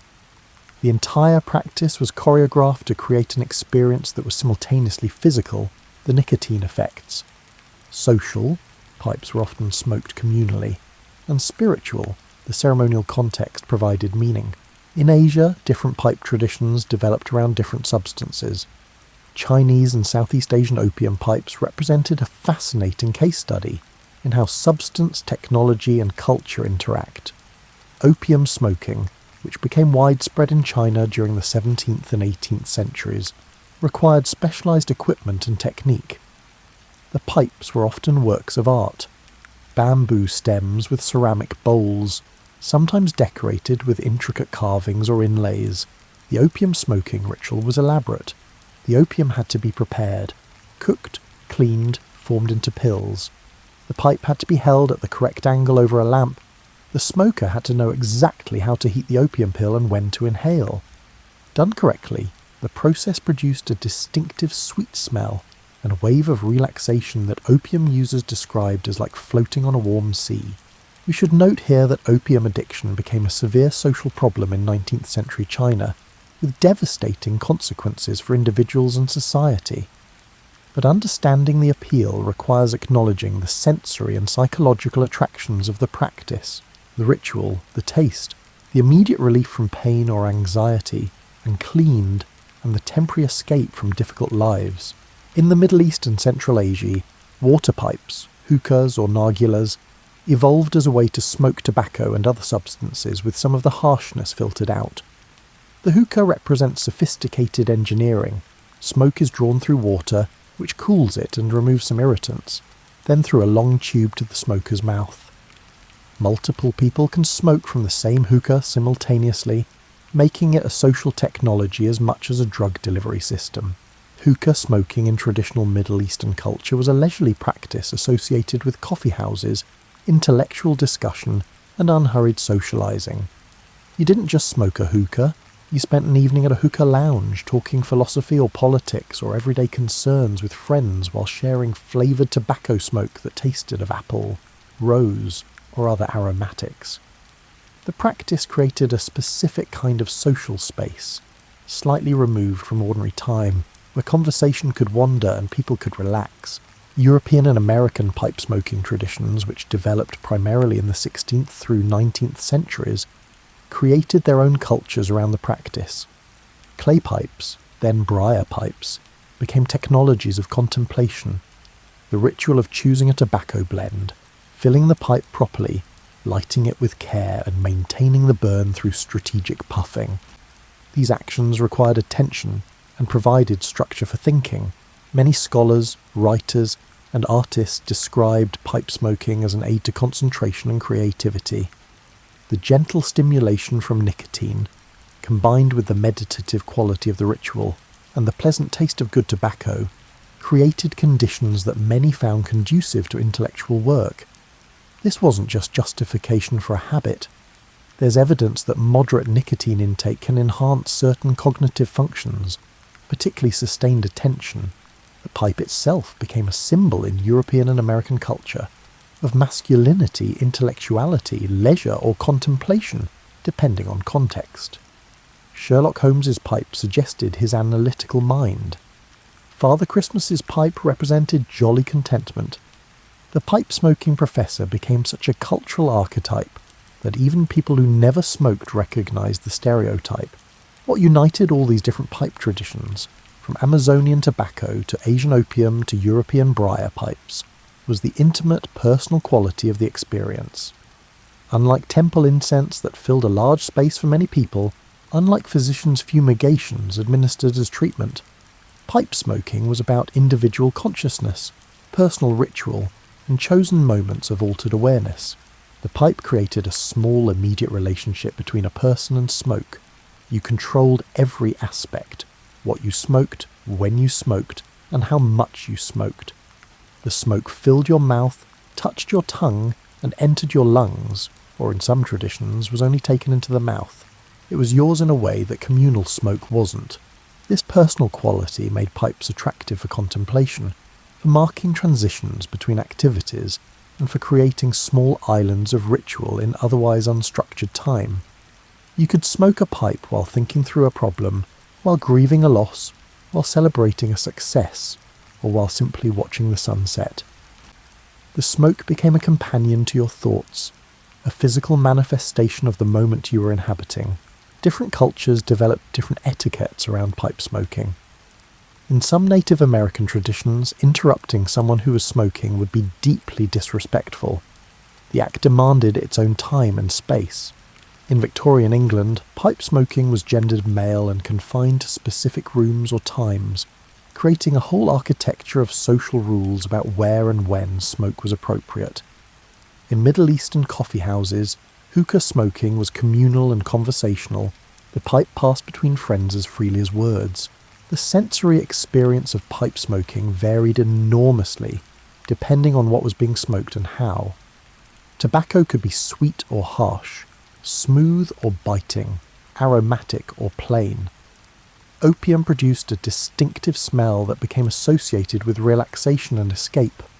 Cannabis, which has been smoked in various forms for thousands of years, offered yet another sensory profile, earthier and more pungent than tobacco, with quite different effects on consciousness. What's interesting is how quickly pipe smoking spread once global trade networks emerged in the 16th and 17th centuries.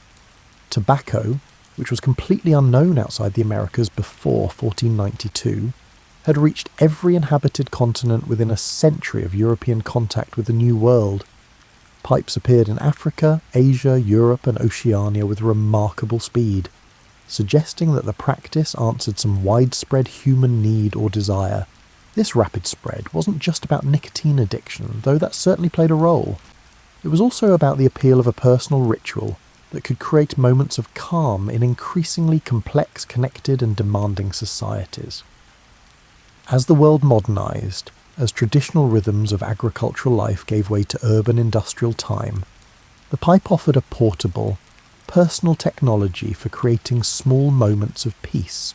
Now we approach more recent history, that period from roughly 1700 to 1900, when the practices we've been discussing underwent significant transformation. The scientific revolution was changing how educated people understood smoke and its effects.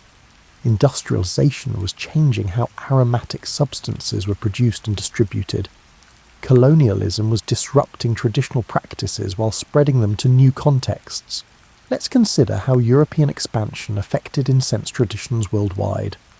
When Portuguese traders reached India and Southeast Asia, when Spanish conquistadors encountered American civilizations, and when Dutch merchants established themselves in Indonesia, they found elaborate, sophisticated traditions around aromatic smoke. Some of these traditions they adopted, others they disrupted, and still others they tried to suppress. Christian missionaries, for instance, often viewed indigenous smoking practices with deep suspicion. Shamanic tobacco use in the Americas looked disturbingly like religious ritual, which of course it was, and missionaries worked to suppress it as paganism. But they had no problem with incense in their own churches, which was also a religious smoke ritual, but properly Christian and therefore acceptable. This selective acceptance and rejection created interesting hybrid practices. In Latin America, indigenous smoking traditions mixed with Catholic incense used to create something new. In India, Hindu incense practices continued but also influenced British colonial culture. By the Victorian era, wealthy British homes routinely burned Indian incense, though usually stripped of their original religious meanings and appreciated primarily for their exotic fragrance. The scientific study of smoke and its effects began in earnest during this period. Chemists started analysing the compounds in various aromatic substances, identifying specific molecules responsible for particular smells or effects. Physicians began conducting something resembling clinical trials, testing whether therapeutic smoking actually worked for the conditions it was prescribed to treat. Some traditional smoke remedies held up reasonably well under scientific scrutiny. Yes, eucalyptus smoke does help respiratory problems.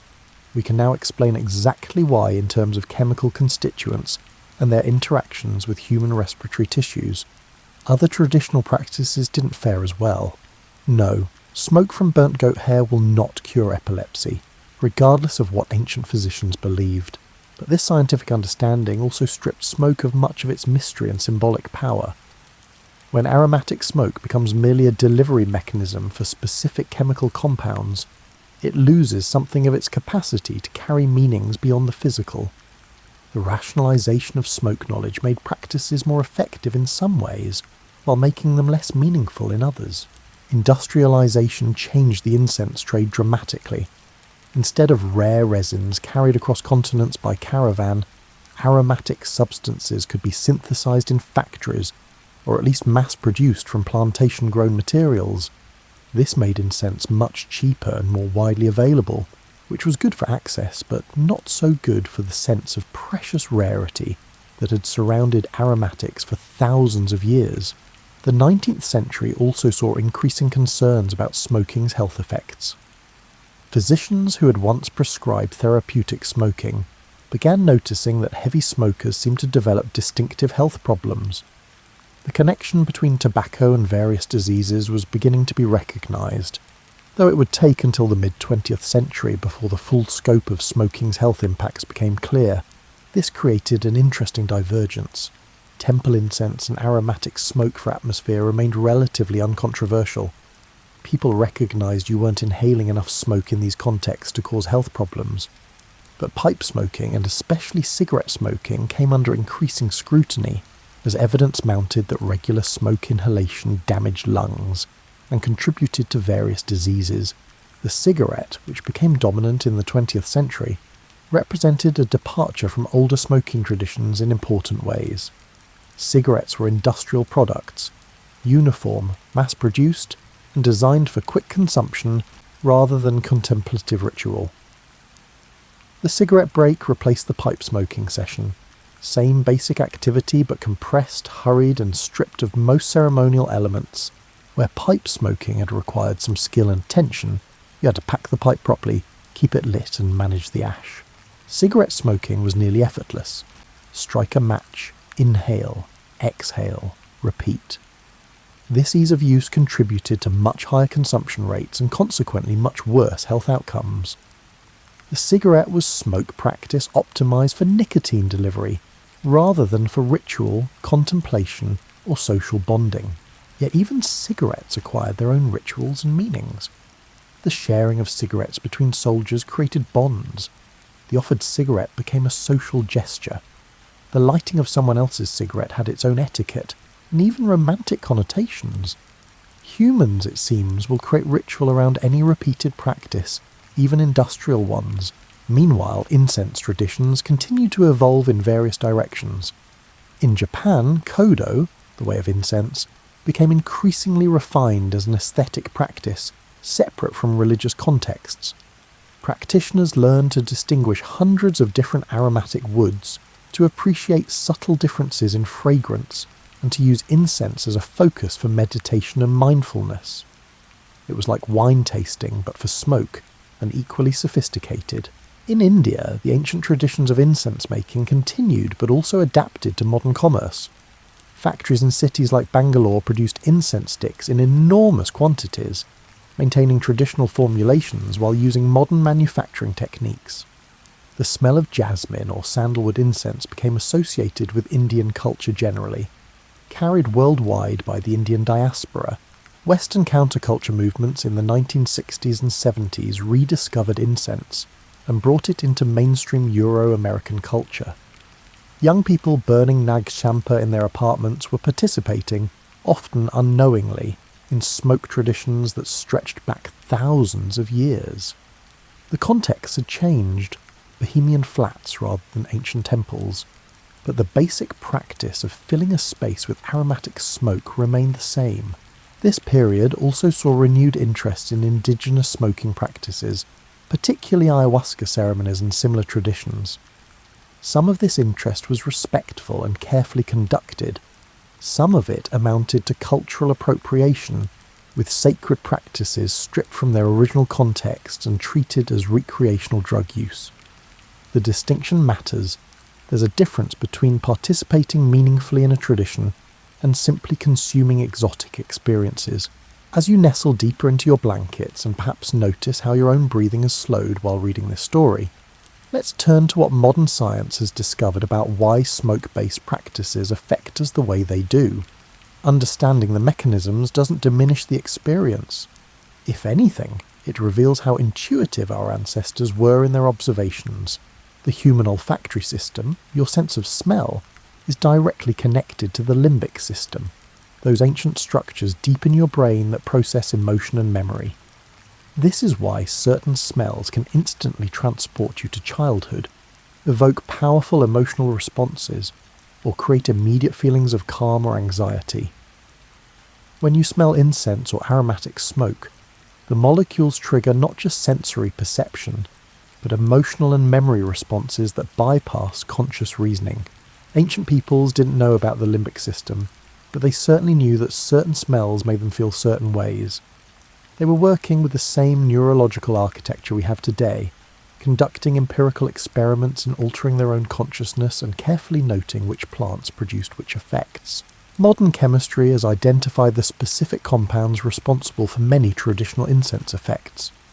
Frankincense contains boswellic acids and other molecules that have genuine anti-inflammatory and anxiolytic, anxiety-reducing properties. When burned, frankincense releases these compounds in a form that can be absorbed through the respiratory system, producing measurable effects on brain chemistry and emotional state. Lavender smoke contains linalool and linaloyl acetate, compounds that have been shown in laboratory studies to reduce stress hormones and promote relaxation. The Greeks and Romans, who burned lavender to promote calmness, weren't just engaging in superstition. They were using a substance that genuinely affects human neurobiology in ways that reduce anxiety. Similarly, the therapeutic smoking practices of ancient physicians often prescribed genuinely effective substances. When Chinese doctors recommended smoking mahuang for respiratory problems, they were unknowingly prescribing ephedrine, a powerful bronchodilator. When Indian Ayurvedic physicians prescribed cannabis smoke for various conditions, they were using a substance with documented effects on pain, nausea, and several other symptoms. Modern neuroscience has also helped explain why ritual and setting matter so much for smoke-based practices. The brain doesn't just respond to chemical compounds, it responds to expectations, context, and meaning. When you burn incense in a context you've learned to associate with relaxation or spiritual experience, your brain begins producing the associated response before you've even inhaled any smoke. This isn't just psychological, by the way. The expectation of relaxation triggers real, measurable changes in brain chemistry, increased serotonin and dopamine, and decreased cortisol and adrenaline. The chemical compounds in the smoke then enhance and extend these changes, creating a synergistic effect that's more powerful than either context or chemistry alone. Breathing patterns matter too, and this is something ancient practitioners understood intuitively. When you deliberately slow and deepen your breathing to inhale aromatic smoke, you're activating your parasympathetic nervous system, the rest and digest mode that counteracts stress responses. The compounds in the smoke enhance this effect, but the breathing pattern itself is doing significant work. This explains why similar practices emerged in different cultures. Humans everywhere have the same basic neurobiology, the same limbic system responses to aromatic compounds, and the same parasympathetic relaxation response to slow breathing. Ancient peoples in China, India, Rome, and the Americas independently discovered that burning certain plants and breathing the smoke deeply produced specific desirable effects because they were all working with the same human hardware. Modern research has also revealed some unexpected benefits of certain aromatic compounds. Rosemary smoke, for instance, contains molecules that appear to enhance memory and cognitive function. Studies have shown that people performing memory tasks in rooms scented with rosemary perform better than control groups.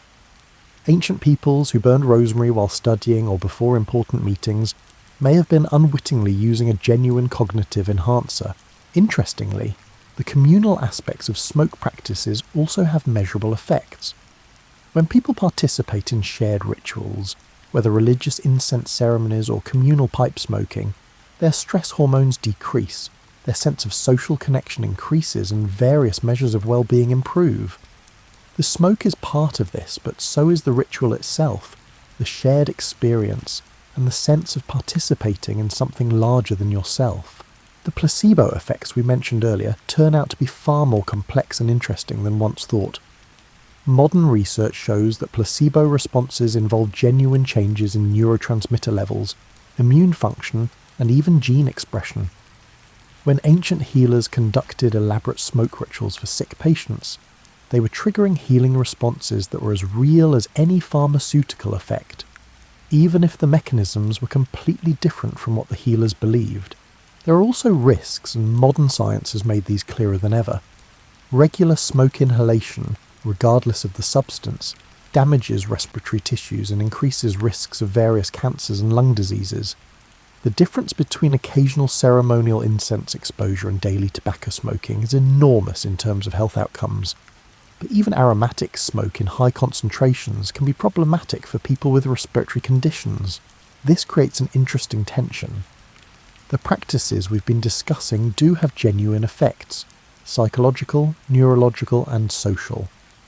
But they also carry risks that increase with frequency and intensity of use.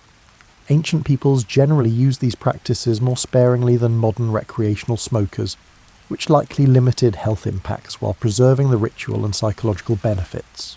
The modern scientific understanding of smoke and its effects suggests that our ancestors were remarkably sophisticated observers of human consciousness and the substances that alter it. They couldn't explain the mechanisms in terms of neurotransmitters and receptor sites, but they could reliably predict that burning substance X in context Y would produce effect Z. That's empirical science, even without the theoretical frameworks we've added. Now, as we move into the present day, the story of smoke becomes more personal and immediate. You might have your own experiences with incense, with the smell of wood smoke from a fireplace, with the lingering aroma of sage or sweet grass, or with memories attached to particular scents that rise in curling wisps. The relationship between modern people and aromatic smoke is complicated, full of contradictions that would have baffled our ancestors.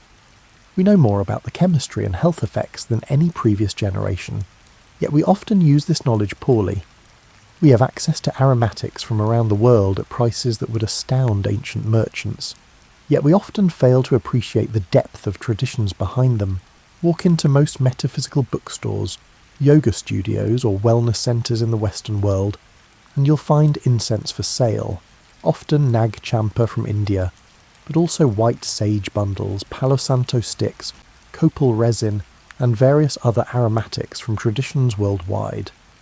This represents unprecedented access to global smoke traditions, but also raises questions about cultural appropriation, sustainable harvesting, and whether transplanted practices retain their meaning outside their original contexts. The white sage situation is particularly instructive. White sage is sacred to various Native American peoples, particularly in California and the Southwest. Smudging with white sage, burning bundles of the dried herb to purify spaces, is an important practice in these traditions. But commercial harvesting has put white sage populations under pressure, and seeing their sacred plant sold in every New Age shop understandably bothers many Native Americans. This is the smoke tradition encountering globalization, and it's complicated. On one hand, people worldwide seeking calm and purification through aromatic smoke are participating in fundamentally human practices that transcend culture. On the other hand, there's something troubling about sacred traditions being commodified and stripped of their contexts. The smoke remains the same, but the meanings change in translation. Meanwhile, incense traditions in their homelands continue to evolve. Visit a Buddhist temple in Taiwan, Thailand, or Japan, and you'll find practices that combine ancient formulations with modern sensibilities. The incense might be made using traditional recipes, but manufactured in climate-controlled facilities, with quality testing that ensures consistent products. The rituals continue, but in buildings that have electric lights, air conditioning, and live stream services for distant devotees. In India, the incense industry has become a significant economic sector, employing thousands of people in traditional craft manufacturing that's been modernized without being completely industrialized. Families that have made incense for generations now export their products globally, while maintaining recipes and techniques passed down through the centuries. It's tradition adapting to modernity, finding ways to continue that don't require rejecting change entirely. The medical use of aromatic smoke has largely disappeared in developed countries, replaced by more reliable pharmaceutical approaches. Your doctor isn't going to prescribe therapeutic fumigation for your respiratory infection. They'll give you antibiotics or antivirals. But aromatherapy, the use of essential oils and aromatic compounds for psychological and mild physical benefits, has found a niche as complementary medicine. Essential oil diffusers represent an interesting evolution of smoke practice. Instead of burning aromatic substances, these devices vaporize essential oils in water, creating a fragrant mist that disperses through a room. It's smoke without combustion, aromatics without ash, and a sanitized version of ancient practices adapted for modern homes that have smoke detectors and fire codes. Does it work? Yes and no.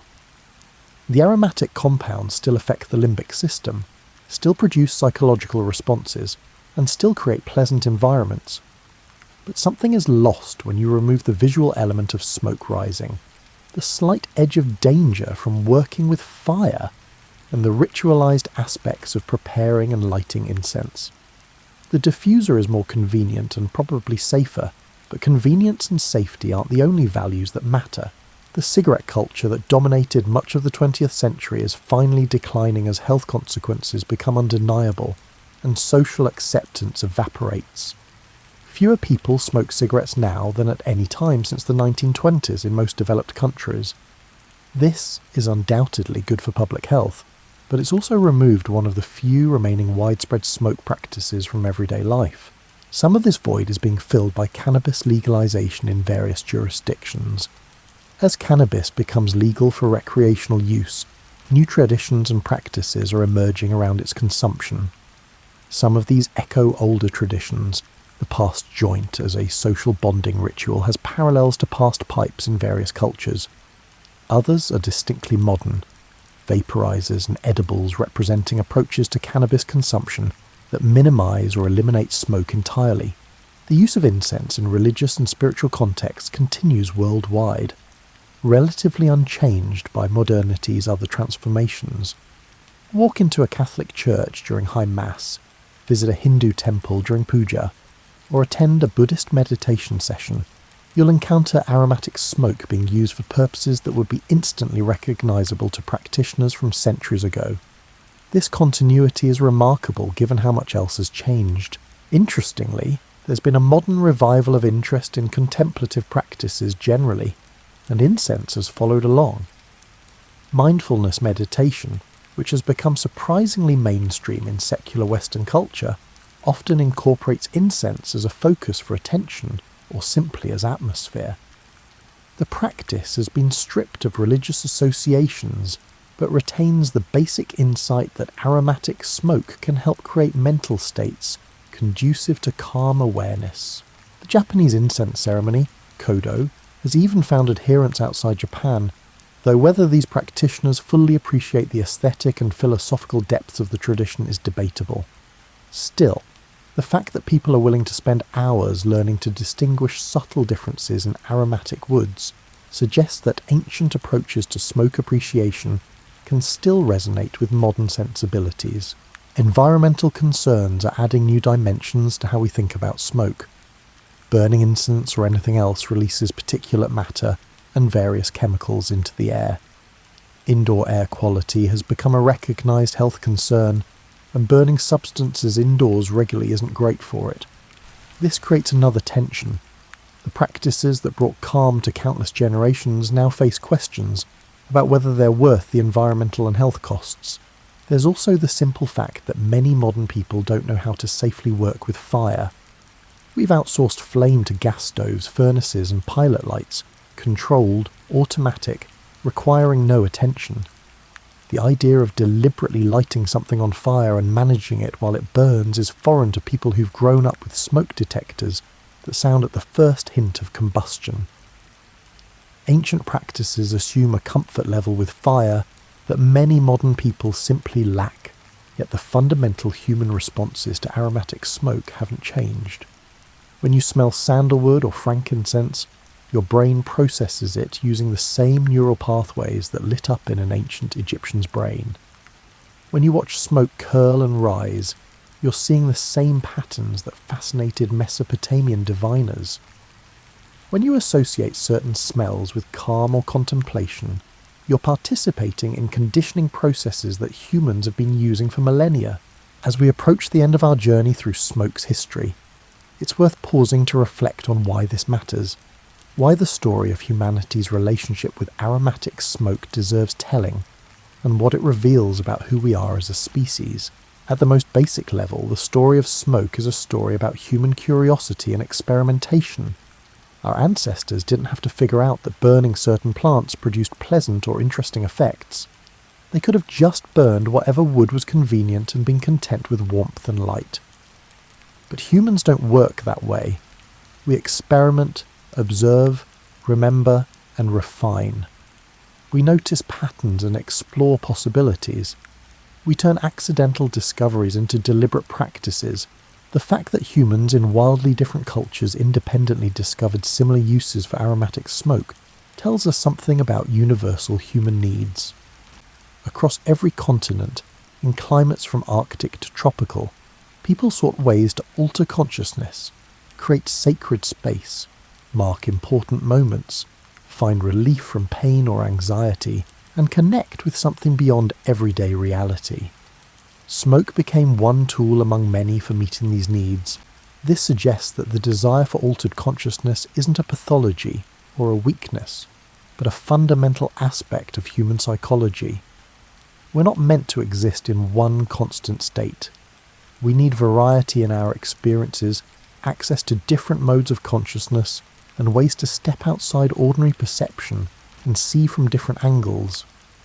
Aromatic smoke provided this for most of human history, which is why its practices spread so widely and persisted so long. The story of smoke is also a story about the tension between material and meaning. Smoke is a physical phenomenon, combustion, producing particulate matter suspended in air. But humans have never been content to treat it as merely physical. We've invested smoke with meanings, used it as a language for concepts that can't be expressed in words alone, and made it carry our hopes and prayers to realms we can't directly perceive. This capacity to see beyond the purely physical, to find meaning in natural phenomena, to create symbol systems that let us think about abstract concepts, this is distinctly human. Other animals might enjoy pleasant smells, but only humans burn aromatics in specific contexts to deliberately alter their mental states, while simultaneously expressing spiritual beliefs through the act itself. The global spread of smoke traditions through trade routes tells us something about human connectivity. We tend to think of ancient peoples as isolated in their own cultures, but the fact that frankincense from southern Arabia ended up in Chinese temples, that tobacco from the Americas reached Asia within decades, and that incense formulas spread across continents, all this reveals networks of human connection that were surprisingly robust and far-reaching. These trade networks weren't just about economics. They were about shared human experiences, about the recognition that people in distant lands were seeking similar things: calm, transcendence, healing, and connection to the divine. The merchant who carried frankincense from Arabia to Rome was carrying more than a commodity. They were carrying one culture's approach to these universal needs and introducing it to people who would adapt it to their own purposes. The evolution of smoke practices over time shows human creativity and adaptability. The same basic principle, burning aromatic substances and breathing or being present with the smoke, has been endlessly varied and refined. From cave fires to temple censers, to ceremonial pipes to modern incense sticks. Humans have found countless ways to engage with this simple practice, each variation reflecting different values, technologies, and cultural contexts. There's something deeply democratic about smoke practices. Unlike some technologies that require rare materials or expert knowledge, almost anyone can burn aromatic substances and benefit from the experience. Yes, there are elaborate traditions that require years to master, but the basic practice is accessible to everyone. This accessibility helps explain why smoke practices spread so widely and persisted across huge differences in wealth, power, and social organisation. The modern decline of some smoke traditions raises questions about what we're losing. Not just specific practices, but a whole way of engaging with consciousness, ritual, and the material world. When we replace incense with room deodorizers, when we substitute essential oil diffusers for sensors, when we eliminate smoke practices entirely due to health concerns, what are we giving up along with what we gain? This isn't a call to reject modernity or ignore legitimate health concerns. But it is worth recognising that our ancestors' smoke practices emerged from and spoke to genuine human needs that don't disappear just because we've developed new technologies. The need for ritual, for moments of deliberate calm, for sensory experiences that anchor us in the present, these persist whether we acknowledge them or not. Perhaps what's most remarkable is how such a simple thing, aromatic smoke, could carry so much weight across so many cultures and so many centuries. We've developed incredibly sophisticated technologies, mapped the human genome, and sent probes to the edge of the solar system. Yet something as basic as burning aromatic resins and breathing the smoke can still produce experiences that modern science fully explains, but can't quite replicate through any other means. The smell of frankincense or sandalwood, the sight of smoke curling upward, the taste of aromatic vapour on your tongue. These experiences connect you directly to humans who lived thousands of years ago, who found in these same smells and sights access to states of consciousness they valued. It's a form of time travel, not through technology, but through shared experience across the centuries. As you finish this story and prepare for sleep, you might be more aware of the air you're breathing, the way scents linger in your room, and the quality of stillness that can settle over a space in the evening. These awarenesses are part of what smoke practices cultivated. Attention to subtle sensory experiences, recognition that the invisible can be as important as the visible, and understanding that consciousness is not fixed but fluid. The story of smoke is, in the end, your story too. Whether you've ever burned incense or not, whether you have any personal smoke practices or not, you're part of a species that has been exploring consciousness, seeking calm, and finding meaning in rising wisps for hundreds of thousands of years. That's worth remembering as you drift towards sleep. You're not separate from this history. You're its latest chapter, carrying forward patterns of human experience that stretch back to those first cave dwellers who threw aromatic branches on their fires and discovered that the world could suddenly seem different, more spacious and more full of possibility. The practices change, the substances vary, and the cultural contexts shift, but the underlying human impulses remain constant. We seek moments of peace in difficult times. We create rituals to mark the sacred and separate it from the mundane. We use our senses to anchor ourselves in the present moment. We explore altered states of consciousness because ordinary consciousness, while necessary, is not sufficient for a fully human life. Smoke, visible breath, transformation made tangible, the boundary between solid and air, serves all these purposes and more. It's been medicine and sacrament, recreation and therapy, art form and spiritual practice. It's linked distant cultures and revealed common humanity. It's been studied by scientists and mystics, sought by kings and available to peasants. Tomorrow you might smell wood smoke from a neighbour's fireplace, or incense from a nearby temple, or simply the lingering aroma of your evening tea. When you do, you might remember this story and recognise that you're experiencing something humans have found meaningful for longer than we've had written language. You might notice how the smell affects your mood, how your breathing changes, and how the moment feels slightly different from moments without that aromatic presence. Or you might not. You might simply go about your day, unaware of the ancient traditions playing out in the background of modern life. Either way, the smoke will continue to rise, carrying with it meanings and memories accumulated across millennia. The practices we've discussed face an uncertain future. Climate change, urbanisation, health concerns and cultural shifts all challenge traditional smoke practices. Some will adapt and continue, others will fade, and new forms will emerge that we can't yet predict. But the human needs these practices address aren't going anywhere, which suggests that some form of smoke tradition will persist as long as humans do. Perhaps future historians will look back at our era as the moment when humanity's ancient relationship with aromatic smoke underwent its most dramatic transformation. Or perhaps they'll see our time as just another adaptation in an ongoing story that continues to unfold in ways both familiar and surprising. What we can say with certainty is that smoke has been a faithful companion to human consciousness for longer than any other deliberately sought-altered state.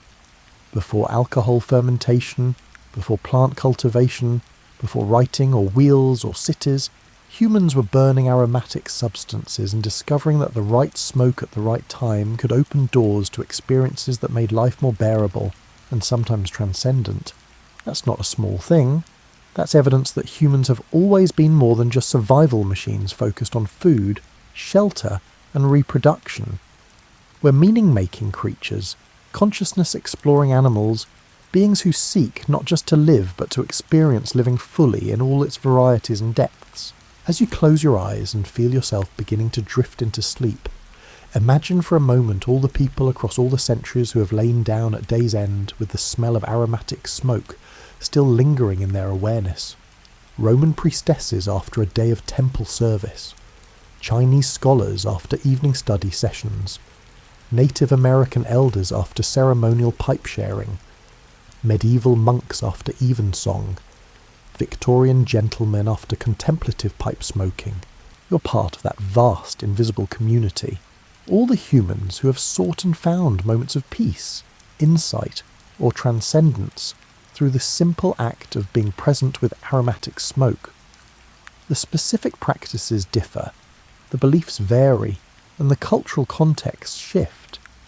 But the experience connects you across time to countless others who breathed deeply, watched smoke rise, and felt something shift in their awareness. Sleep well, knowing that the air you breathe has carried not just oxygen but meaning for as long as humans have existed. The darkness that gathers around you as you sleep once glowed with firelight, and the stillness you enter was filled with the scent of sacred smoke. You're not alone in this moment. You're accompanied by ancestors beyond counting who found in smoke something worth preserving and passing down. Tomorrow will bring its own challenges and joys, its own moments of stress and peace. But you'll carry with you now this story, this awareness that calm has always been available, that humans have always found ways to create space for reflection and renewal, and that something as simple as aromatic smoke has served as a bridge to better states of mind for longer than we can fully comprehend. And if you choose to light incense or simply notice the scent of wood smoke drifting past your window, you'll do so with deeper understanding of what you're participating in. Not just a personal preference or a pleasant smell, but a practice that connects you to the oldest, most persistent human traditions. The last ember glows, fades, and finally goes dark. The smoke rises one last time, thinning as it climbs, becoming invisible as it joins the air. The story continues, even as this telling ends. Rest now.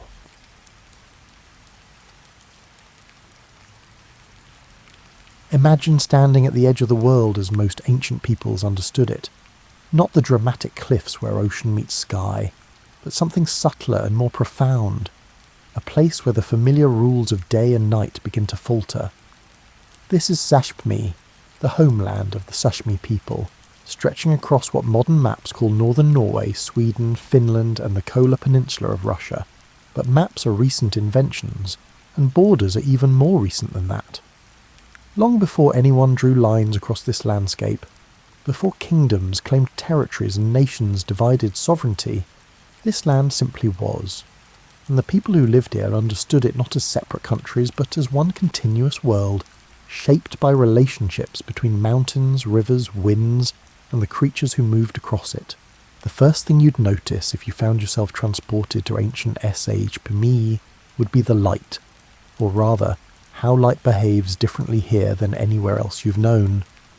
During winter months, the sun barely rises above the horizon before sliding back down, creating a perpetual twilight that painters have tried and failed to capture for centuries. The world becomes blue and silver, with snow reflecting whatever weak light manages to reach it, creating an atmosphere that feels suspended between sleep and waking. Then summer arrives, and the sun simply refuses to leave. It circles the sky like a persistent moth, never quite setting, casting long shadows that rotate slowly around the landscape.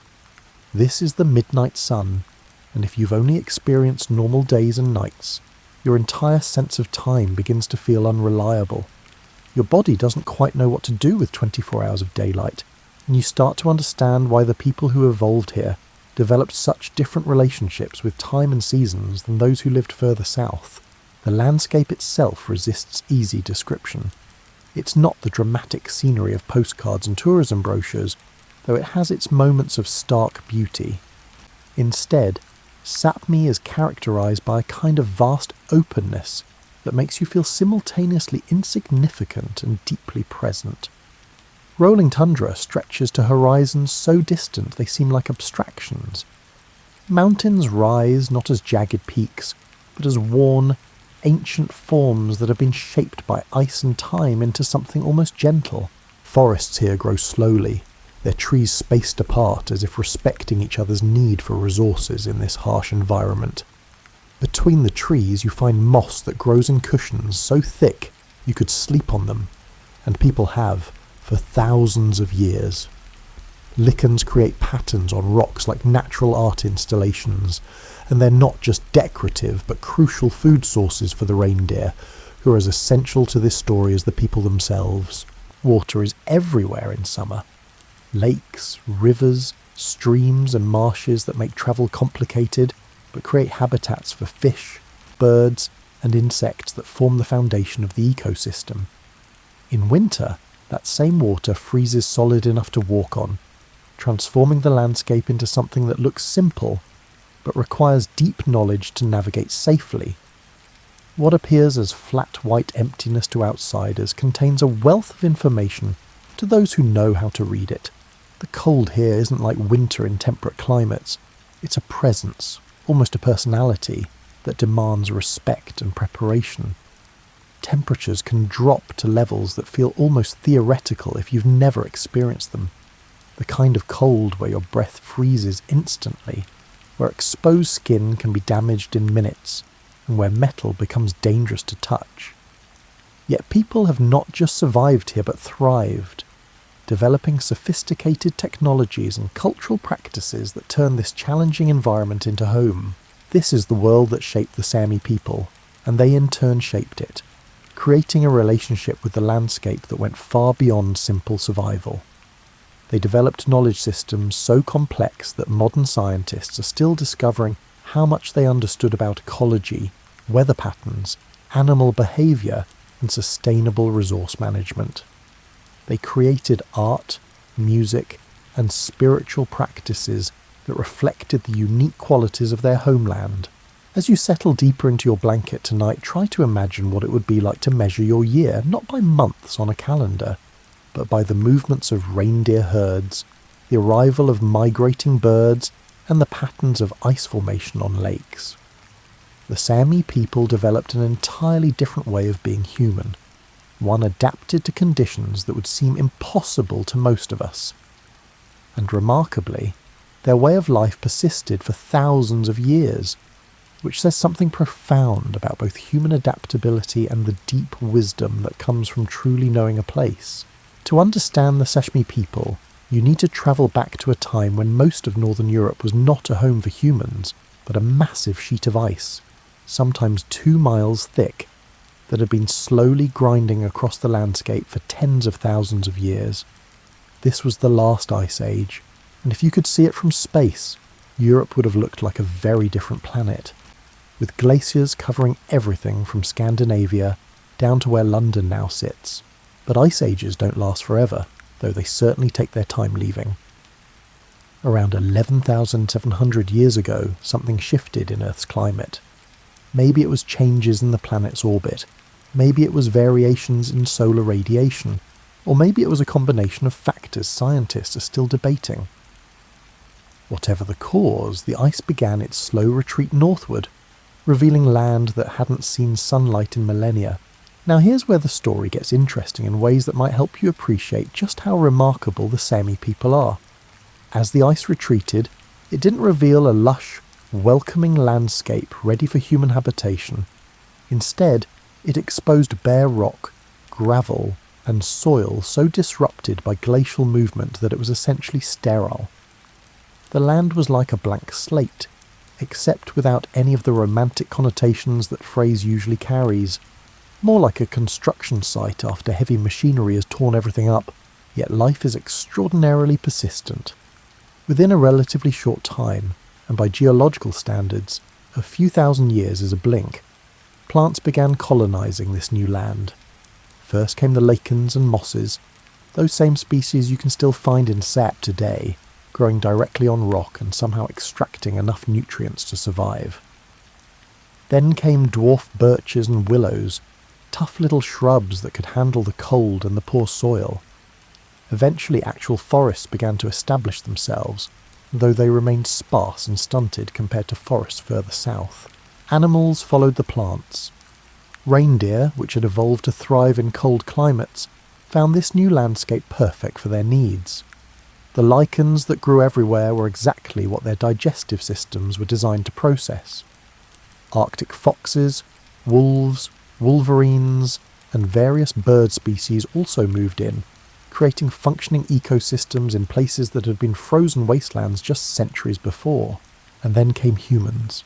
The question of when exactly people first arrived in Sahmi is one of those historical puzzles that keeps archaeologists awake at night, though probably not in the soothing way this bedtime story should keep you awake. The earliest solid evidence of human presence dates back about 10,000 to 11,000 years, placing the first arrivals almost immediately after the ice retreated enough to make the land accessible. Think about what this means. These weren't people wandering into a landscape that previous generations had taught them how to navigate. They were pioneers moving into territory that no human had ever inhabited, learning through trial and error, and likely some tragic failures, how to survive in one of Earth's most challenging environments. They had to figure out which plants were edible, which animals could be hunted efficiently, how to stay warm when temperatures dropped to deadly levels, and how to navigate in conditions where darkness lasted for months. The archaeological evidence from these early periods is sparse, partly because organic materials don't preserve well even in cold climates, and partly because these people moved frequently, leaving behind minimal traces. What we do find are stone tools, the remains of temporary shelters, and occasionally the bones of animals they hunted and consumed. These fragments tell a story of people who were highly mobile, following resources seasonally, and gradually developing specialised knowledge about their environment. There's something almost meditative about imagining these early inhabitants of Sahmi learning to read a landscape that offered few obvious clues to outsiders. They would have discovered which direction reindeer herds moved with the seasons, which rivers had the best fishing, and which valleys offered shelter from the worst storms. Each generation added to this accumulated knowledge, creating what we might call a database of survival information, except it was stored entirely in human memory and passed down through observation and instruction. By around 8,000 years ago, the people living in Sahmi had developed distinctive cultural practices that mark them as the ancestors of the modern Sahmi. They created a particular style of stone tools and weapons. They established patterns of seasonal movement that would continue for millennia, and they began developing the spiritual and cultural practices that would define Sahmi identity. One fascinating aspect of this early period is that these people were not isolated from other human groups. Archaeological evidence shows connections and trade relationships with peoples living further south and east. They were exchanging goods, ideas, and probably intermarrying with neighbouring groups. Yet they maintained distinct cultural practices shaped by their unique environment. The climate during these millennia wasn't stable. It fluctuated, sometimes warming enough that forests expanded significantly northward, sometimes cooling and forcing those forests back south. The people of Sahmi adapted to these changes, adjusting their subsistence strategies and movement patterns as needed. This flexibility, this ability to respond to changing conditions while maintaining cultural continuity, would become one of the defining characteristics of Sahmi culture. As you doze off tonight, imagine what it would have taken to be among those first humans pushing north into lands still emerging from ice. The courage required, yes, but also the curiosity, the willingness to learn, and the capacity to observe carefully and remember precisely. These weren't reckless adventurers, but careful students of their environment, and their success laid the foundation for a culture that would persist longer than most civilizations we consider ancient. Now we come to one of those historical mysteries that's as much about what people wanted to believe as what actually happened. For a long time, and by long time we mean well into the 20th century, European scholars looked at the Sahmi people and decided they must have come from somewhere else.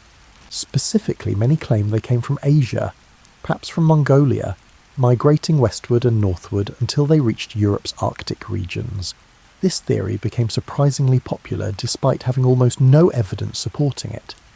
You might wonder why educated people would cling to such an idea, and the answer tells us more about European attitudes than about Sahmi history. Essentially, many Europeans in the 18th and 19th centuries had a hard time accepting that these northern people had been in Europe just as long as anyone else. The Sami looked different enough from southern Europeans, had different cultural practices, and spoke languages that didn't sound like familiar European tongues, so surely they must be foreign arrivals. The Mongolian origin theory was based largely on superficial observations. Some scholars thought certain Sahmi physical features resembled Asian populations. Others noted that Sami languages belonged to the Uralic language family, which seemed exotic and Eastern to people whose linguistic knowledge didn't extend much beyond Indo-European languages. A few even pointed to reindeer herding as evidence of Asian origin, since reindeer are also found in Siberia. Here's the thing though, and this is where you should take a moment to appreciate how science gradually corrects misunderstandings. All of this was essentially wrong. Modern genetic studies, improved archaeological techniques, and better linguistic analysis have thoroughly demolished the migration from Mongolia theory. The actual story is both more complicated and more interesting. Genetic research shows that the Sahmi people have been in northern Europe for thousands of years and are closely related to other European populations, though with some unique genetic markers that reflect their long adaptation to Arctic conditions. They didn't arrive from Mongolia any more than Norwegians arrived from China. They're as genuinely European as anyone else on the continent, just adapted to a different environment within Europe.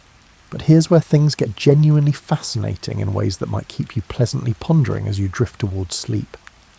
While the Sahmi aren't from Mongolia, their deep ancestry does show connections to populations that spread across northern Eurasia during the end of the Ice Age. Think of it like this. When the glaciers retreated, people didn't just move north from southern Europe. They also moved from various directions, including from eastern areas, gradually spreading across the newly accessible northern lands. So the Sami people, like most populations, have a complex ancestry that includes contributions from multiple groups that mixed and merged over thousands of years. Some of their ancestors probably did come from eastern regions, but this happened so long ago, we're talking about the period right after the Ice Age, that it's meaningless to call them Asian in any modern sense. By the time anything resembling modern ethnic identities existed, the Sami had been in Sapmi for millennia, developing their distinctive culture in response to their specific environment. The Uralic language family that includes Sami languages is indeed also spoken by groups in Russia, and even as far as Hungary, which has led to speculation about ancient migrations. But languages can spread through cultural contact, trade, and intermarriage without requiring massive population movements. The linguistic connections between Finnish, Sami, Hungarian, and various Siberian languages reflect ancient relationships between peoples across a vast northern zone, but they don't mean these groups are all recent migrants from some single homeland. What likely happened, and this is where modern scholarship has reached a rough consensus, is that after the Ice Age, people spread across northern Europe from multiple directions, mixing and developing distinct regional cultures. The groups that ended up in Sapmi adapted to Arctic conditions, developing reindeer herding, specialised hunting techniques, and all the other practices we associate with Sami culture. Their languages evolved within the Uralic family but developed unique features. Their genetic makeup reflects this complex history of mixing and adaptation. The persistence of the Mongolian myth tells us something important about how historical narratives work. Once an idea becomes established, even a wrong idea, it takes considerable effort to dislodge it. People wrote textbooks, created museum exhibits, and taught generations of students about Sahmi origins in ways that reflected European biases rather than evidence. It wasn't until genetic science became sophisticated enough to trace actual ancestry that these myths could be definitively challenged. There's a lesson here about being skeptical of tidy origin stories. Real history is messy, complicated, and full of mixing and blending that resists simple narratives about distinct peoples with pure origins. The Sahmi aren't pure descendants of anyone. They're the result of thousands of years of human adaptation to a specific environment, during which various groups contributed to their genetic and cultural heritage. Modern Sahmi people have had to deal with the legacy of these false theories, which were often used to justify treating them as somehow foreign to Europe, despite their presence in Sápmi for thousands of years. Reclaiming their actual history has been an important part of asserting their rights and identity in contemporary Nordic countries. As you settle deeper into your pillow, consider how long humans have been telling stories about where they came from, and how those stories often reveal more about present concerns than past realities. The Sahmi people's true origins are less dramatic than migration myths, but more impressive. They're simply people who learned to thrive in one of the Earth's most challenging environments, and maintained their distinct culture through millennia of change. Languages are like rivers. They flow, branch, merge, and carry sediment from everything they touch along their journey. The Sahmi languages, and yes, that's plural, because there are actually several related languages rather than a single Sahmi tongue, offer a perfect example of how humans create intricate systems of meaning that reflect both their environment and their history. First, let's clear up that Uralic language family business, since we mentioned it earlier, and it probably sounds exotic and mysterious if you're not familiar with linguistic classifications. The Uralic languages include Finnish, Estonian, Hungarian, and several languages spoken by smaller groups across northern Russia, along with the Sami languages. If you speak English, French, Spanish, or most other European languages, these will sound completely foreign to you because they're not part of the Indo-European family that dominates most of Europe. Uralic languages work differently in ways that might hurt your brain if you think about them too hard before sleep, so we'll keep this gentle. They use extensive case systems, meaning they change word endings to show grammatical relationships, rather than relying on word order like English does. They create compound words in ways that seem almost architectural, building complex concepts by stacking smaller pieces together. They have features that linguists find fascinating, but that don't really have equivalents in more familiar languages. The Sami languages specifically are divided into several distinct forms. Northern Sami is the largest, spoken by probably around 20,000 people across Norway, Sweden and Finland. Then you have Southern Sami, Lula Sami, Inari Sami, Skolt Sami, and several others that are much smaller, with some having only a few hundred speakers remaining. These aren't just dialects, they're distinct enough that speakers of one Saoing language can't necessarily understand speakers of another, like Spanish and Italian being related but not mutually intelligible. What makes Sami languages particularly interesting is how precisely they've evolved to describe their environment. You know how English speakers like to claim that Inuit languages have dozens of words for snow? That claim is exaggerated and based on linguistic misunderstandings. But the underlying intuition isn't wrong. Languages do develop rich vocabularies for things that matter to their speakers. Sami languages genuinely do have remarkably detailed terminology for natural phenomena that speakers need to distinguish. For instance, there are specific words for different types of snow based on how it falls, how old it is, what's underneath it, and how it affects travel.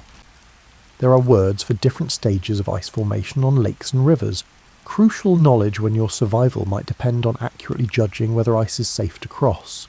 There are terms for describing landscape features in ways that combine geography, weather patterns, and seasonal changes into single concepts.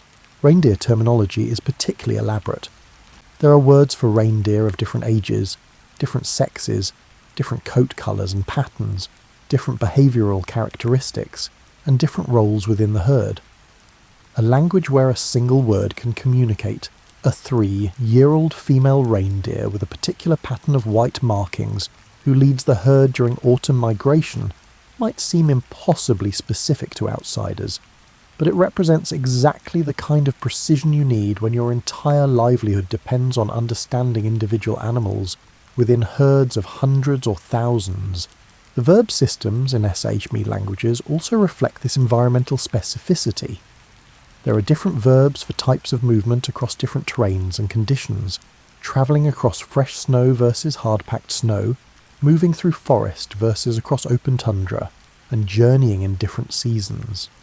This isn't just vocabulary richness, it's an entire way of thinking about and categorising experience that's fundamentally shaped by Arctic life.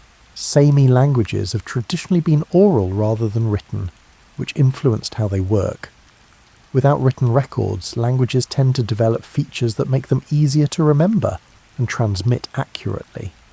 This often means more regular patterns, more systematic ways of forming new words, and more internal structure that helps speakers keep track of complex information without external aids. The introduction of written forms for Sahmi languages is relatively recent, and has been complicated by the fact that multiple Sahmi languages exist across 4 different countries, each with its own national language and writing system. Standardizing spelling and grammar for languages that previously existed only in spoken form is a delicate process that involves many linguistic and political decisions about whose dialect becomes the standard, which sounds get represented by which letters, and how to handle variations between regions. One fascinating aspect of Sahmi linguistic culture is the joik. We'll come back to this later because it deserves its own attention. But it's worth noting here that Sahmi languages have specialised vocabulary and grammatical structures specifically for this unique form of musical expression. The way you describe and discuss jokes in Sahmi is itself a specialised linguistic domain, showing how language and culture are inseparable. Modern Sahmi languages face challenges that many minority languages deal with. Most Sahmi people today also speak the national language of their country, Norwegian, Swedish, Finnish, or Russian. And many young people grow up speaking those majority languages more fluently than a Sahmi. Education systems, mass media, and economic pressures all push toward dominant languages, making it increasingly difficult to maintain active use of Sahmi languages. However, there's been a remarkable revitalisation effort over the past few decades. Sahmi language schools, media programming, literature, and even apps and digital resources have been developed to help preserve and promote these languages. Some children who didn't learn Sahmi from their parents are now learning it in school, and there's growing recognition in Nordic countries that Sahmi languages are valuable cultural treasures worth protecting. As you begin to drowse, imagine what it would be like to think in a language so precisely adapted to a specific landscape that the language itself embodies thousands of years of accumulated environmental knowledge. Every language shapes how its speakers perceive and categorize reality, but Sahmi languages do this in ways that are particularly visible, because their vocabularies and structures so clearly reflect their origins in Arctic survival and reindeer herding culture. If you really want to understand Sami culture, you need to understand reindeer, and not in the vague, romantic way that holiday decorations present them, but as real animals with specific behaviours, needs, and relationships to the landscape they inhabit. Reindeer, or caribou as they're called in North America, are the only deer species where both males and females grow antlers, which should immediately tell you these aren't just decorative elements of the northern landscape, but animals that have evolved elaborate social structures. Reindeer herding isn't farming in any sense that agricultural people would recognise. You're not confining animals to pastures, feeding them crops, or breeding them for specific traits. Instead, traditional Sahmi reindeer herding involved following semi-wild herds as they moved across the landscape in seasonal patterns, protecting them from predators, occasionally hunting individuals for food and materials, and gradually developing a relationship with the animals that was somewhere between wildlife management and animal husbandry. Imagine spending your entire life moving with the rhythms of these herds. In winter, reindeer dig through snow to reach the lichens they eat, preferring different types of terrain depending on snow depth and lichen abundance. As spring approaches, they begin migrating toward traditional calving grounds, usually in areas that offer both grazing and protection from predators. Summer sees them move into higher elevations or more northern latitudes to escape insects. Mosquitoes and warbleflies that torment reindeer can drive entire herds into frenzied attempts to find relief. Autumn brings mating season, when males compete dramatically for females, clashing their elaborate antlers in contests that look choreographed but are deadly serious to the participants. Then, as temperatures drop and snow begins accumulating, the cycle continues with migration back to winter pastures. The entire year is structured around these movements, and for thousands of years the Sahmi people structured their lives around the same patterns. This isn't passive following of animals. Traditional Sahmi herders developed sophisticated knowledge systems about predicting herd movements, understanding reindeer behaviour, and managing their relationship with the animals. They knew which individuals in a herd were leaders that others would follow, how to separate out animals for various purposes without causing panic, and how to guide herds toward better grazing while making it seem like the reindeer's own idea. The materials provided by reindeer made this lifestyle possible.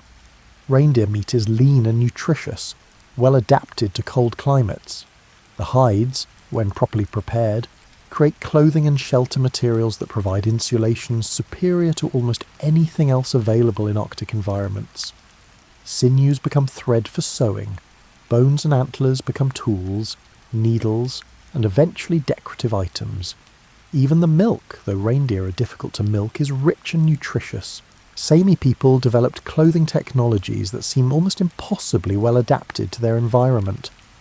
The traditional gakti, a tunic-like garment with specific designs indicating the wearer's region and family, when made from reindeer hide and worn with other hide garments, provides protection from cold that synthetic materials still struggle to match. The secret is partly the material itself. Reindeer hair is hollow, providing exceptional insulation, and partly the knowledge of how to work it correctly. Living with reindeer herds meant living in temporary structures that could be moved as needed. The traditional lavu, somewhat similar to a teepee, could be erected quickly and provided surprisingly effective shelter given its simple design. Later, Sahmi people adopted other portable dwelling types, but the principle remained the same. Your home needed to be mobile because you were always following the herds. Not all Sahmi people were reindeer herders, though this is often how they're portrayed. Coastal Sahmi groups relied heavily on fishing and seal hunting, developing entirely different skill sets and cultural practices adapted to maritime environments. Forest Sahmi hunted wild reindeer and other game, trapped fur-bearing animals, and gathered resources from the boreal forests. These different lifestyles shared certain cultural elements, but were distinct enough that speaking of the Sahmi way of life as a single thing is misleading. However, reindeer herding became culturally significant beyond the communities that actually practiced it, partly because it was so visually distinctive, and partly because it represented a form of livelihood that required specific territorial knowledge and rights. As Nordic states expanded northward and began imposing their authority on Sapmi, reindeer herding became entangled with questions of land use, indigenous rights, and cultural identity in ways that continue to this day. Traditional herding required intimate knowledge of vast territories. Herders needed to know not just where reindeer would be at different times, but also where predators hunted, where weather patterns created dangerous conditions, where mushrooms and berries grew for human foraging, and how all these factors varied from year to year. This knowledge couldn't be gained from books or maps. It required years of direct experience and accumulated wisdom passed down through generations. The social organisation around herding was complex. Families and larger kin groups collaborated in managing herds, with intricate systems for determining ownership of individual animals within collectively managed herds. Reindeer earmarks, specific patterns of cuts and notches, functioned like brands or tags, allowing herders to identify which animals belonged to which families even within mixed herds of thousands. Decision-making about when to move, where to graze, and how to manage herds involved consultation and collective agreement. This wasn't a hierarchical system with single leaders issuing commands, but rather a consensus-based approach, where experienced herders would share observations and discuss options until general agreement emerged. It was a form of governance well adapted to mobile communities where cooperation was essential for survival. As sleep creeps closer, picture yourself moving across endless tundra in summer, following a herd of reindeer whose ancestors have made this same journey for thousands of years. You recognise individual animals by their markings and personalities. You know which valleys will have the best grazing, which streams are easiest to cross, and where to find shelter if storms develop. Your entire existence is synchronised with the natural world in ways that modern life has made almost unimaginable for most of us. Sahmi spiritual traditions developed in a world where the boundaries between human and non-human, between physical and spiritual, were much more permeable than most modern people experience. This wasn't primitive superstition, as earlier European observers often characterised it, but rather a sophisticated system for understanding and relating to a complex environment that demanded constant attention and respect. At the centre of traditional Sahmi spirituality was the Noidi, often translated as shaman, though that term comes from Siberian cultures and doesn't perfectly capture the Sahmi concept. The Noidi served as intermediary between human communities and the various spirits that inhabited the landscape, animals, weather, and other natural phenomena. This role combined elements of what we might separately think of as priest, doctor, counsellor, and weather forecaster. The Noidi's primary tool was a special drum, elaborately decorated with symbols representing various spirits, animals, landmarks, and concepts. These drums weren't just musical instruments, but maps of spiritual geography, mnemonic devices encoding vast amounts of cultural and practical knowledge. When a Noidi performed ceremonies, they would beat the drum in specific rhythms while a small brass indicator moved across its surface, supposedly guided by spiritual forces to provide answers or guidance. Now, before you write this off as simple fortune-telling, consider what was actually happening. The Noidi was someone who had spent years learning about weather patterns, animal behaviour, seasonal changes and human psychology. The drum ceremony provided a framework for accessing this knowledge in ways that felt spiritually meaningful to the community. Whether you believe in literal spirits, or see this as an elaborate system for organising and accessing practical knowledge, it clearly worked as a decision-making tool for people facing real challenges. Semi-spiritual traditions recognise numerous categories of spirits and sacred beings. Natural features, particular mountains, lakes, rock formations, or trees, were understood to have spiritual significance and required respectful treatment. Animals, especially bears and reindeer, were believed to have their own spiritual dimensions that humans needed to acknowledge. Even the northern lights, those spectacular displays that paint Arctic skies, were understood to have spiritual significance, though interpretations varied between regions. The relationship with these spiritual entities wasn't about worship in the way many organised religions understand it.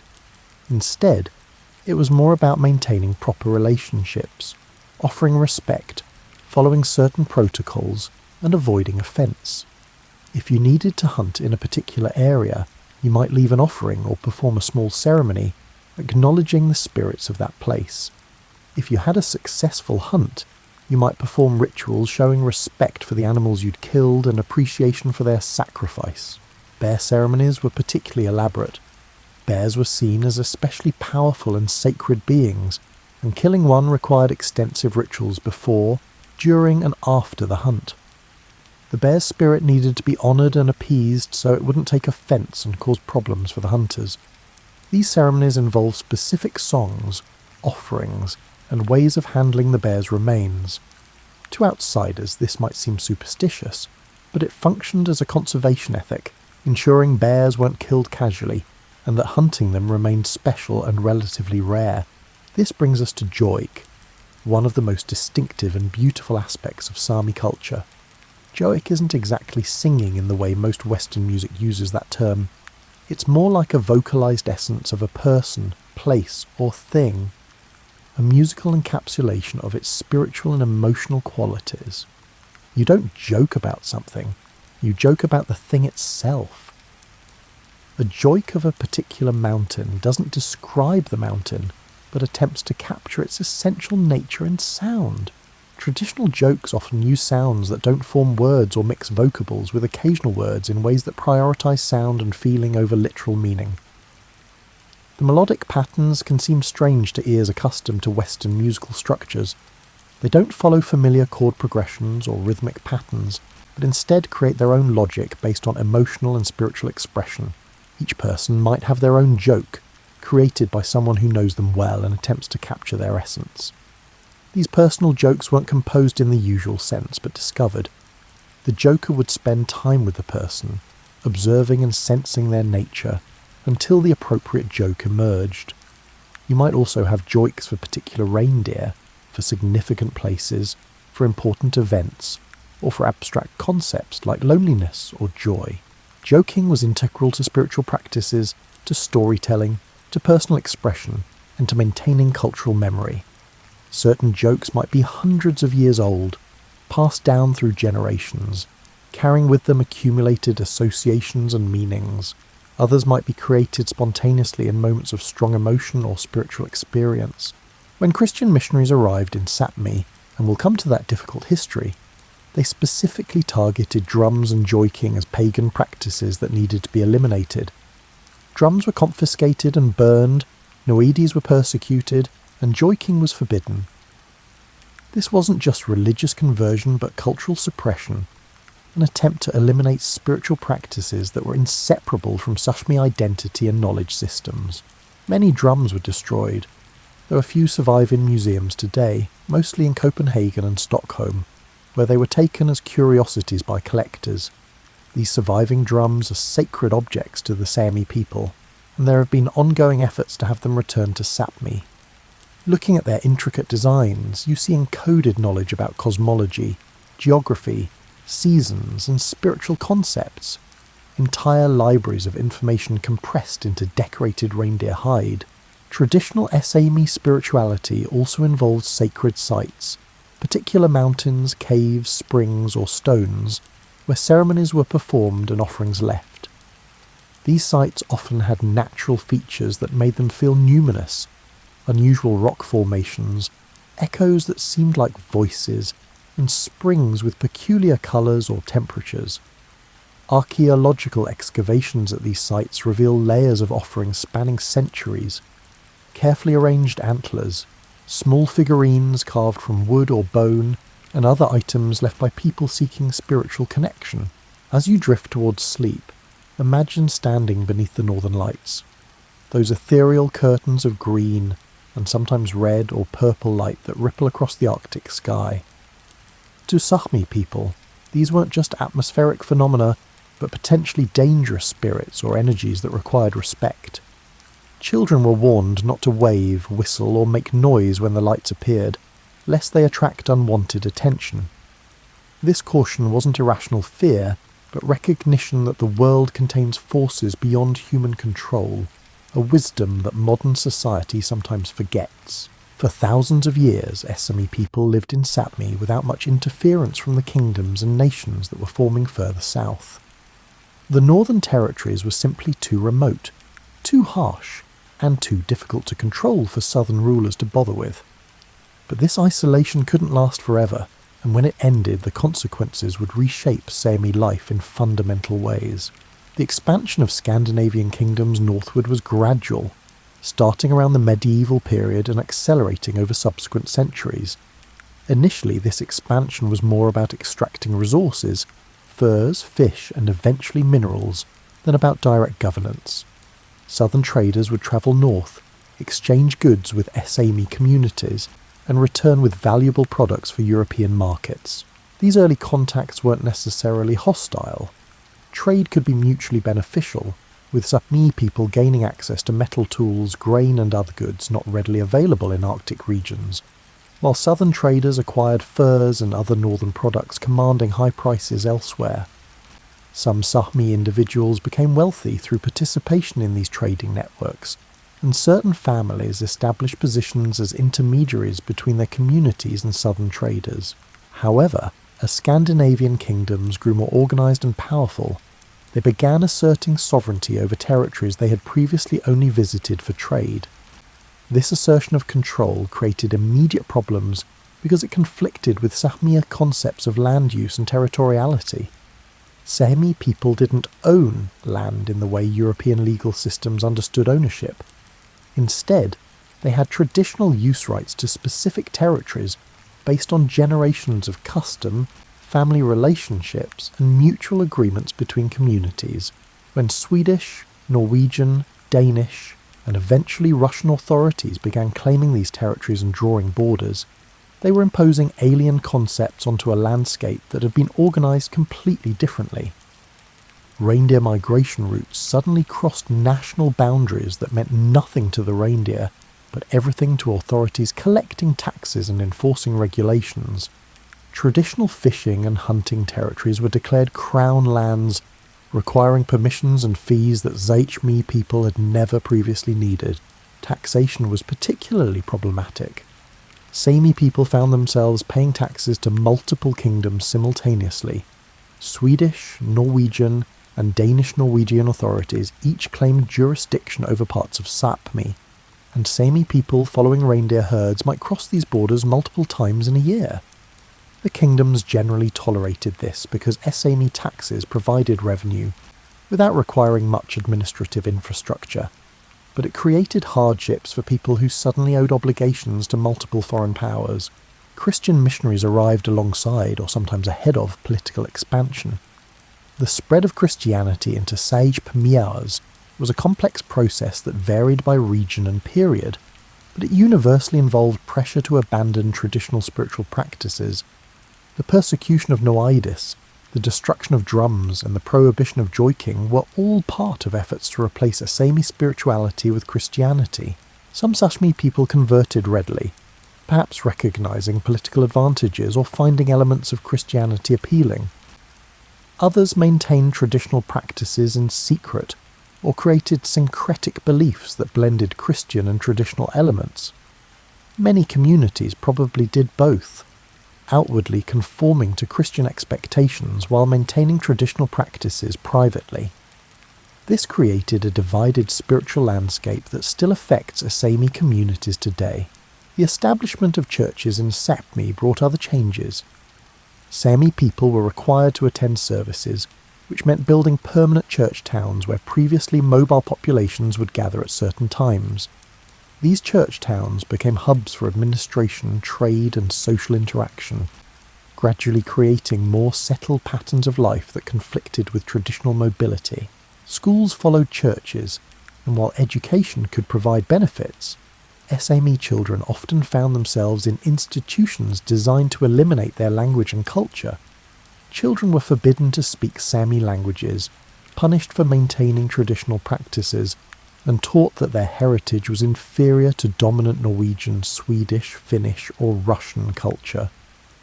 This pattern of forced assimilation through education continued well into the 20th century in all 4 countries. The discovery of valuable resources in Sapmi intensified outside interest and interference. Mining operations in northern Sweden and Norway, timber harvesting in Finland, and various resource extraction projects all encroached on traditional Sahmi territories. These operations brought non-Sahmi workers, created permanent settlements, and disrupted ecosystems that Sahmi livelihoods depended on. Reindeer herding faced particular challenges from resource extraction and land use changes. Mining operations, dams for hydroelectric power, roads, and eventual tourist developments all fragmented traditional migration routes and grazing lands. Reindeer herders found themselves in increasing conflict with landowners, governments, and corporations who had different ideas about appropriate land use. Legal frameworks gradually emerged to regulate Sahmi rights, but these frameworks typically reflected southern assumptions about property, economy and governance rather than traditional Sahmi concepts. In some regions, rights to herd reindeer became contingent on proving historical family connections to herding, which created hierarchies within Sahmi communities and excluded some people from traditional livelihoods. The expansion of nation-states also meant that Sahmi people were increasingly identified by national citizenship. Norwegian Sahmi, Swedish Sahmi, Finnish Sahmi, Russian Sahmi, rather than as a unified people. These national identities affected language use, legal rights, and cultural practices, creating divisions within what had previously been a more culturally unified region. Despite these pressures, Sahmi communities demonstrated remarkable resilience. They adapted to new economic realities while maintaining core cultural practices, developed new strategies for preserving language and traditions, and eventually began organising politically to assert their rights and interests. This resistance wasn't always loud or dramatic. More often it involved the quiet persistence of speaking Sahmi languages at home, teaching children traditional skills, and maintaining spiritual practices despite external pressure. As you grow drowsy, imagine what it must have been like to watch your way of life gradually hemmed in by borders, regulations, and demands from distant capitals.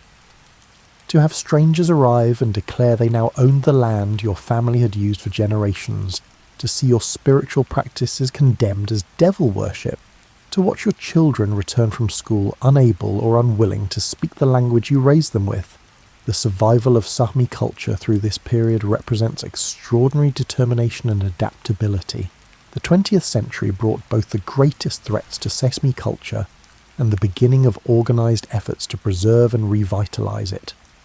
This paradox, that the period of most intense pressure toward assimilation also saw the birth of modern Sahmi political and cultural movements, tells us something important about how cultures respond to existential challenges. In the early decades of the 1900s, assimilation policies intensified across all 4 countries containing Sahmi. The logic, if it can be called that, was that indigenous populations would be better off abandoning their traditional cultures and fully integrating into dominant societies. This wasn't presented as cultural destruction, but as modernisation and improvement, making it particularly insidious because it came wrapped in the language of progress and benevolence. Norwegian authorities were particularly aggressive in their assimilation efforts. Sahmi children were sent to boarding schools designed explicitly to eliminate their language and culture. Teachers punished students for speaking Sahmi, and curricula presented Norwegian culture as superior and Sahmi traditions as backwards. Similar policies operated in Sweden, Finland, and Soviet Russia, each with their own variations but sharing the fundamental goal of cultural elimination. Land rights conflicts escalated as Nordic countries developed their northern territories. The Alta Dam controversy in Norway, beginning in the 1970s and continuing into the 1980s, became a watershed moment for Sahmi political activism. The Norwegian government planned to dam the Alta River for hydroelectric power, which would flood traditional Sahmi territories and disrupt reindeer herding. Sahmi activists and their allies staged dramatic protests, including hunger strikes and civil disobedience, bringing international attention to Sahmi issues. Though the dam was ultimately built, the controversy galvanised Sahmi political consciousness and demonstrated that governments could no longer make decisions about Sahmi without facing organised Sahmi resistance. It also led to institutional changes, including the establishment of the Sahmi Parliament in Norway in 1989, followed by similar institutions in Sweden and Finland. These Sahmi parliaments aren't sovereign governing bodies, but rather consultative assemblies with limited authority over certain cultural and language matters. They represent a compromise between Sahmi demands for self-determination and Nordic states' unwillingness to cede substantial sovereignty. Their effectiveness is debated within Sahmi communities. Some see them as important steps towards self-governance, others as inadequate tokens that provide the appearance of indigenous rights without real power. The late 20th century saw remarkable efforts to revitalise Sahmi languages, particularly among younger generations. Sahmi language schools, media programmes, books, and eventually digital resources were created. Young people who had grown up speaking only Norwegian, Swedish, or Finnish began learning their ancestral languages, sometimes becoming fluent enough to raise their own children as Sahmi speakers. This language revitalisation wasn't just about preservation, but about reclaiming identity. Language carries culture in ways that translations can never fully capture.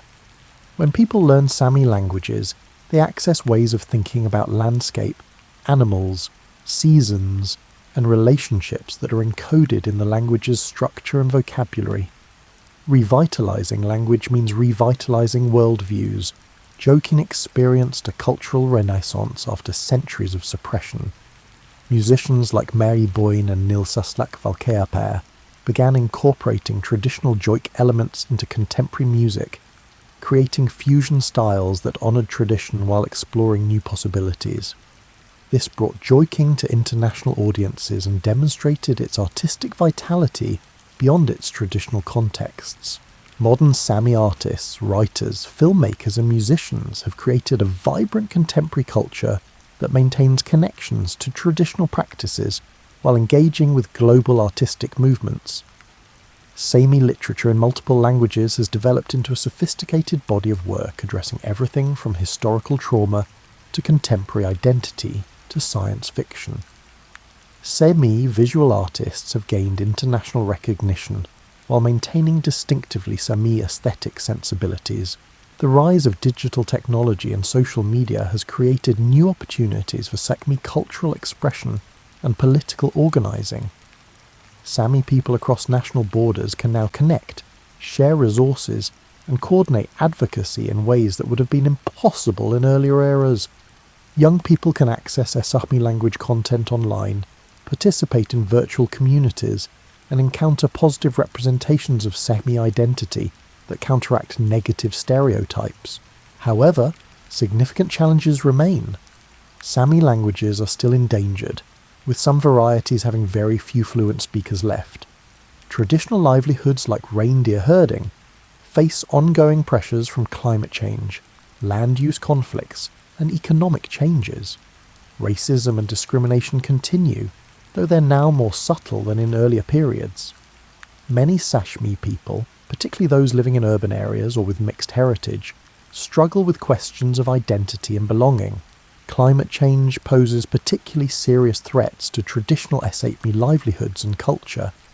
Warming temperatures are altering snow patterns, ice formation, and vegetation in ways that affect reindeer herding. Traditional ecological knowledge developed over thousands of years may become less reliable as the climate system shifts into new states. This isn't just an economic problem, but a cultural crisis, as traditional practices become harder to maintain. As sleep approaches, consider the resilience required to maintain cultural identity through a century of intense pressure toward assimilation. Sahmi people didn't just passively receive whatever policies governments imposed. They resisted, adapted, and eventually organised effective political movements demanding recognition and rights. The survival of Sahmi culture represents countless individual and collective decisions to maintain traditions, speak languages, teach children, and refuse to disappear.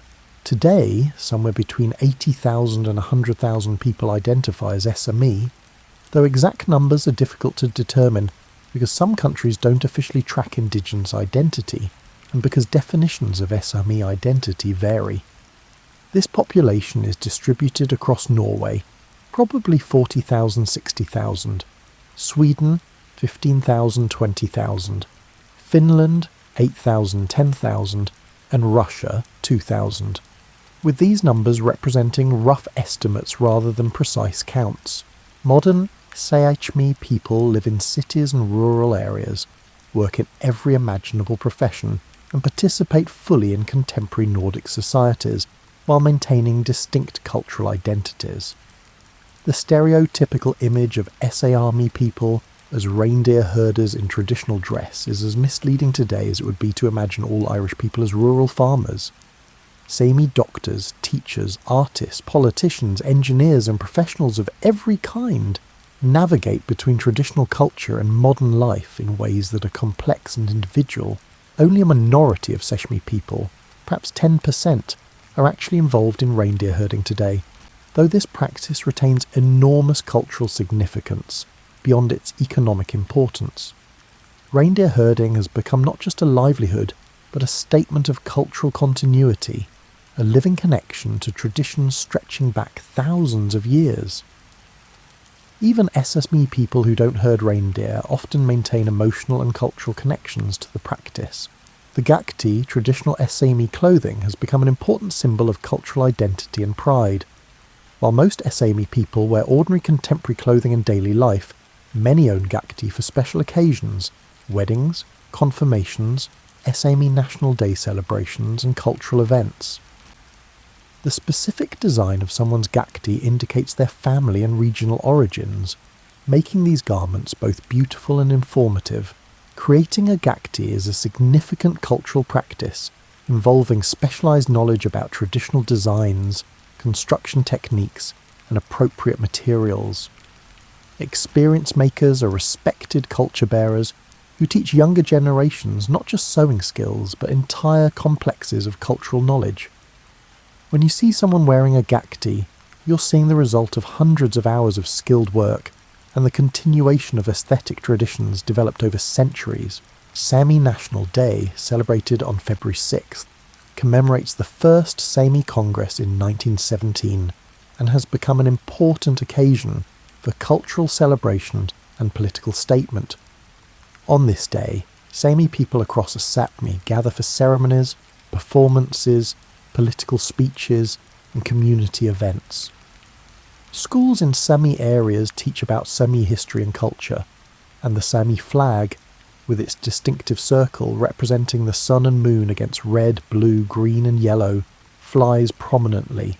Education about Sahmi history and culture has improved significantly in recent decades, though gaps remain. Nordic countries have begun acknowledging historical injustices, including forced assimilation policies and cultural suppression. Some schools now teach Sami languages and history as part of regular curricula, and university programs in Sami studies have been established. However, many challenges persist.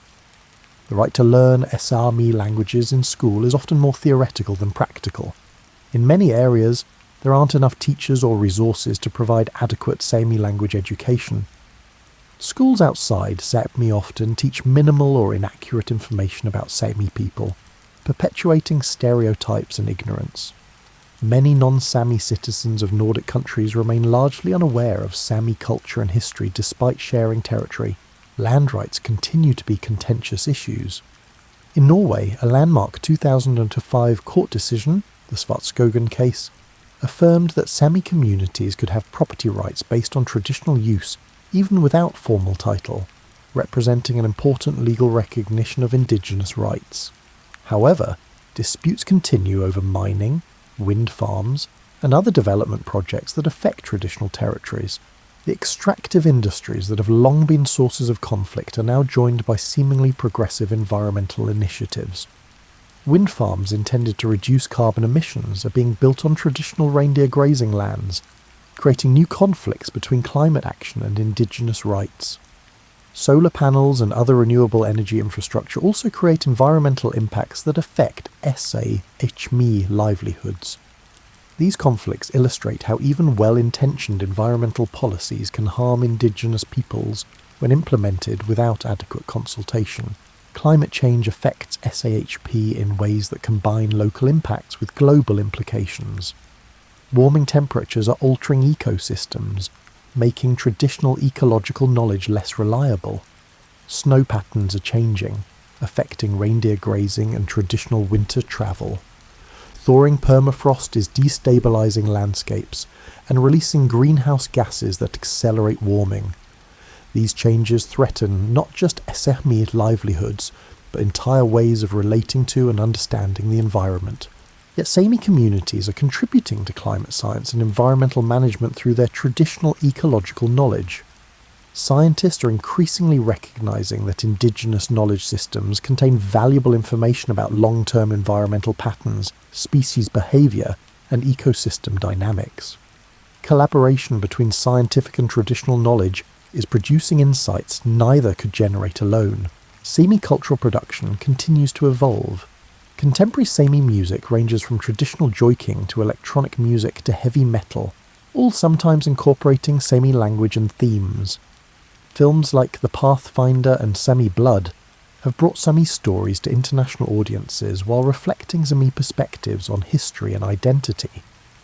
Visual artists are creating work that engages with traditional aesthetics while exploring contemporary issues. The internet has enabled new forms of cultural expression and community building.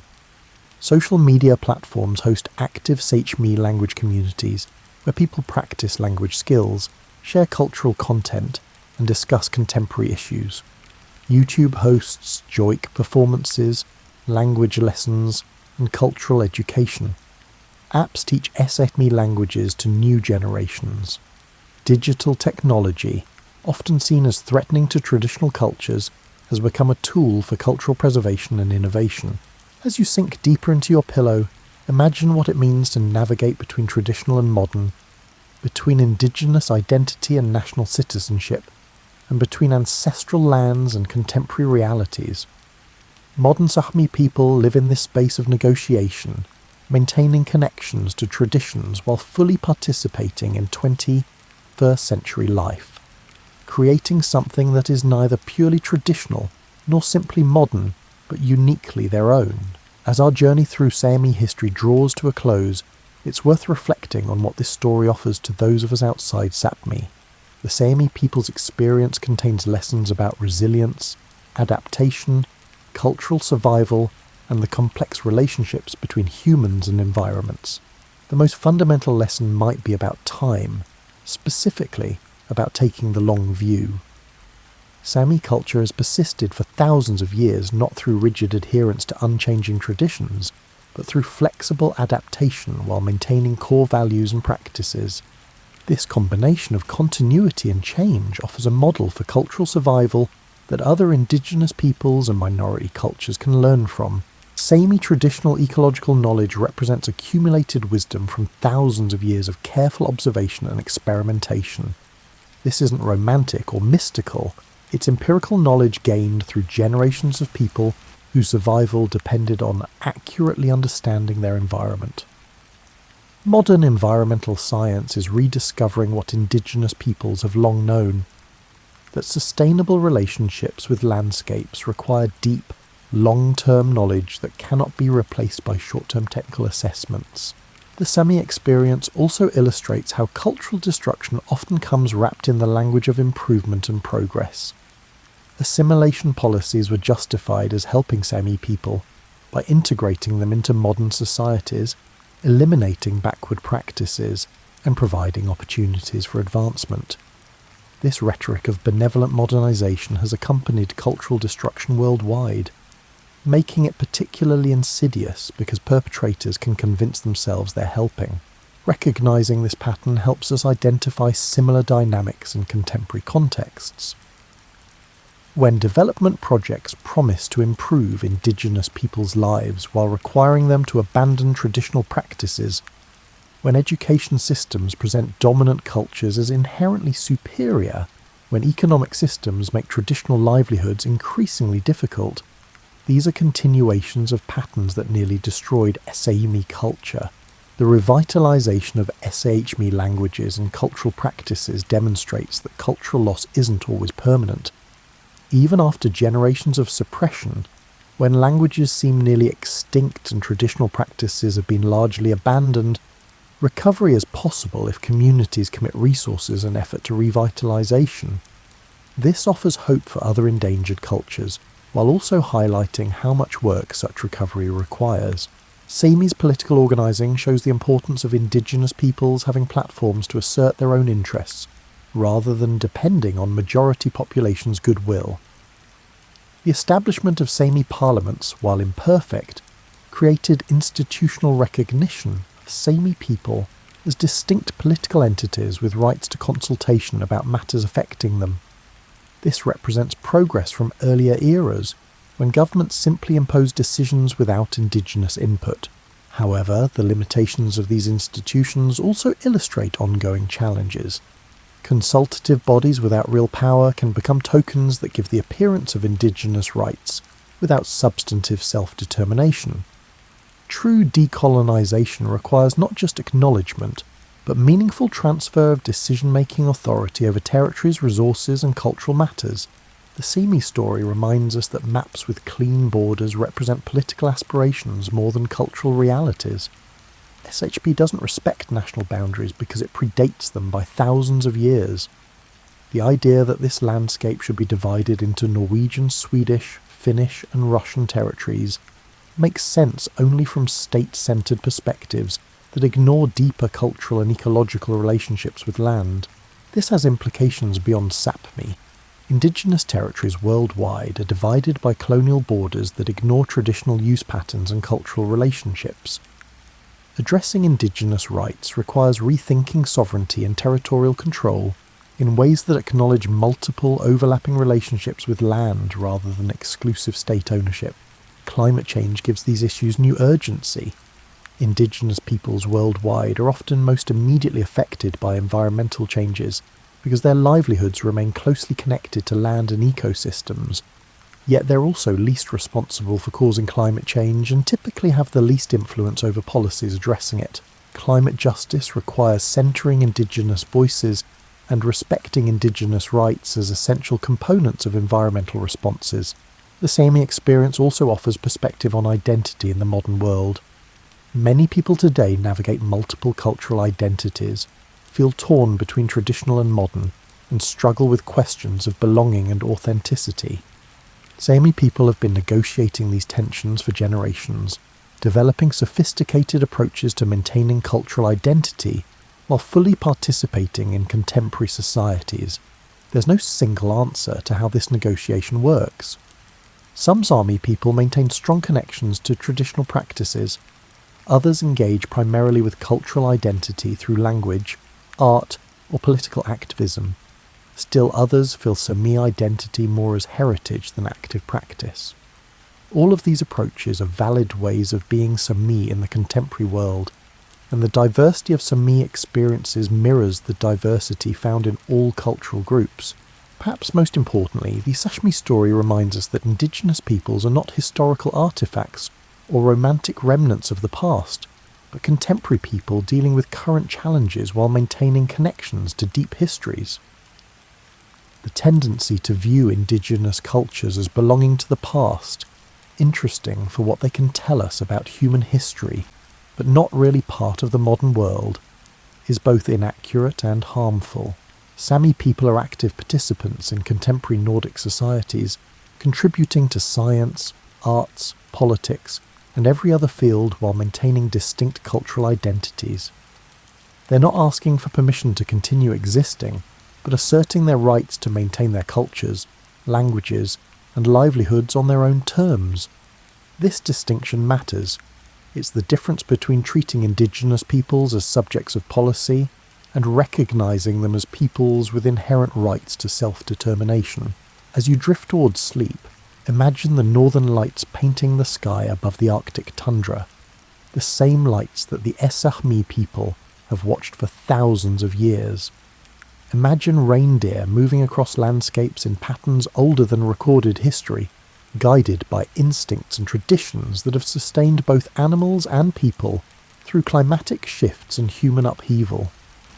Imagine languages that carry within them entire ways of knowing the world, passed from grandparents to grandchildren despite everything that tried to break that chain of transmission. The story of the Sahmi people is ultimately a story about persistence. Not passive endurance, but active, creative survival that adapts to changing circumstances while maintaining core identity. It's a story about the human capacity to create meaning, community and culture even in challenging environments.